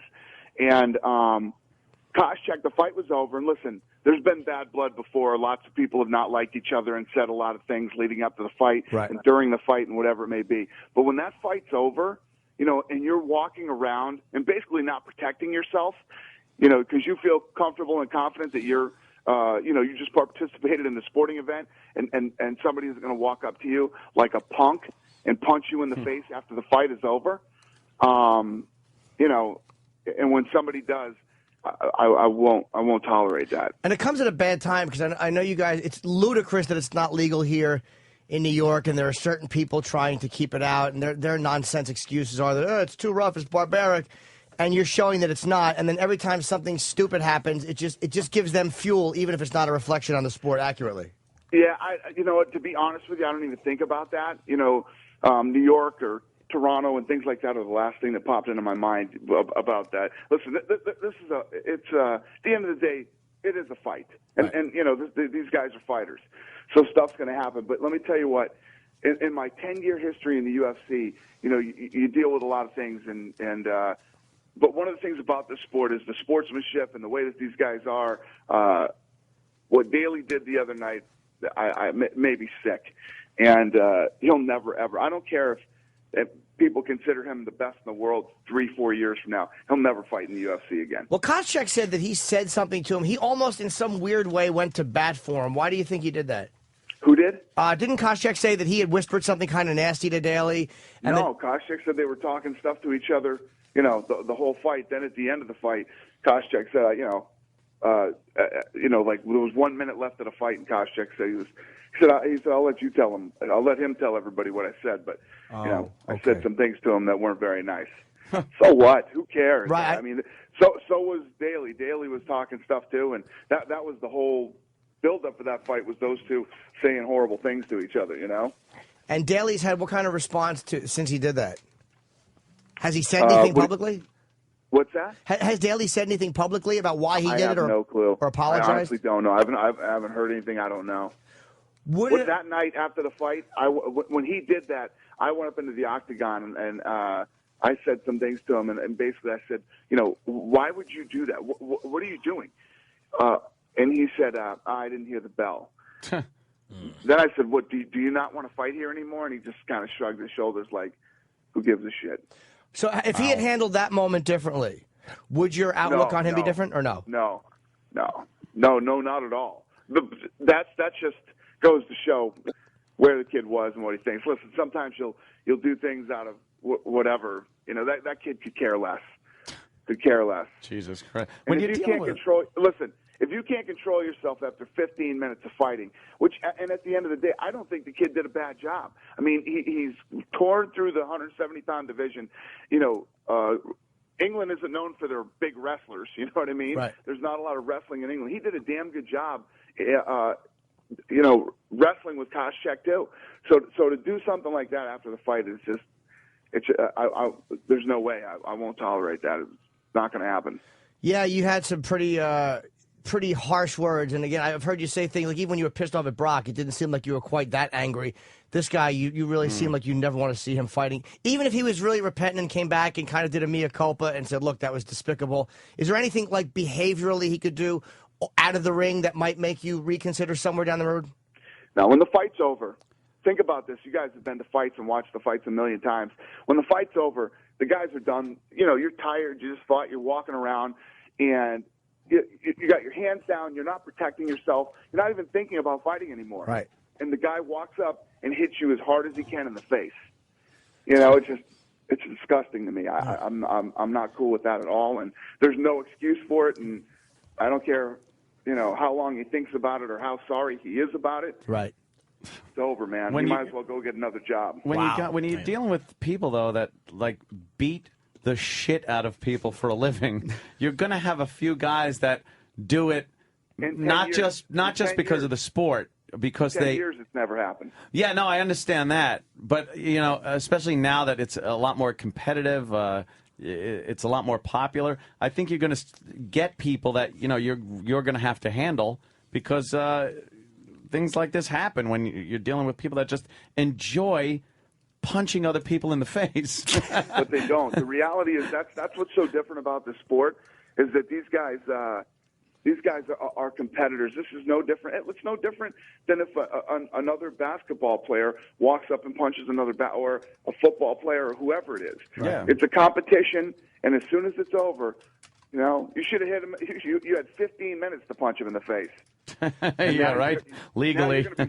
You're going to be such a pussy that you're going to punch him in the face after the fight's over. This is you know what this is almost like a pitcher throwing a ball at a batter as he's walking to first after a walk.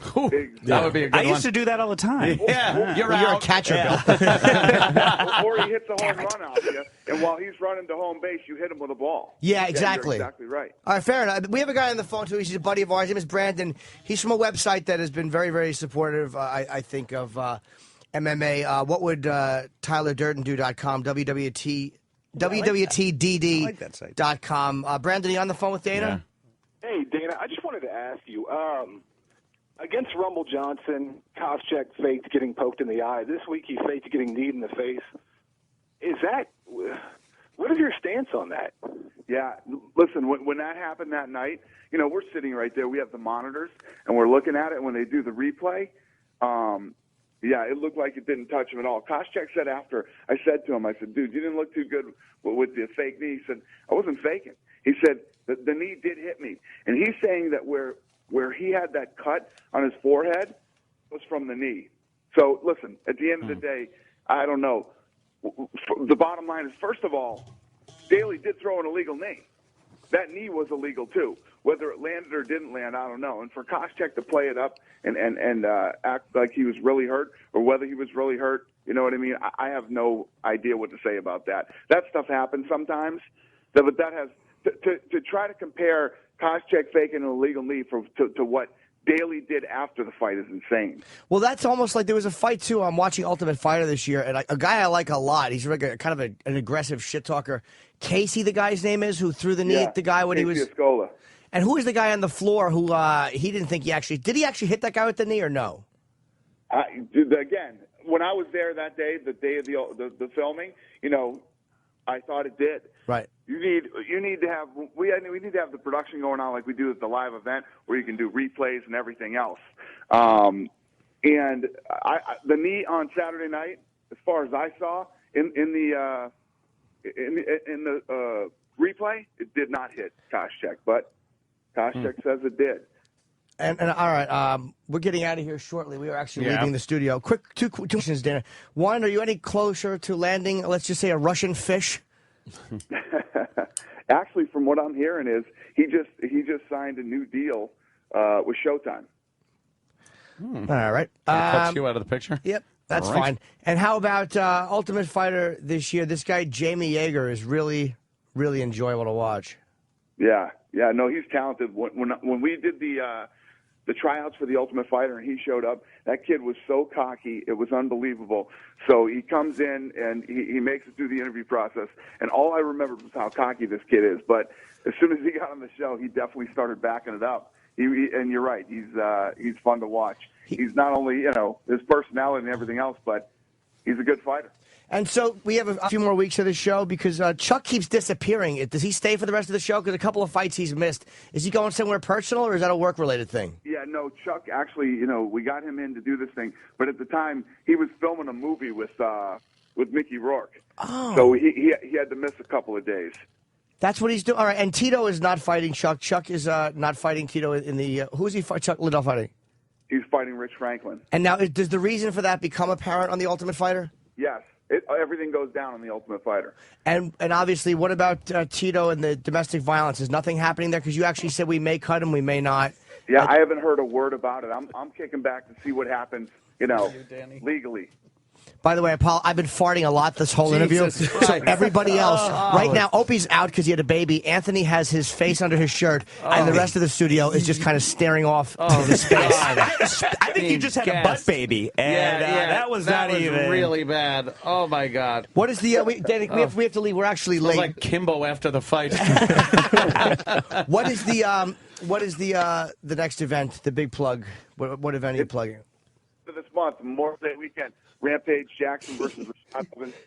Obviously, a fight everybody's wanted to see for a long time. Yeah. It's The Ultimate Fighter. And finally, it's going to happen at the end of this month. All right, great. Well, thank you for calling in. We thought we lost you today, but thanks for at least talking about this stuff. Yeah, that's why we love you. That, guys. I appreciate the support. Thanks. All right, talk to you soon. Man. Bye. Dana White. See, he talks about stuff. He doesn't avoid it. He doesn't hide about it. He never sidesteps any talk question. About that. No. Yeah. Dude, that's impressive. He never sidesteps questions. $1 billion industry, and his he can kick people's asses. Yeah. How great is that? Before we leave, I just wanted, because we were talking about it during the break, get to that adorable Justin Bieber. We go from UFC to Justin Bieber. Sure. So hairless. Yes, what a tussleable little head of hair on him. Yeah. Oh my God! But the rest of him is very smooth, though. I can't emphasize that enough. Of course. Once they start growing hair, get out. Get out. Not to quote Jim, but boo. I mean, boo. come on, yeah. Boo. He had some problems with an interview that made the news, and let's listen to a little bit of it. See what it is. Okay, Justin. Bieber, is German for basketball, true or false? Is what? Is German for basketball, true or false? German? German. Sorry, that's the Kiwi accent going on there. German, German. I don't know what that means. Let me look here. German. German. Is German for... I don't know what that means. Okay, we don't say that in America. We'll move on. I like basketball, if that's what you're asking me. Yeah, why not? He likes basketball. He's getting an attitude with him. He did the right thing, though, because he was trying to corner him into some racial stuff. He was like, is Bieber German for basketball? And the kid didn't understand what the fuck he was saying.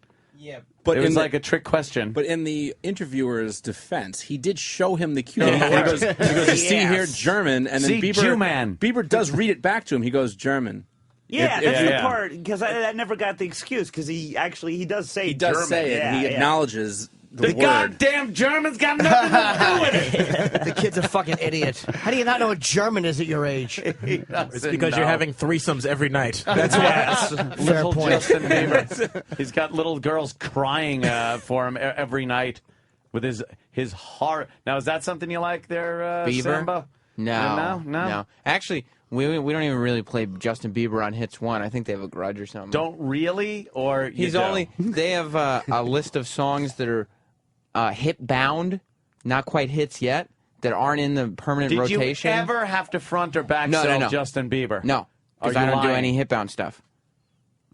All the stuff I do is in permanent rotation, and Bieber's not there. I'm mad with Justin Bieber. You should hear his horrible radio voice. Do your radio voice for everybody. That he uses. This is what he does when he Well, does I don't know. show. I mean, do we have some? How about you introduce Red Eye today? Because you got Holby on, and you got Andy Levy and Bill Schultz. Yeah. Sam does a radio voice really good. Let's hear it. So you want me to kind of... Yeah, sell it. How about a little bed, like that would be kind of some of the music that he might play on the... I got to come out of a song. That would help. Like some Bieber. Yeah. Yes. Come out of a goddamn up-tempo number into a dog dying. All right, Travis is going to find the live version of some horrible song because he can never get the right song that we need. No. And it takes him forever. He gets the original. Oh, here we go. Yeah. I'm feeling this.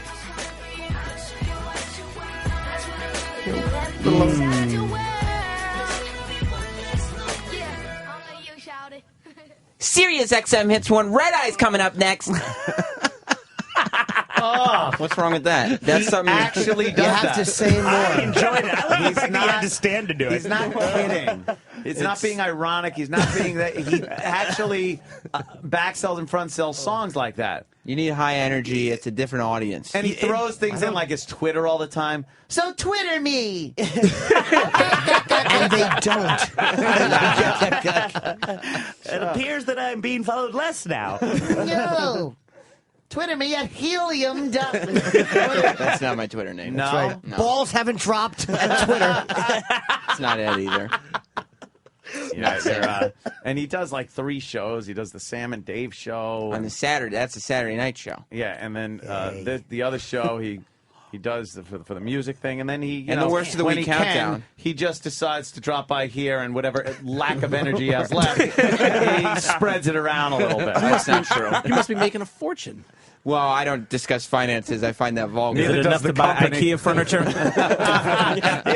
I'm still hurting on that one. I'm like, dude, if I get a Comedy Central Presents, I'm getting some IKEA shit. You haven't done a Comedy Central Presents yet? No, that's. And you have no CD out?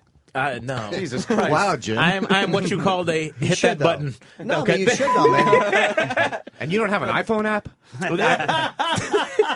Al's very funny. I'm surprised, man. I've seen him. I with gotta you. get on that. For anyone in Baltimore, yes, Lazy Al will be at the Comedy Factory May 13th, 14th, and 15th. You can go to BaltimoreComedy.com. Al Jackson, he's a truly funny comic. If you've seen him with me or other places, he's really a funny act, man. Bill.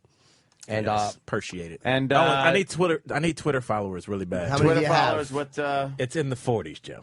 Like I need. What's your Twitter name? Al Jackson Comedy. Can we fucking get on? 40-something Twitter followers. Wow. It's cool. Hopefully they're all in Baltimore. Al Jackson Comedy. Yes. There you go. And, wow, Jimmy Norton's going to be on Red Eye tonight. 44 followers. Yes. With the boys. Bill and Andy and Greg. And who else is going to be on with Jimmy? Courtney Friel. Yes, fucking smoking. Yeah. Yes. Yeah. And, I mean, I don't know. Ken Blackwell from the Republican National Committee also smoking. He's fucking smoking, definitely. Yeah, you guys get some, like, really attractive women on that show, and it's so distracting because you want to look, but you don't want to look like you're looking. Because they'll wear those, like, those women in the media skirts and stuff, and with their legs and the shoes and everything. You got to look, and it's so embarrassing getting caught. We had this. And they're touching their ass when they walk out. I always get in trouble. It's great watching them finally get on board. Like when they're first on, they'll wear something, kind of cute. Second time, it's just like, and then the third time, it's just, oh my God. Came right from Vicky's. Yeah, unbelievable. Has S.E. Cup asked about me? Constantly. Yes. She's a looker. Yeah, she is. She's very nice. She's a looker. Not one woman. I've done Red Eye with every fucking hot chick they have on. I've never gotten anything that resembled a vibe. Really? Nothing. So you tried I'm on every night. I just don't get talking. a vibe. No, but I mean, just talking in the dress. So you tried. I'm on every night. I Just don't talking. get a vibe. No, but I mean, just talking in the dress. Nothing. Not one. Do you want to go for a beverage? Nothing. Well, I haven't tried. Well, you're usually in the green room with your girlfriend. Yeah, bringing her every time. She's not there every week. Also, Jim, this was pre-app. Ah, well, that's right. Yes, absolutely. I think, come on. You talk about a game changer. I mean, answer every single question with Greg tonight with the app, and then they're done. Yeah. Wawa penis. You hit them with a Wawa penis. They're going to be all over you. Pants dropping. And I'll be at the Borgata July 2nd and 3rd. Yes. Tickets are on sale now, theborgata.com. My sweet friend Anthony will be there. Of course, gambling like a maniac. Yeah, it's like an addict. Exactly, like an addict. Like an addict. will your friend the pillow be with you? Yes. Yeah. I need my pillow to punch and to yell into when the dealer pulls a 21 out of a 14. That's true. Like Eddie told me, that's absolutely true. I was screaming into. They had to bring a pillow for me to just scream into and punch it because I was punching. I was just wailing them. I'm sitting there on a 20 amazing. with probably $30,000 for one bet. Oh my God. And the dealer's showing a 4. There's a 4 on top. And I got a 20. I'm like, all right, go ahead. 7, 10. 10. You motherfucking 21, you son of a whore. I hope you get, and then a list of diseases. Horrible diseases. I am awful. And then they go to deal again, and I go, no, I'm shaking this off. You wait for me. Like that really got him. I nailed him that one. Yeah. Oh, boy. Straight bawling. Boy, sometimes I play 21. I get 22. I'm like, what are we doing?